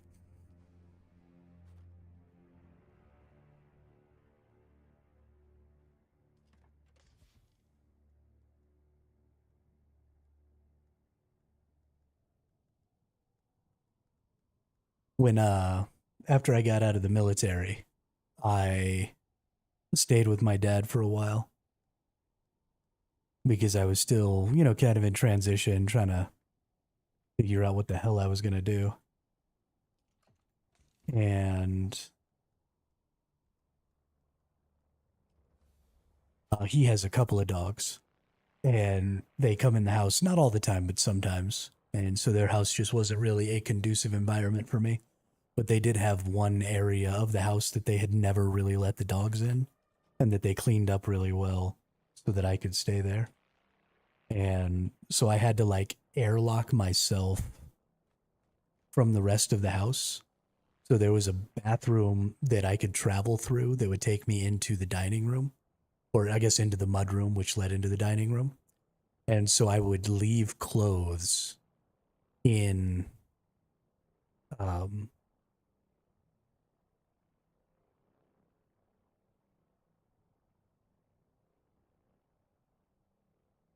I would leave clothes in the bathroom, and I would go into the bathroom. I would take all the clothes. I would take off the clothes I was wearing and put on my dog clothes. And then I would go into the rest of the house, and then I would come back into the bathroom, take all the clothes off, jump in the shower, rinse off, put my regular clothes back on, and then go back into the room where I was staying. Lost my dog of 12 years last time. Oh my gosh. Yeah, see, that's also a huge problem. Is I don't know that I have the emotional maturity to deal with losing a dog that I really, really cared about. When we were kids growing up, we always had dogs. And, we lived on a farm. So one of our dogs got taken by animals. Like I lived on a farm in the middle of nowhere. And when we moved out there from the town that we were living in, we brought our little dog with us. And I mean, it wasn't like a tiny little dog, but it wasn't a very large dog. And it got dragged off, and that was devastating. Shadow was such a good dog. And then um, we had a big dog named Gus that got out and got hit by a vehicle, and that was pretty devastating. We've lost a lot of pets.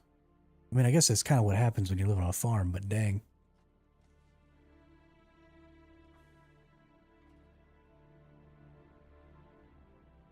Yeah, well, so if I like needed to get into the kitchen, like if I needed to go get some food or something, I really didn't have a choice, right?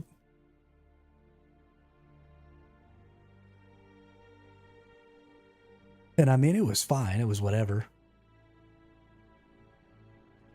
I don't mind having to go through a couple of extra steps, especially if it's something that can be boiled down to a routine, and I could just not think about it while I do it.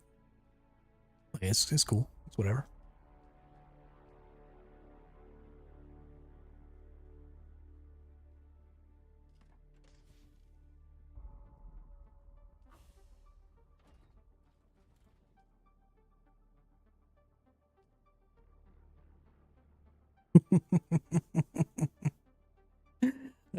I guess that could have worked.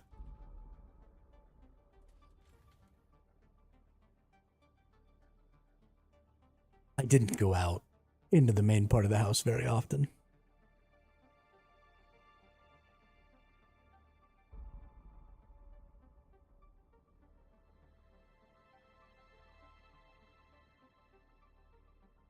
I am a hermit in real life, so I don't have a tendency to go outside. In fact, it's been a couple of weeks since I've walked out of my front door.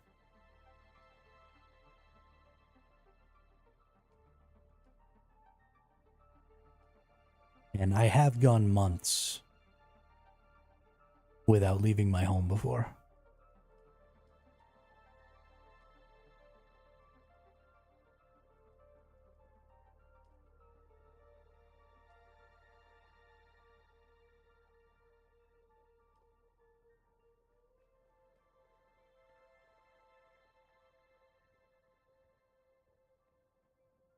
So much to do, you can't just, yeah.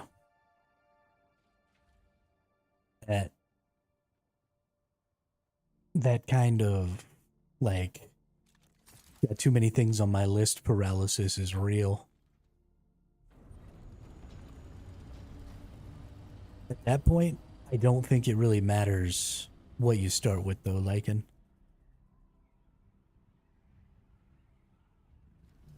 Literally picking anything is better than not doing anything. And it's difficult. I have the exact same problem. Whenever I want to do something new, it's a big part of why I have trouble getting some of the ideas that I want to implement for the stream implemented, or, fixing up the Discord so that it's a little more functional.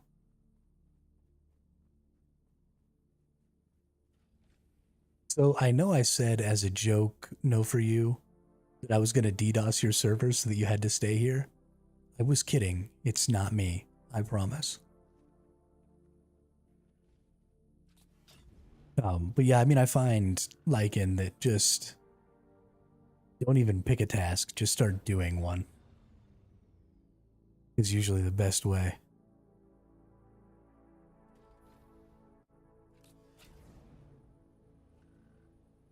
Need spice to get spice. Ooh, gross.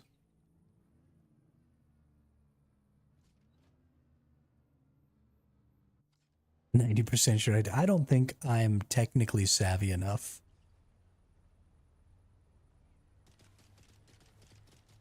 I'm a pretty smart feller, but I don't think I'm quite that smart.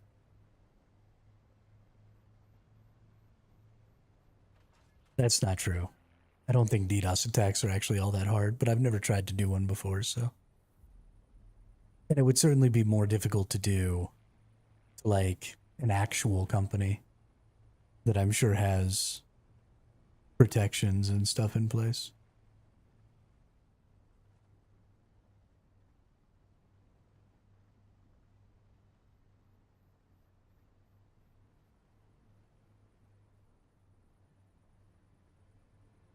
Server's been for almost a week. That sucks. Because of how well all of the servers that I've been on have been running, I'm going to assume that it probably is somebody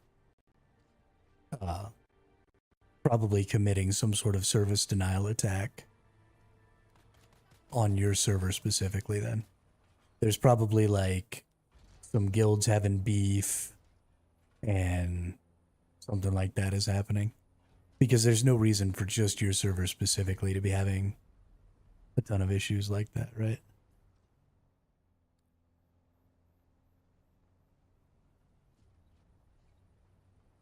Yeah. I wish, Gravy. I wish. I would love to know that much about computer systems, but I don't have the discipline to study.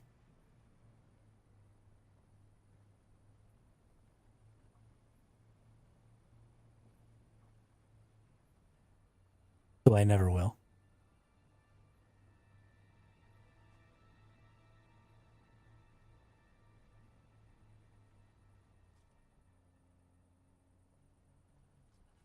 I mean, honestly, no for you. It's because they don't realize that they're doing something wrong.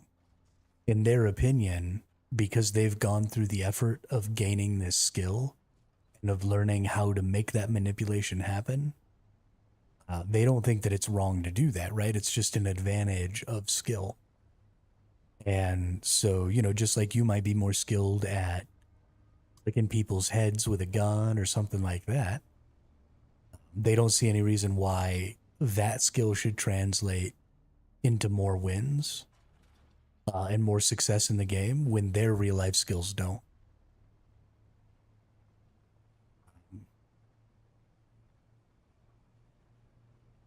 And so, they're wrong, right? Obviously, you don't do stuff like that. You don't ruin other people's experience for the sake of your own success. That's fucked up. And you shouldn't do that. But it just doesn't quite register, you know?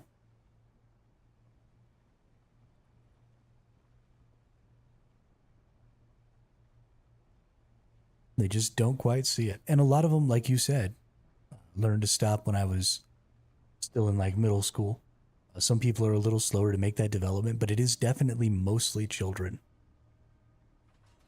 And that's because they haven't had nearly as much experience in life with other people's actions creating consequences for them. And so they don't, they just don't have the life experience to understand that their actions create consequences for other people.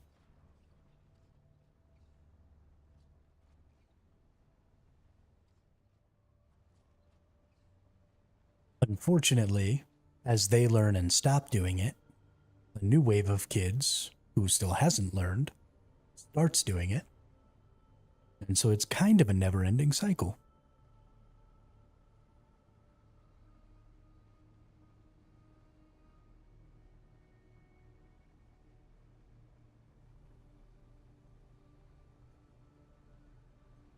So I guess what I'm trying to say is anybody under the age of 25 shouldn't be allowed to play video games.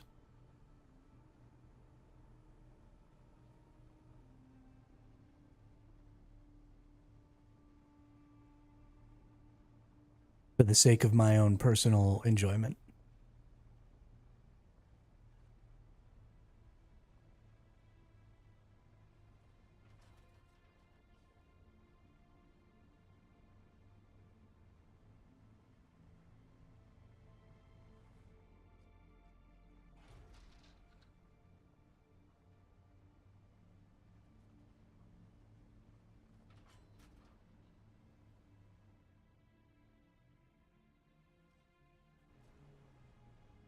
Ooh, spooky.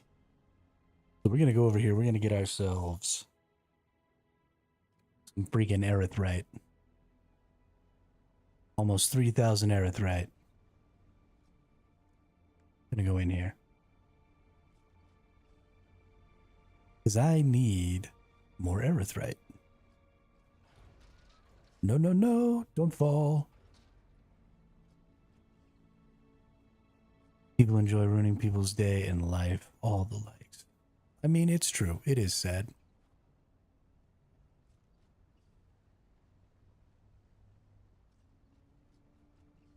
And the anonymity of the internet and the fact that you can brush it off as, well, it's just pixels on a screen, really helps push people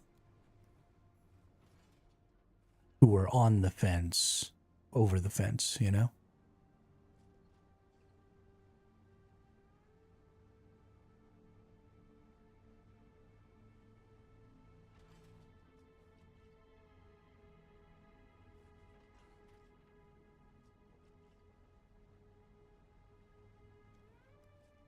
Which is also sad. But that's probably something that will stop happening.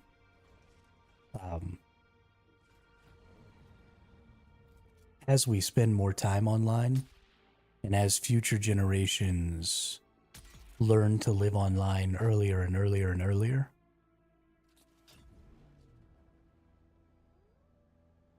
Nice. At least they're getting it back up quickly.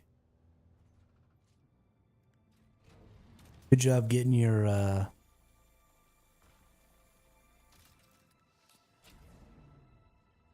flamethrower, Gravy. Some good shit. Now you can go light fools on fire.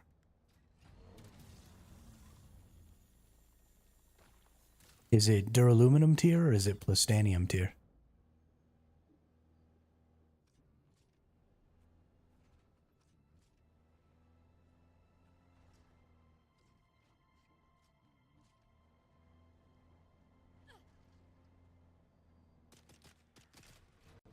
Okay, dude.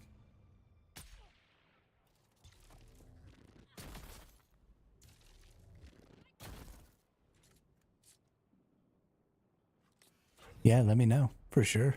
Because then if I ever see it, I'll go after it. Because I would love to have a plastanium flamethrower. That'd be the dopest.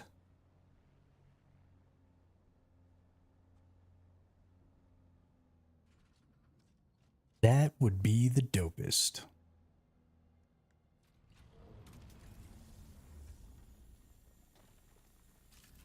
Ooh, ooh, ooh, ooh.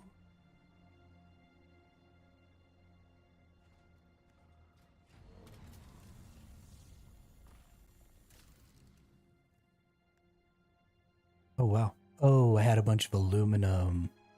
Oh, I suck. I wish that I could drop stuff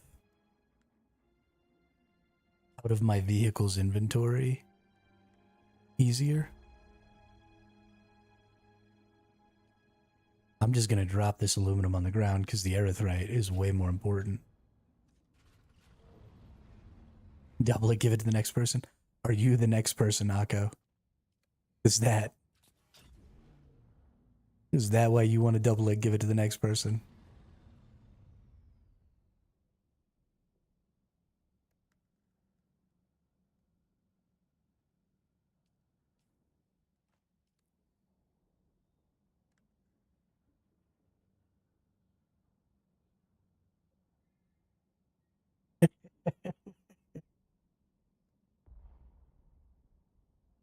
Oh wow. No, for you, you were having a bad day, dude. Logged in first thing, was on the wrong siege, thought he lost everything. Server's gone down 2 or 3 times already. Get ganked by 3 people with swords. I don't know if I could plan a worse day for somebody.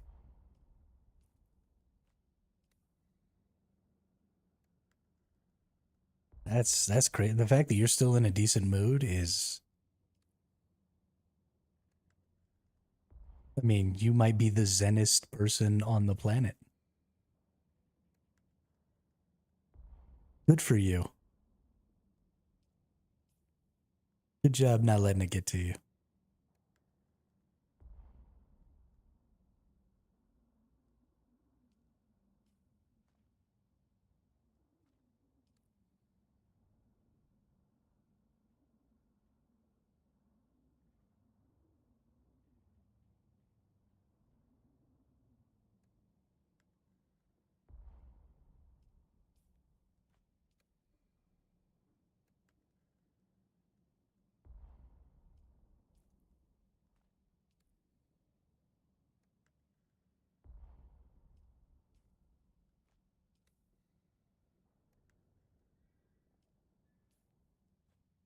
Okay.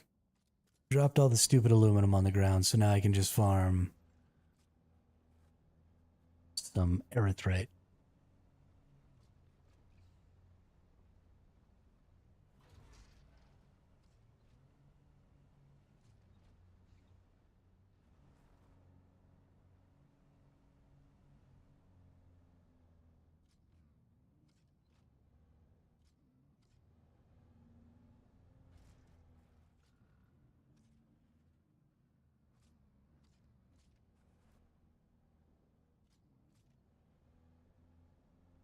That why would the game put all that erythrite in my face look like that?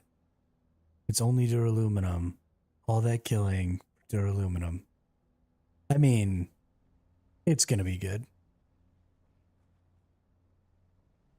It's gonna be good.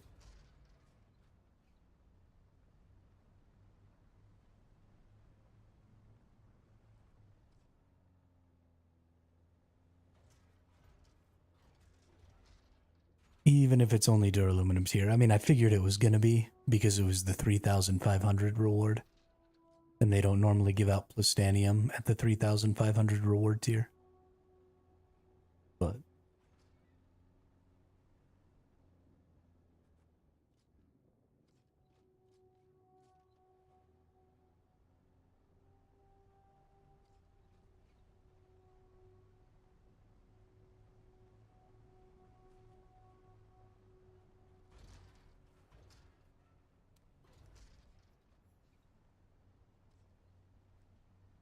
Burnat's descent.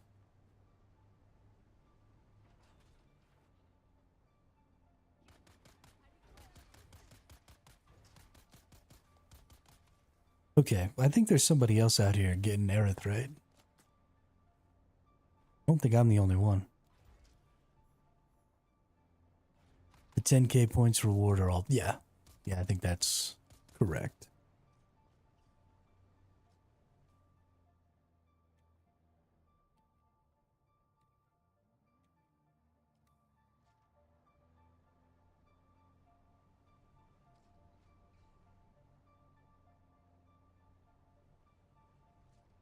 Yeah, make it and go shoot some people with it, and then tell us what you think.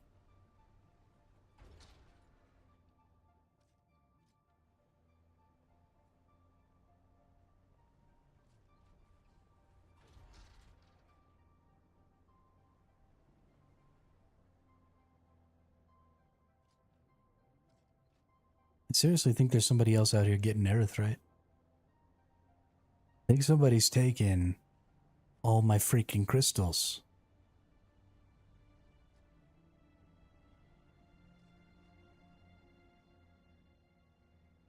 And it's making me angry. They're not gonna like me when I'm angry. Where the hell you at, dude?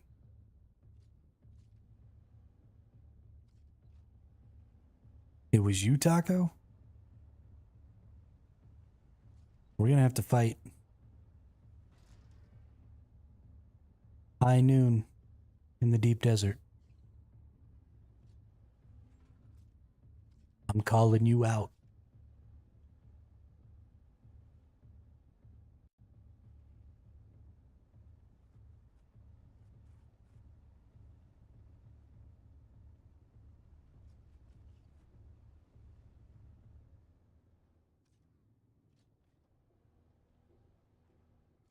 Yeah, out on the open dunes. Loser gets eaten by the worm.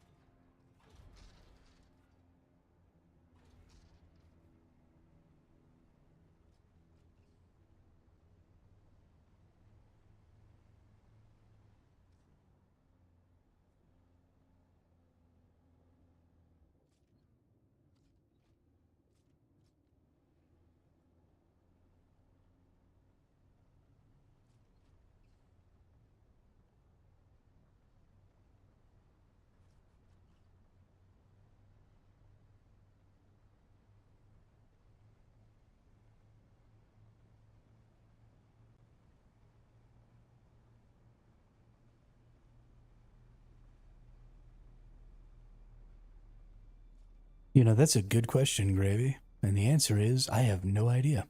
I've never had one.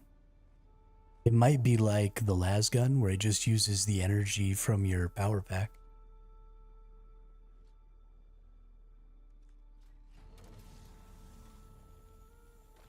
Or it's possible maybe it just uses fuel cells as...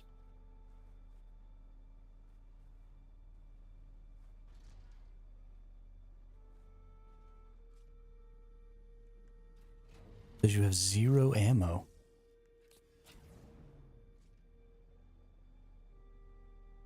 Try getting a fuel cell. Putting a fuel cell in your inventory.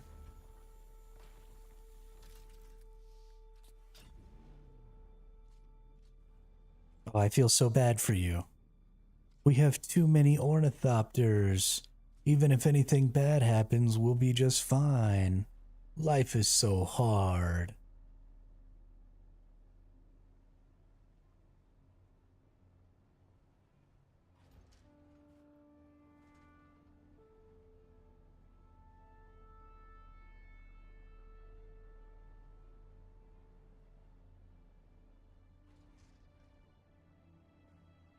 You might as well just be complaining about having too much money. Yeah, exactly. Exactly. I have so much money. I don't have anywhere to put it. My life is so terrible.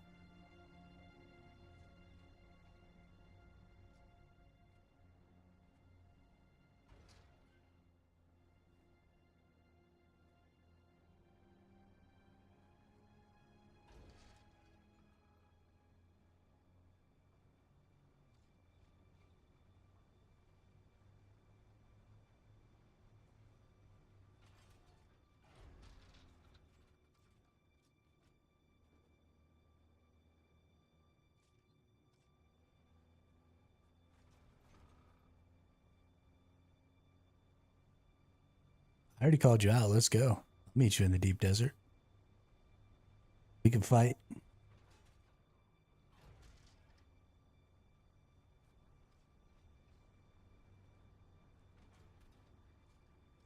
Okay. I'm also going to fight, seriously, whoever this person is who's stealing all my erythrite. I'm very angry with them.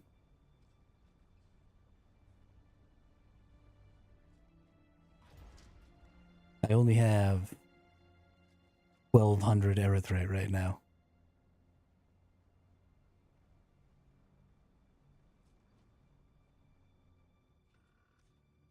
They're probably doing it for profits, too. You know they are. I'm not a caring person. We tried that, right? We made the guild. I tried to be a sharing and caring individual. It lasted 2 weeks. Couldn't handle it anymore. Had to bail.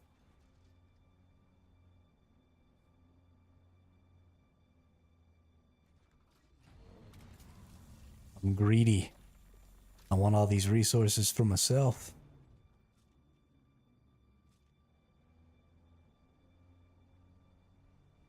I could barely be nice to you all, and I like you all. Definitely can't be nice to some rando stranger who's taken my erythrite.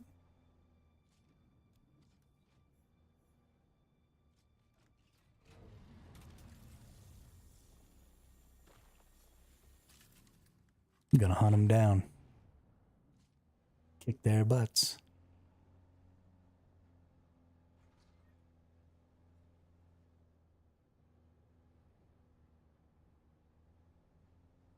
Yo, it's framey as hell down here, too.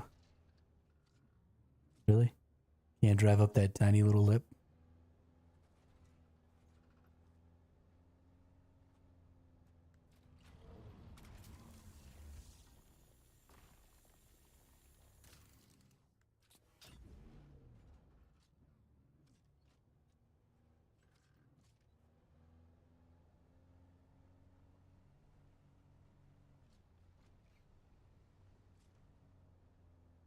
Where did I end up?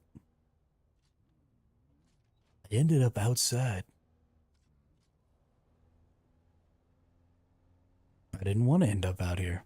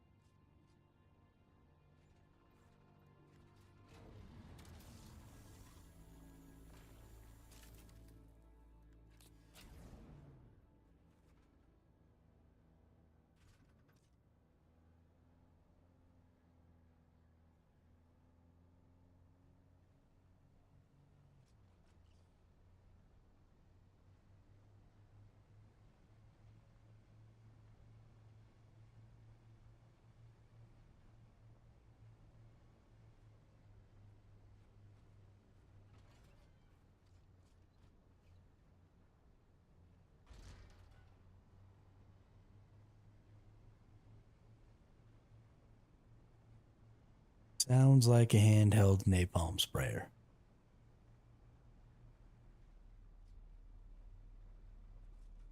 I think we gotta go down. We're probably gonna have to yeet off the cliff here. At least go down 1 level. Oh, 2 levels. Oh, too many levels. Oh no. Oh no. Alright, I think I can get up from over there.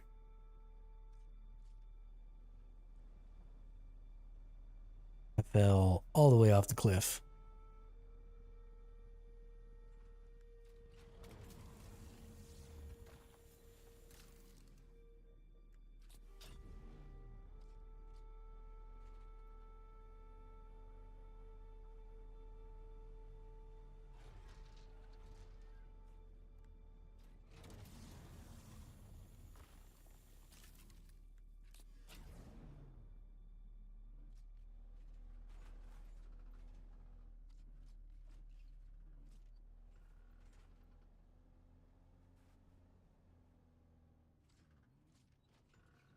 I need a carrier and like 3 AIs that can run other players.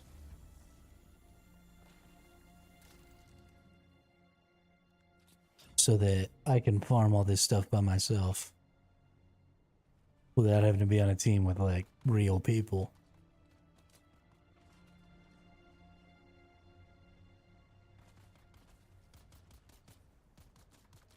But also, you know, farm more efficiently.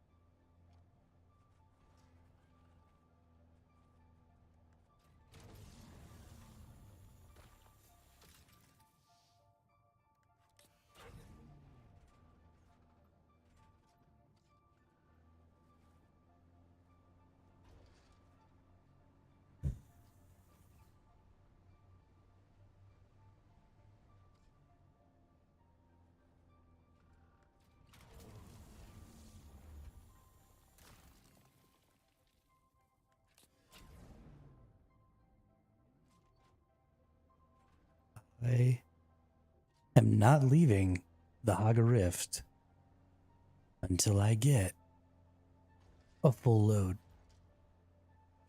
I did not throw out all of my aluminum. Did not get a full load. We're only halfway there.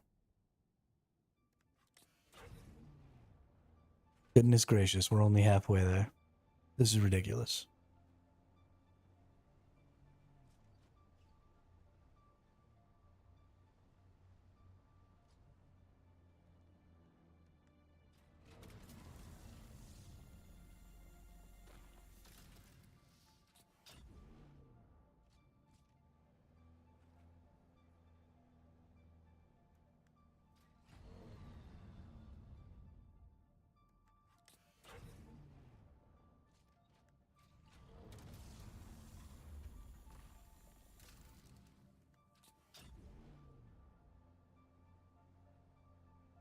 Driving through the tunnels in my freaking Jeep.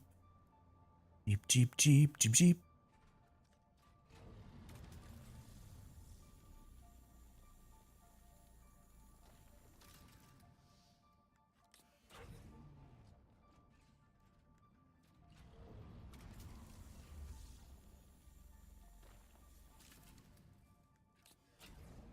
I'd do anything for you, dear. Anything for you, mean everything to me.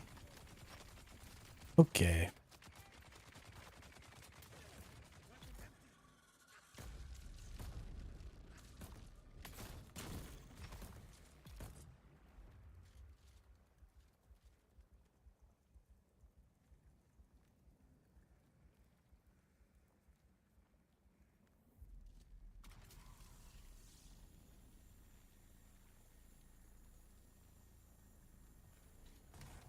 Stupid poison.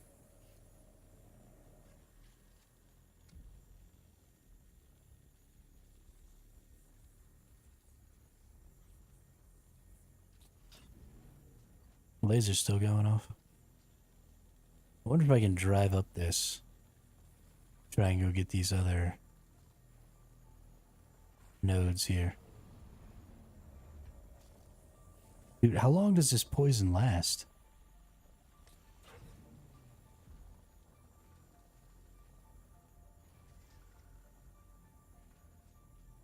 I don't think I'm going to get up there. I love how it's still aiming at that exact same spot.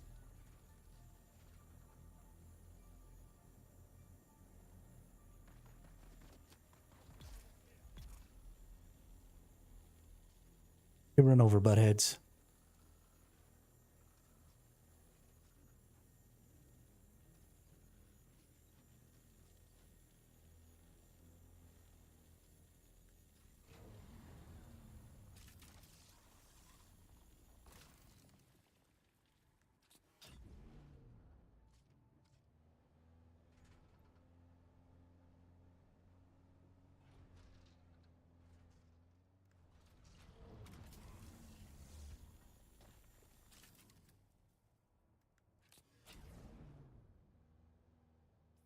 Alright, I think that's the furthest south that the aerothread goes.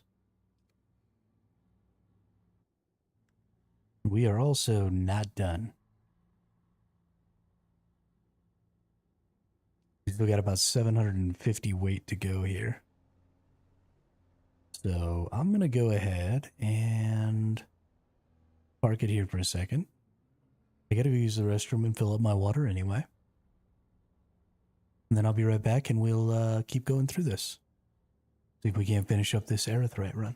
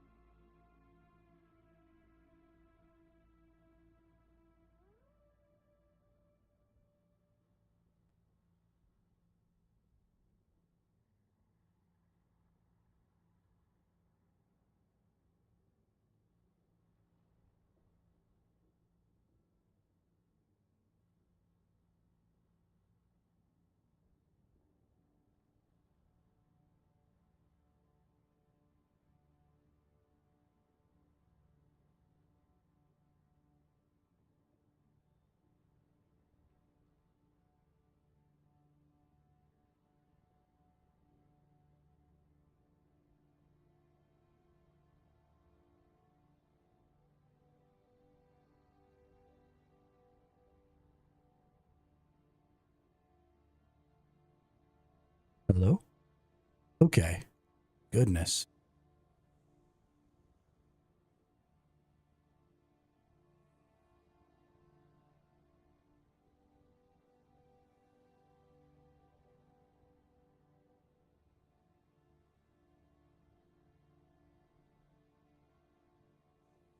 We back now.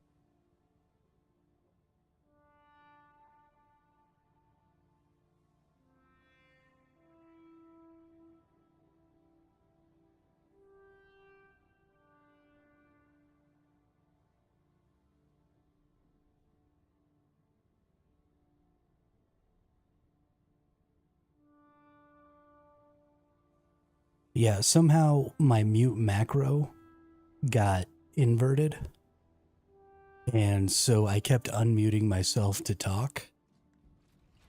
And then that was muting me. And then when I would mute myself, it seems like it was not muted or it was also muted or I don't know, something funky happened with my voice meter program, which is the program that I use to do my mute button and my equalizer and all that stuff.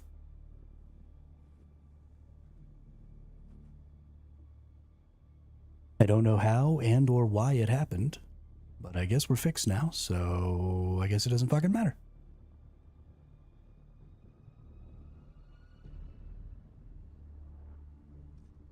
I am very much on fire, though. Weather alert. A large sandstorm is approaching.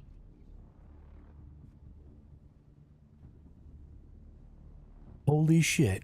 It is the Drat who is erratic. How are you, Drat? How you been?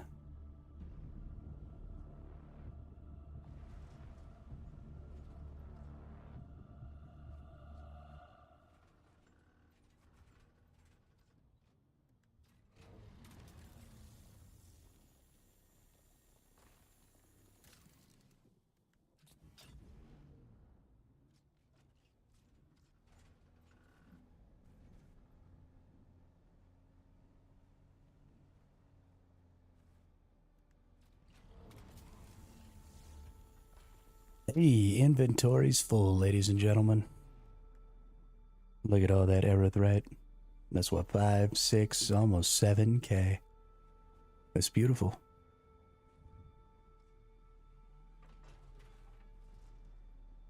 I am ready for my anniversary in a week. Not really, but I'm excited. I don't know how I'm going to stay up for 24 hours and try and do a whole 24-hour stream. We're going to give it our best shot.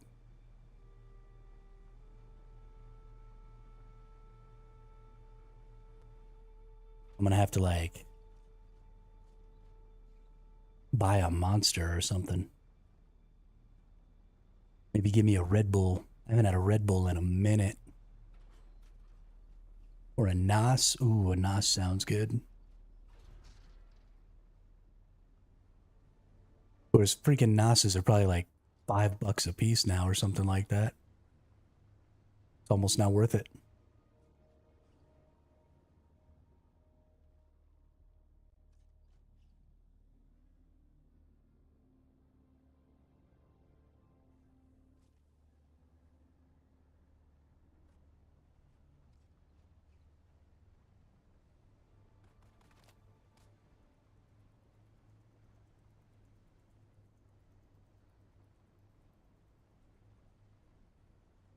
I got to come up with something, a gimmick for the day.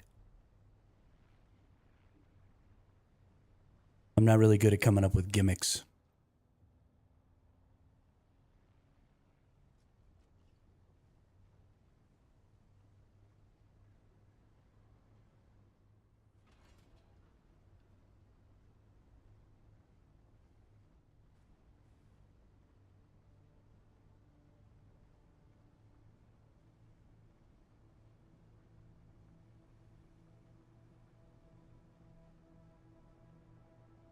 What could we do that would be fun?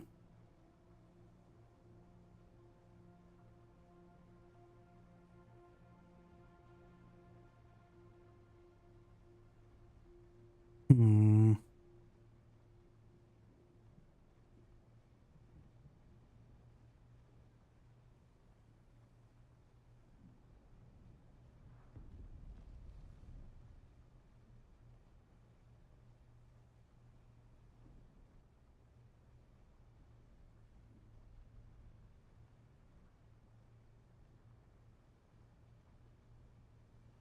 can't just be that I'm going to try and stream for a whole day.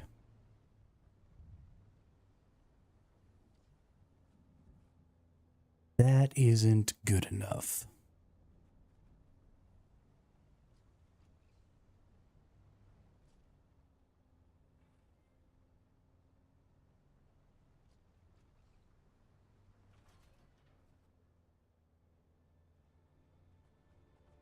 Yo, this smoke from these engines makes it like impossible to see.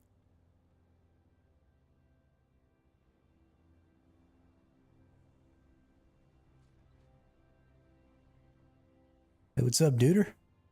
Can I go in here? Nope. I wanted to hang out in this dude's base. But he doesn't love me.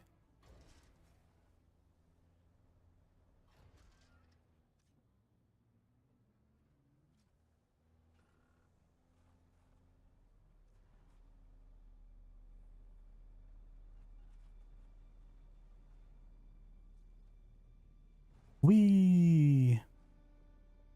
Spotty connection. Your face is a spotty connection.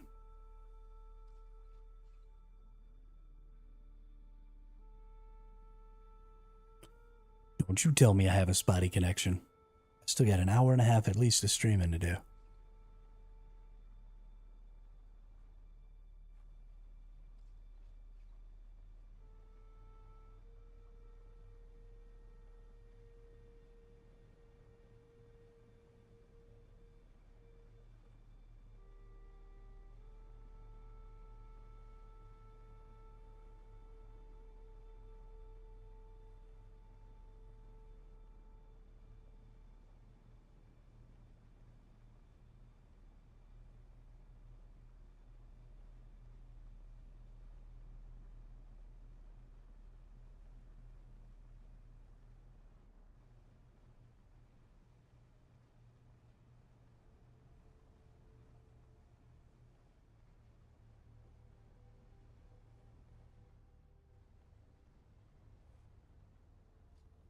Room.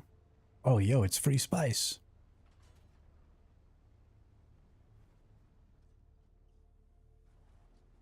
Nice.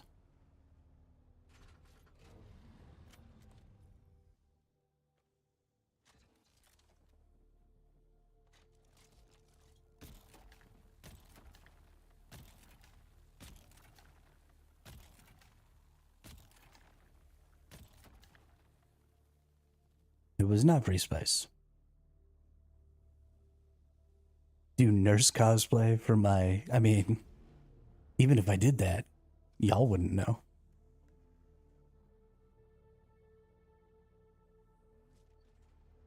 Hermit ain't got no face cam. Oh, you know what I could do? You know what I haven't done today? I never drew my little yellow dude, but here we go. Here's your nurse cosplay.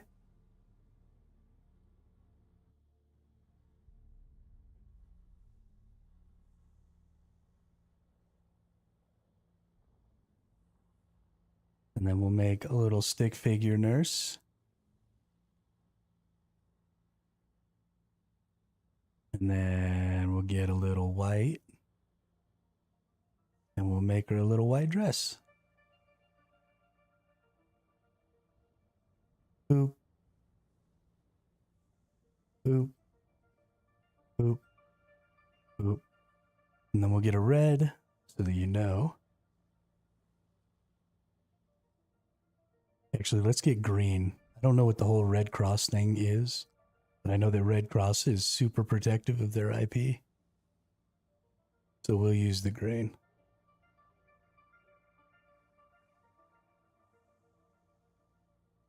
There you go. Hermit in a nurse cosplay.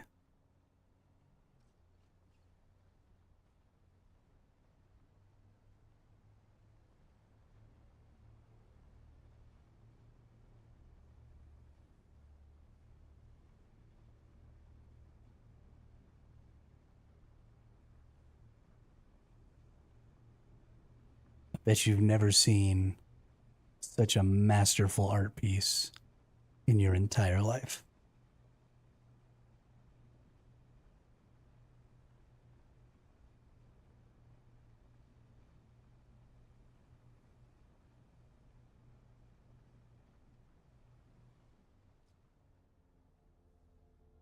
Because I am the greatest artist.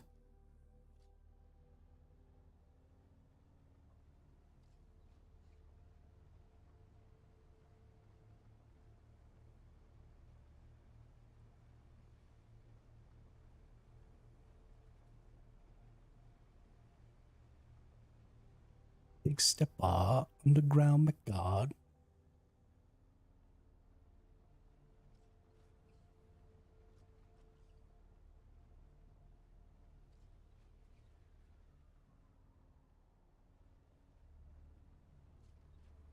I wonder if this engine is going to make it all the way back to base without exploding on me. I think it might do it. I think we might be okay.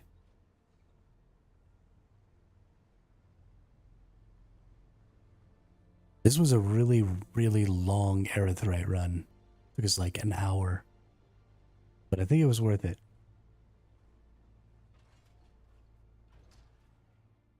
I will do no such thing, Taco. We ride it until the wheels fall off.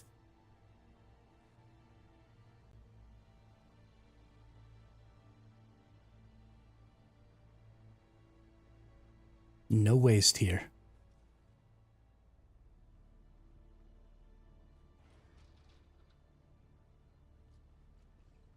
Besides, isn't that smoke beautiful?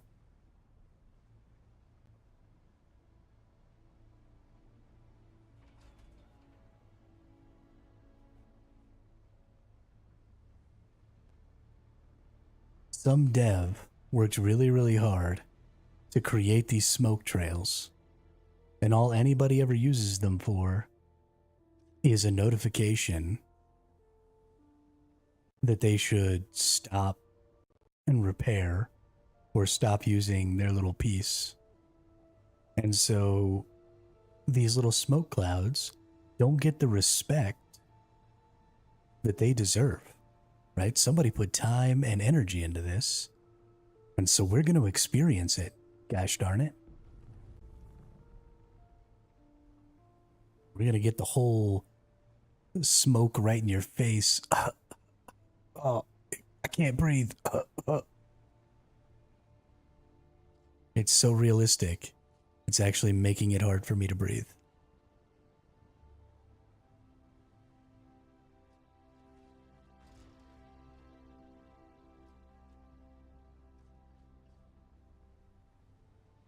Oh my gosh, you still have the scrap hull and the scrap other piece. That's awesome.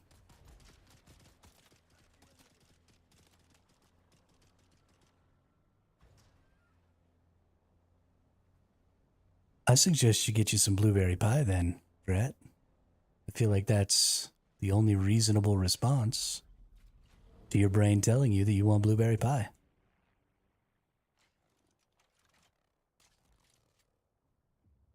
Don't deny the brain, dude.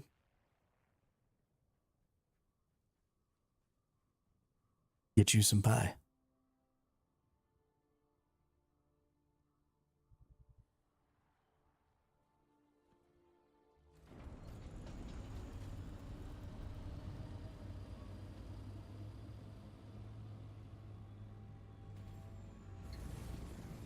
Maybe your brain knows you need some antioxidants in your body or something. I don't know. Do blueberries have a lot of antioxidants? I feel like they do.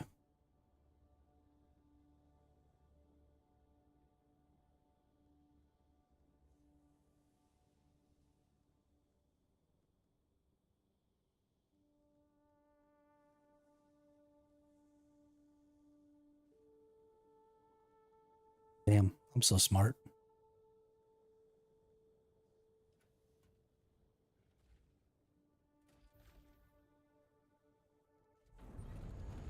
I know things about stuff. Also, Taco, you were wrong. My engine did not explode by the time I got back to base. I made it all the way back.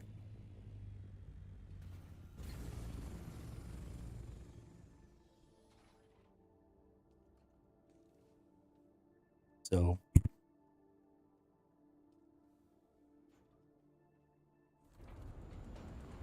I win. I win.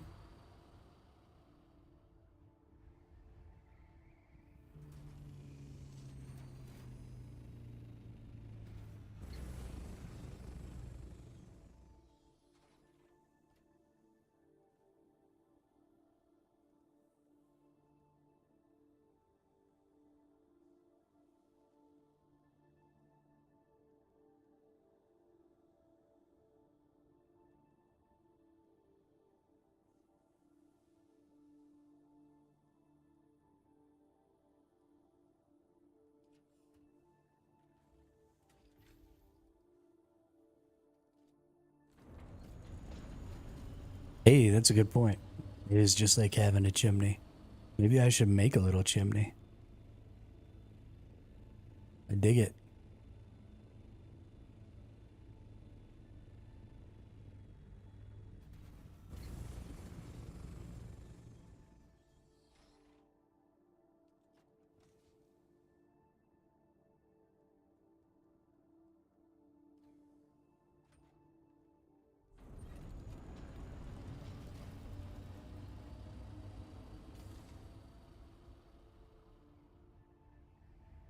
Dum dum dum dum dum ba doo ba dum. Let's see. If I put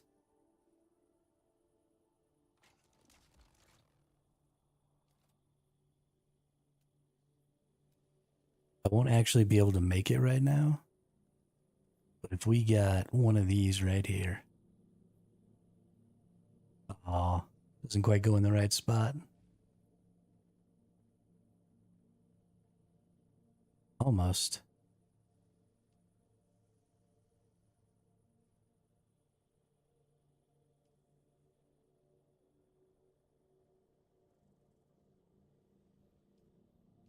Ah, humbug.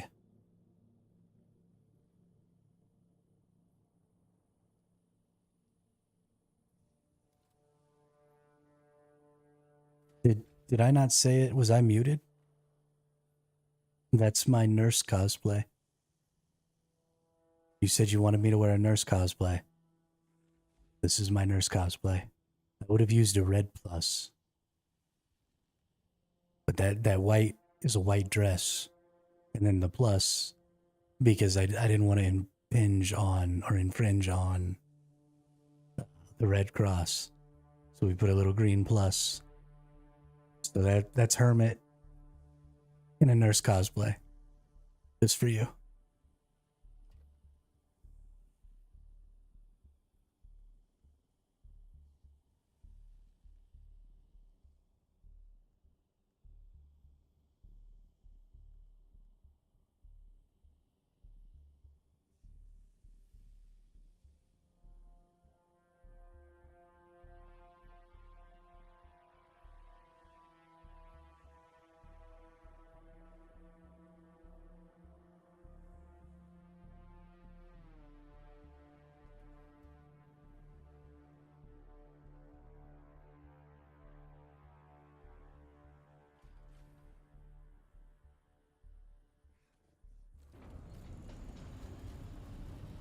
I told y'all, I'm not a great artist.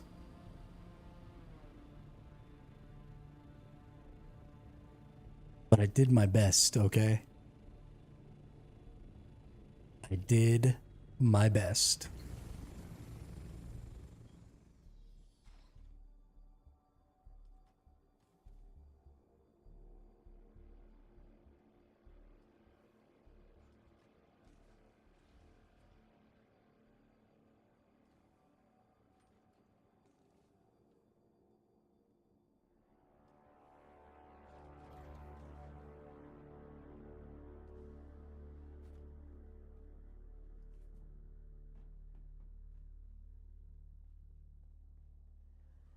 I don't know why y'all gotta tear down my super cool nurse outfit.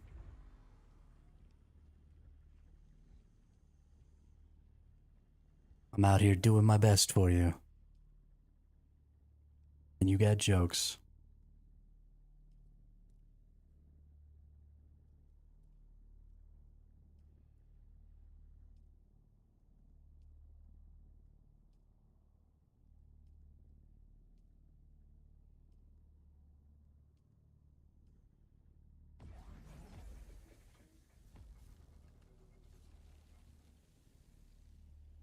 The hat's missing.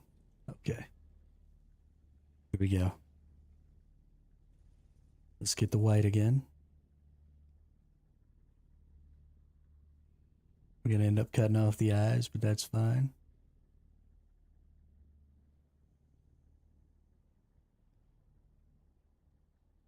I don't know how the hat looks. That looks like a cowboy hat more than anything, but that's fine.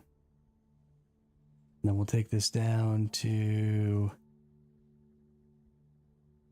2 pixels, not 200. We'll make another little boop. Boop. There you go.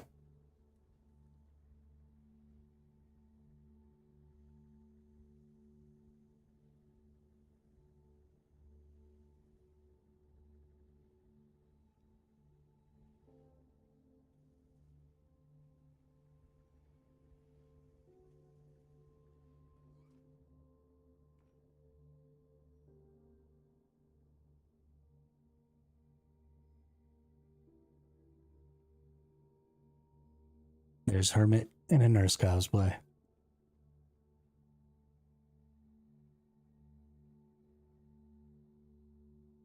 Hey, even fishermen need nurses sometimes too.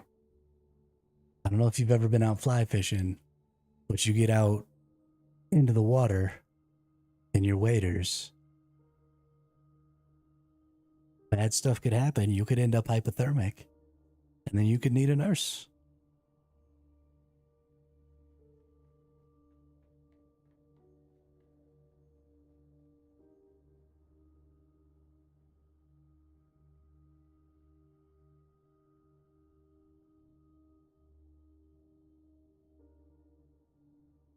I have a feeling that Wyatt could have drawn that way better than me.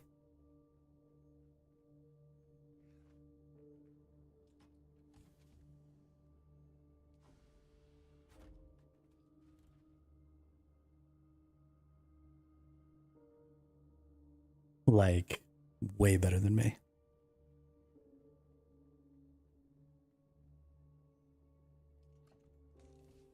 But I assume anybody could draw way better than me. Because I draw like I've never held a pen before in my entire life.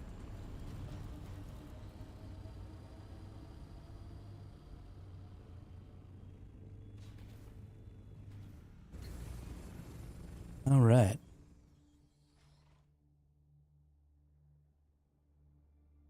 We are all done with that.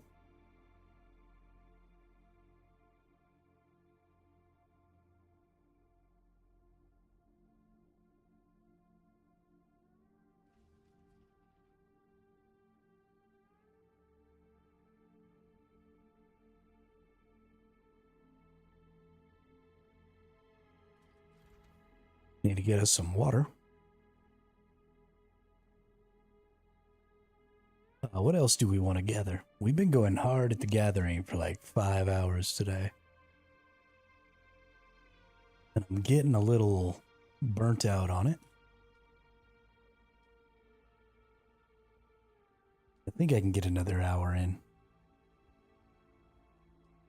We got tons of this stuff. I'm definitely going to have to log back in after stream today and run some more of this stuff so we can run out some of these resources. I probably need to go get some more flour sand. We'll probably do a quick fill up of flour sand.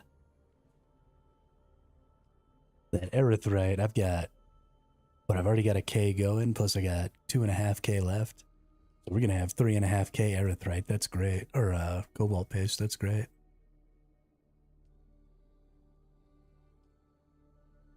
We've already made a ton of these. Let's go and actually use the rest of these, though. Because I don't think everything out here is quite full.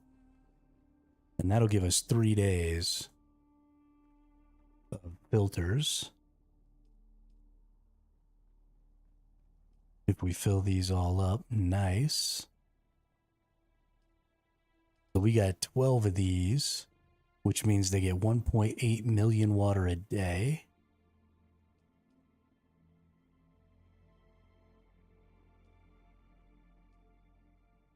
And they're each going to run for 3 days now.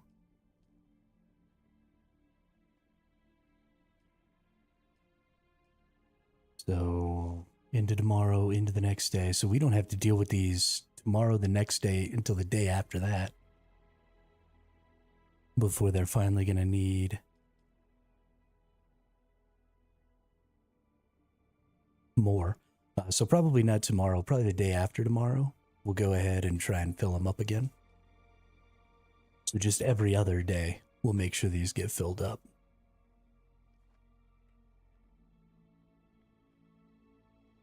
And then we're going to try and make some more.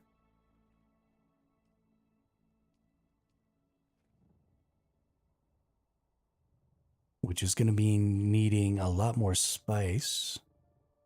So we can have some residue.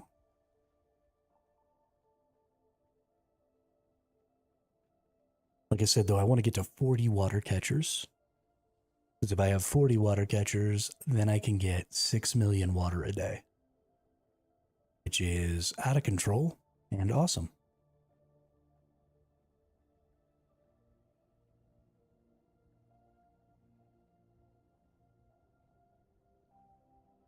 And would probably be good enough that we could go ahead and make a large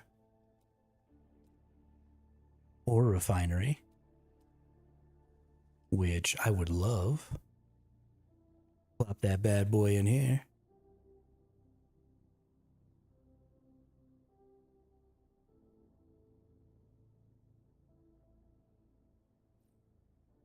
Yeah, that's where it's gonna go.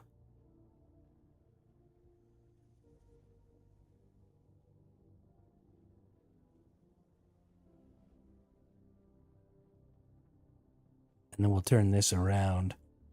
So the way we're gonna do that is we'll actually move this, turn it around like this.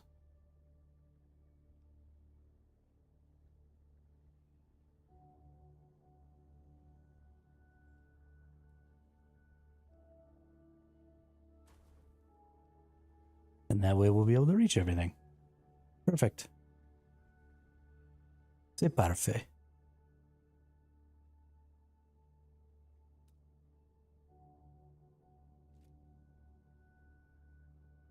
I feel very good about that whole situation over there.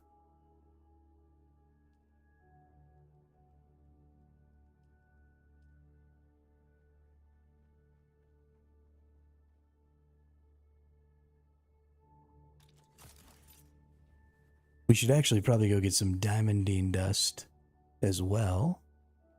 I haven't picked any of that up today.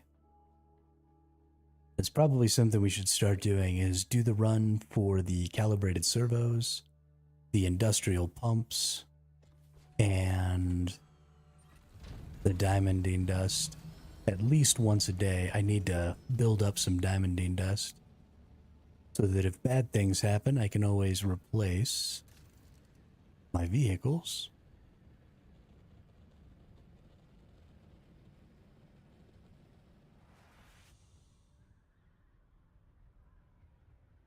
I also need actually a lot of industrial pumps because I'm using them to make the large cisterns. So I should definitely be making more than one industrial pump trip, but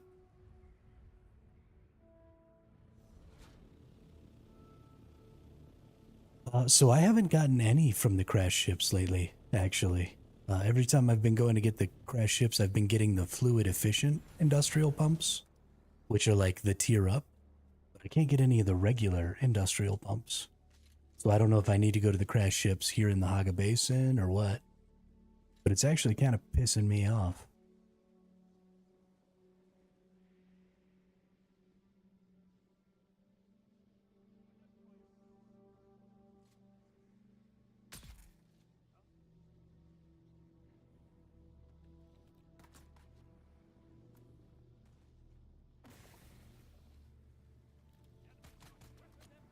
Oh, diamondine dust. No. No, you don't get diamondine dust.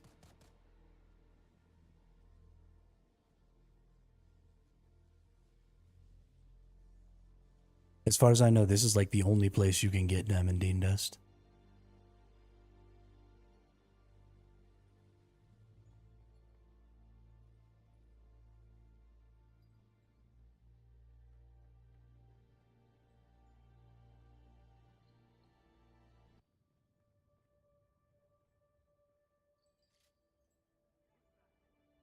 Phew. You didn't die? Baloney.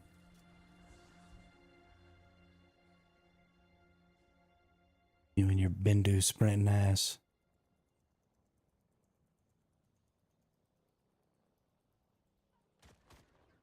Oh, there you are.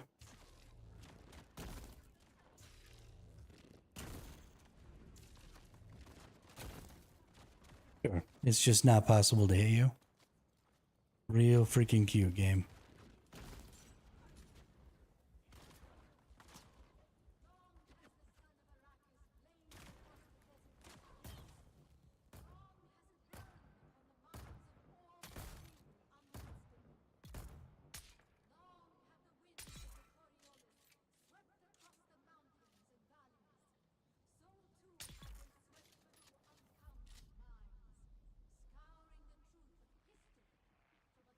I mean, if it does come from the crash ships, then I should have a bunch. Because I've gotten a lot of crash ships. So I guess I'll have to check. But I feel like it was one of the resources that I like ran out of while I was trying to make my assault thopter. And I ended up having to come here and get some.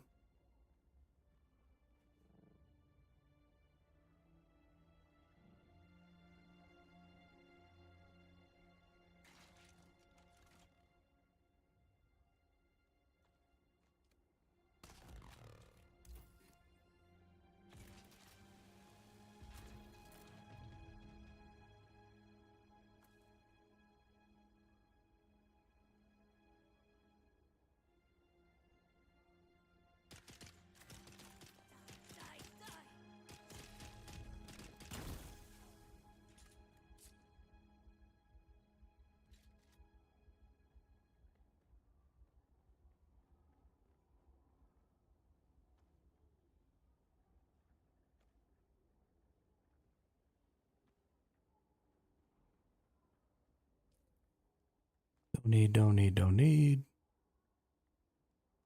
know why I brought these. Don't need.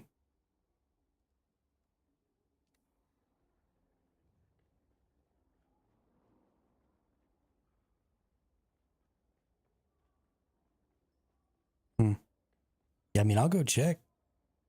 Like I said, if you can get them, then I'll have a bunch of extra at my base.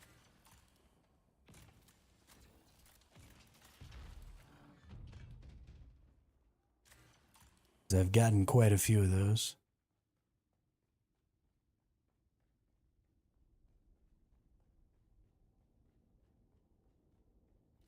And I would much rather get diamondine dust from those. Because it likely comes in much bigger quantities. I mean, you don't need a ton, really. But I'd like to have a couple hundred at least. Just kind of on standby. I'd like to make all of my ships. I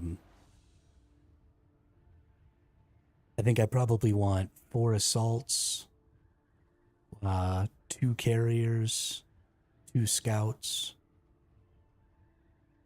and 2 buggies.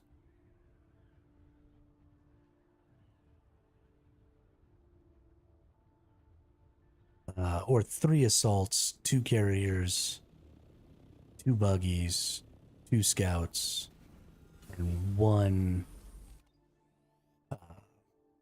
sandcrawler. Yeah, that's what I'll make. And then, you know, I can take them apart and remake them and stuff like that. I'll make a bunch of extra parts so that I have, you know, the ability to just remake anything that's lost.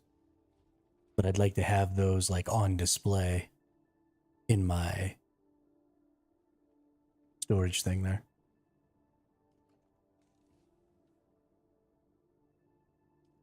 Because I feel like that'd be fun.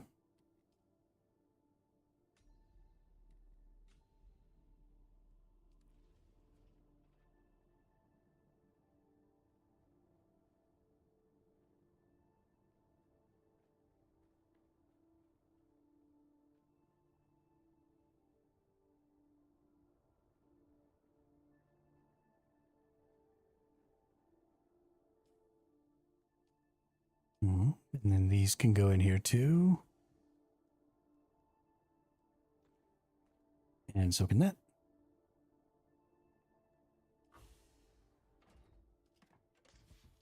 And then let's see. How much diamondine dust do I have? I do have 55. So you might be right.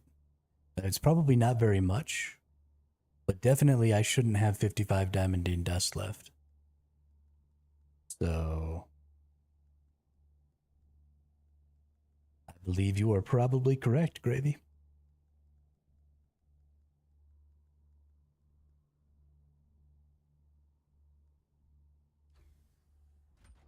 That's cool.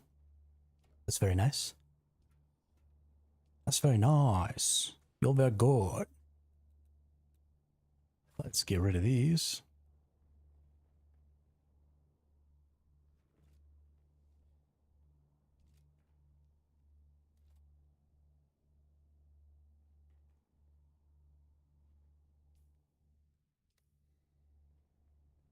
I defer to you as the genius of all things, Gravy.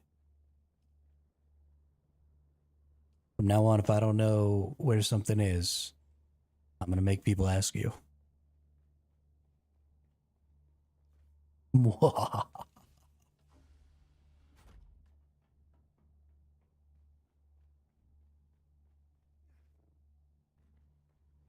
You will be inundated with questions.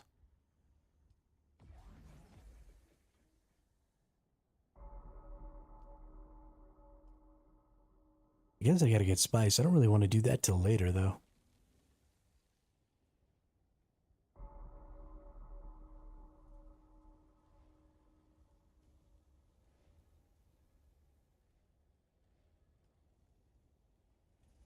No, see, Gravy, you're supposed to fail so that I look smarter by comparison. You can't get the questions right. That's not the point.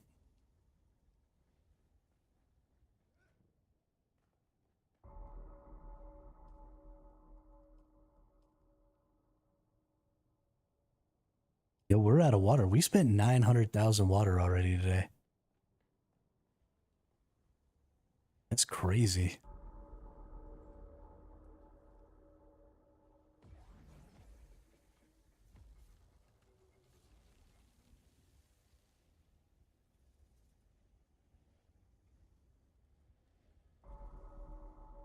Bow, bow, bow.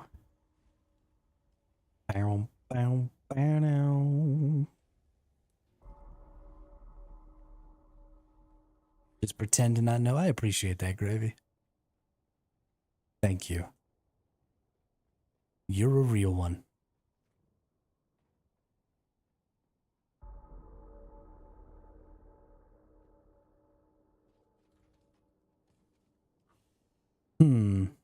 What to do, what to do.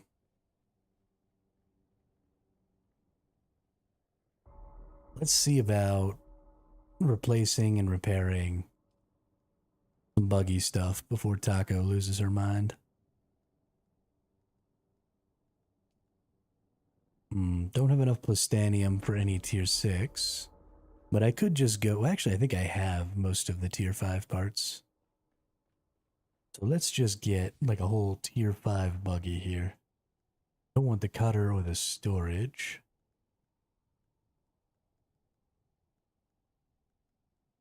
I could have sworn I had like a whole tier 5 buggy.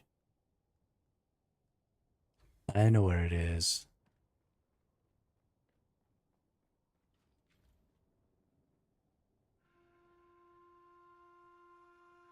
Pretty sure my average diamondine run was 13 from 5 chests in Misatarel. Yeah, that's kind of the problem. Like 13 barely makes, or doesn't even actually make, an entire ornithopter.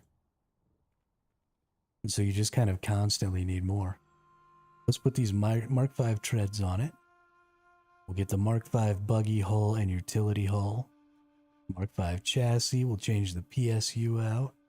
We'll change the engine out. Yeah, let's go change all these things.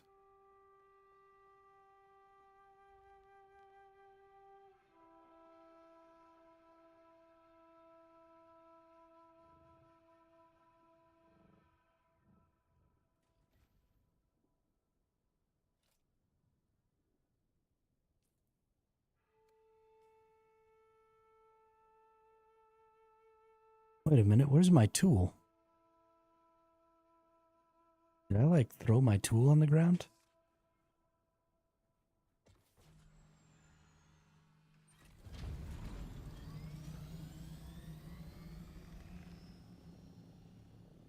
What in the hell?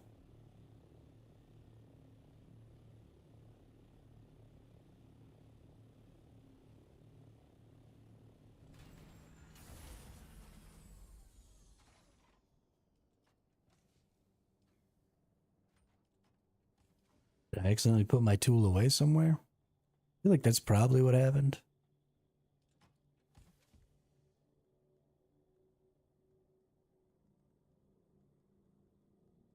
Whatever. You know what? We're making a new one. How about that?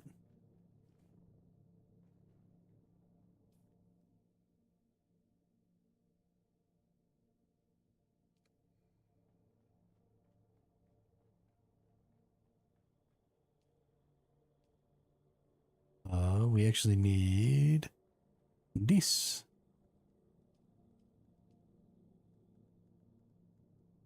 Is it not this? Then it must be this.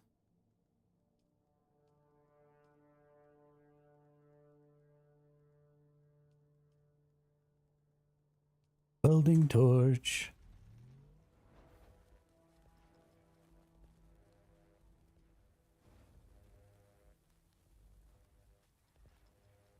Yoop, yoop, yoop, yoop, yoop, dee, yoop, dee, yoop, dee, ah. La la la la la la la la la la la la la la la la la. Yoop, yoop, yoop, yoop. Yoop, dee, yoop, dee, yoop, dee, ah.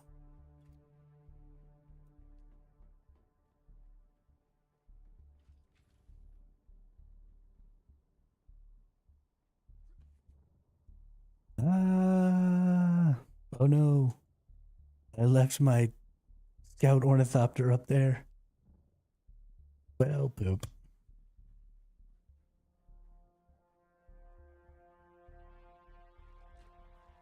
Alright, let's get some Mark 5, Mark 5. Yeah, all that Mark 5 goodness.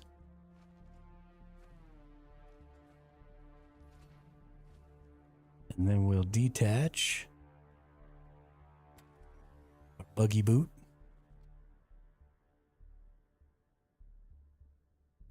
And then we probably need to drive it out before we detach.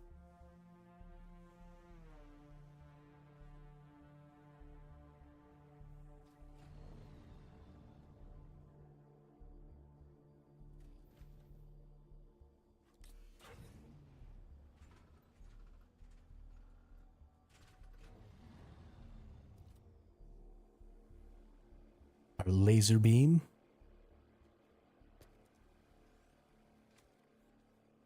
And then we assemble. Bammo. Bammo. Now we got an all tier 5. Now we can customize with a swatch. Ooh yeah, all blue again. Yeah, boy.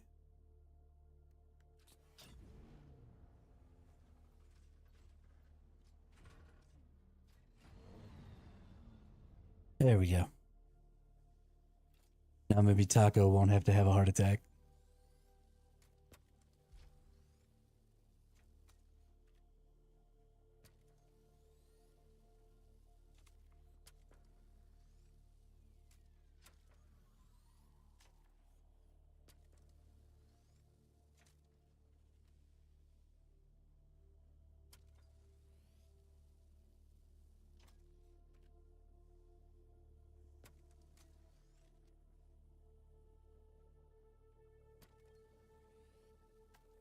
I don't actually think I need most of this stuff, or any of it really. I think it's all Mark 3, so we'll drop that, drop that, drop that, drop all those.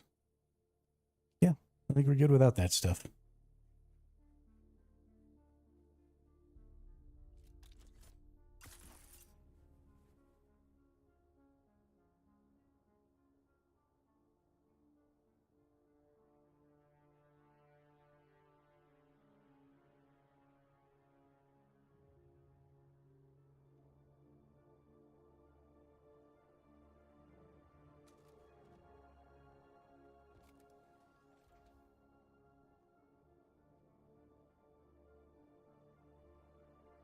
When was my last hot dog taco? Honestly, it's been a minute. My older brother and I are trying to be slightly healthier, and tacos are or hot dogs are obscenely bad for you. So we've been kind of going back to this chop that we used to make where we had like onions and mushrooms and stuff and even like got some beets. We've been chopping up some beets in there. And then we put that stuff down with a little cheese and maybe some egg and some potatoes and roll those up into hot dog or into tacos instead. Um, but just to generally try not to be totally unhealthy heathens. We still try and do things that we can prep really well. So that, we only have to cook or prepare things really like every 3 or 4 days instead of every day. We'll just do a karaoke for anniversary. So I don't necessarily think that's a terrible idea, but I probably would have to delete the VOD for it if I did. Otherwise, I'd probably get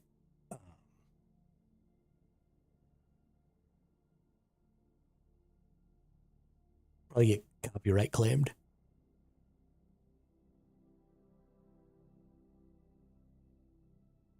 If I did that.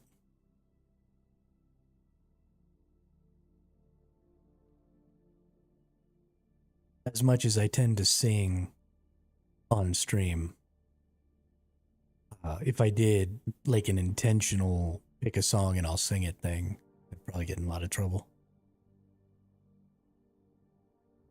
I don't know exactly how that stuff works, but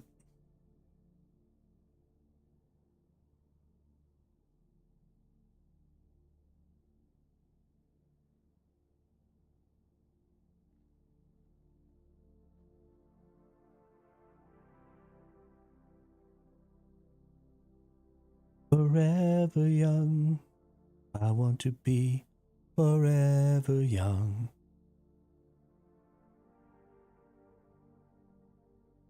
Usually just mute your VOD automatically. You don't get a claim. Oh, okay. See, I was not aware of that.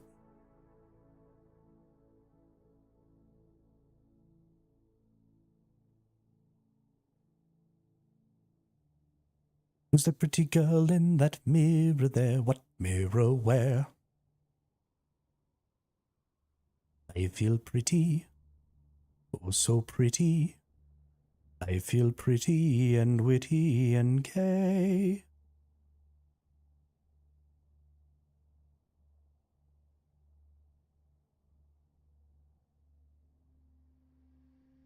I feel charming, oh so charming. It's alarming how charming I feel, and so pretty. I hardly can believe I'm real.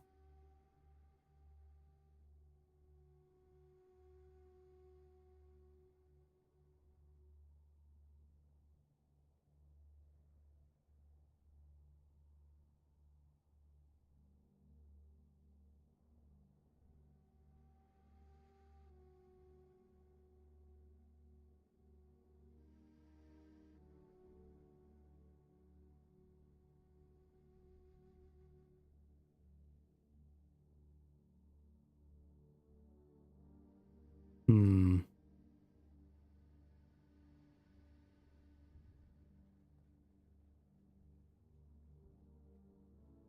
Oh, absolutely. That's most of the reason. I don't think it's unfair to the original that that's what makes you think of it. Because, I mean, anger management didn't like rewrite the song or anything. It just put the song into more people's minds so that they reached out and, learned more of the words or anything like that. I would have never learned the rest of the words to it if it hadn't been for that movie. Or not the rest of the words with it, but, the number of words that I do know.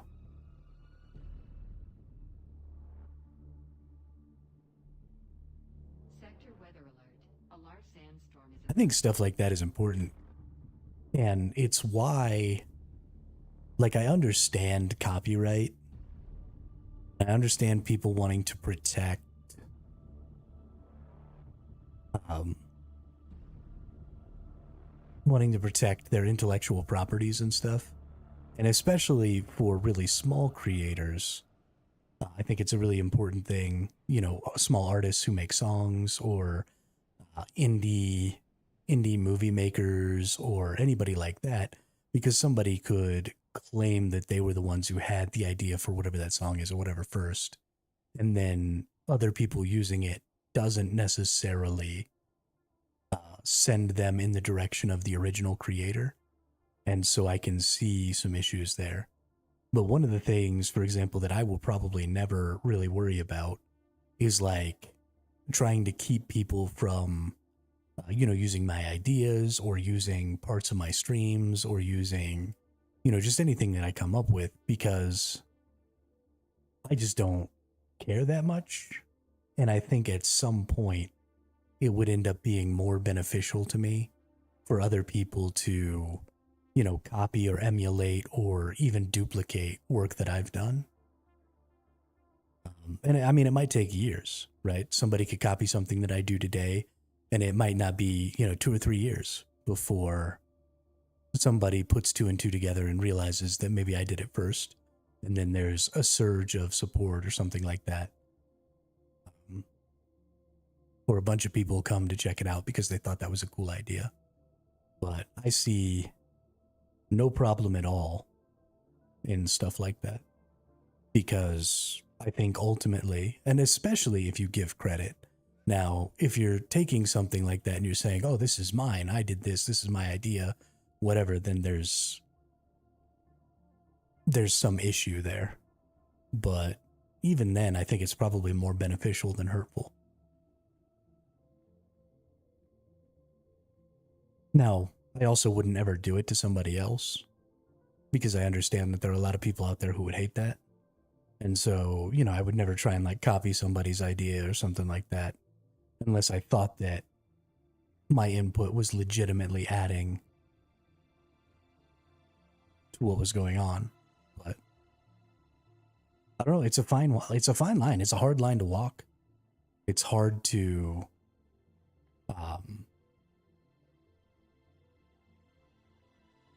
because creativity and creative endeavors have been going on for so long, it's really difficult to give everybody down the chain credit. It's difficult to come up with really original ideas. It's difficult to do a lot of that stuff. So it's just, I think it's more of an intention thing, right? I think you've got to go into it with good intentions, and then if a mistake is made, then, you make a correction. And that's really the best you can do.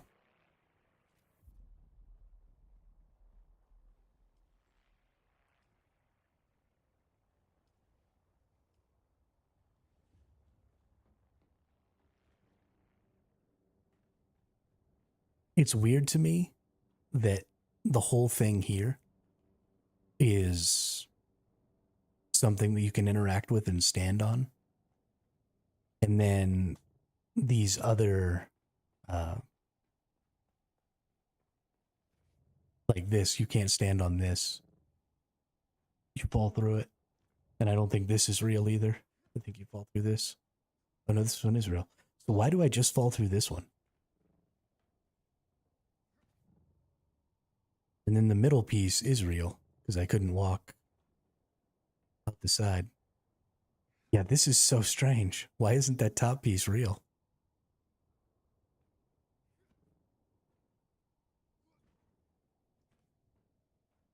Because everything else is.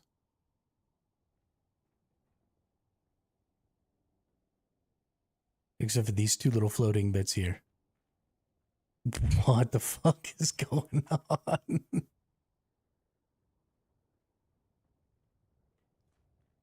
That's really funny.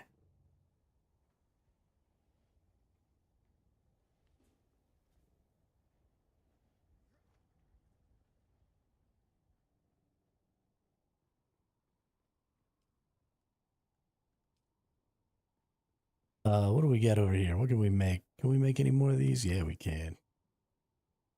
Give me some more of that sweet, sweet goodness.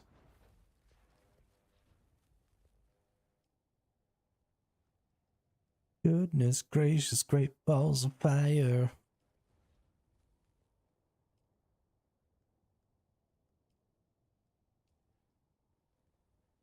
Wait a minute. Why can I only make missiles? Oh, this is the advanced one. Never mind. This is the regular one. This is where you make incendiary gel.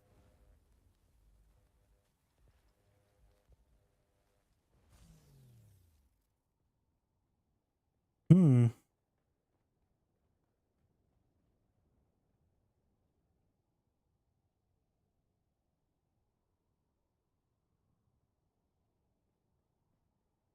I think we've only got about 10 minutes left here. Think it might be time.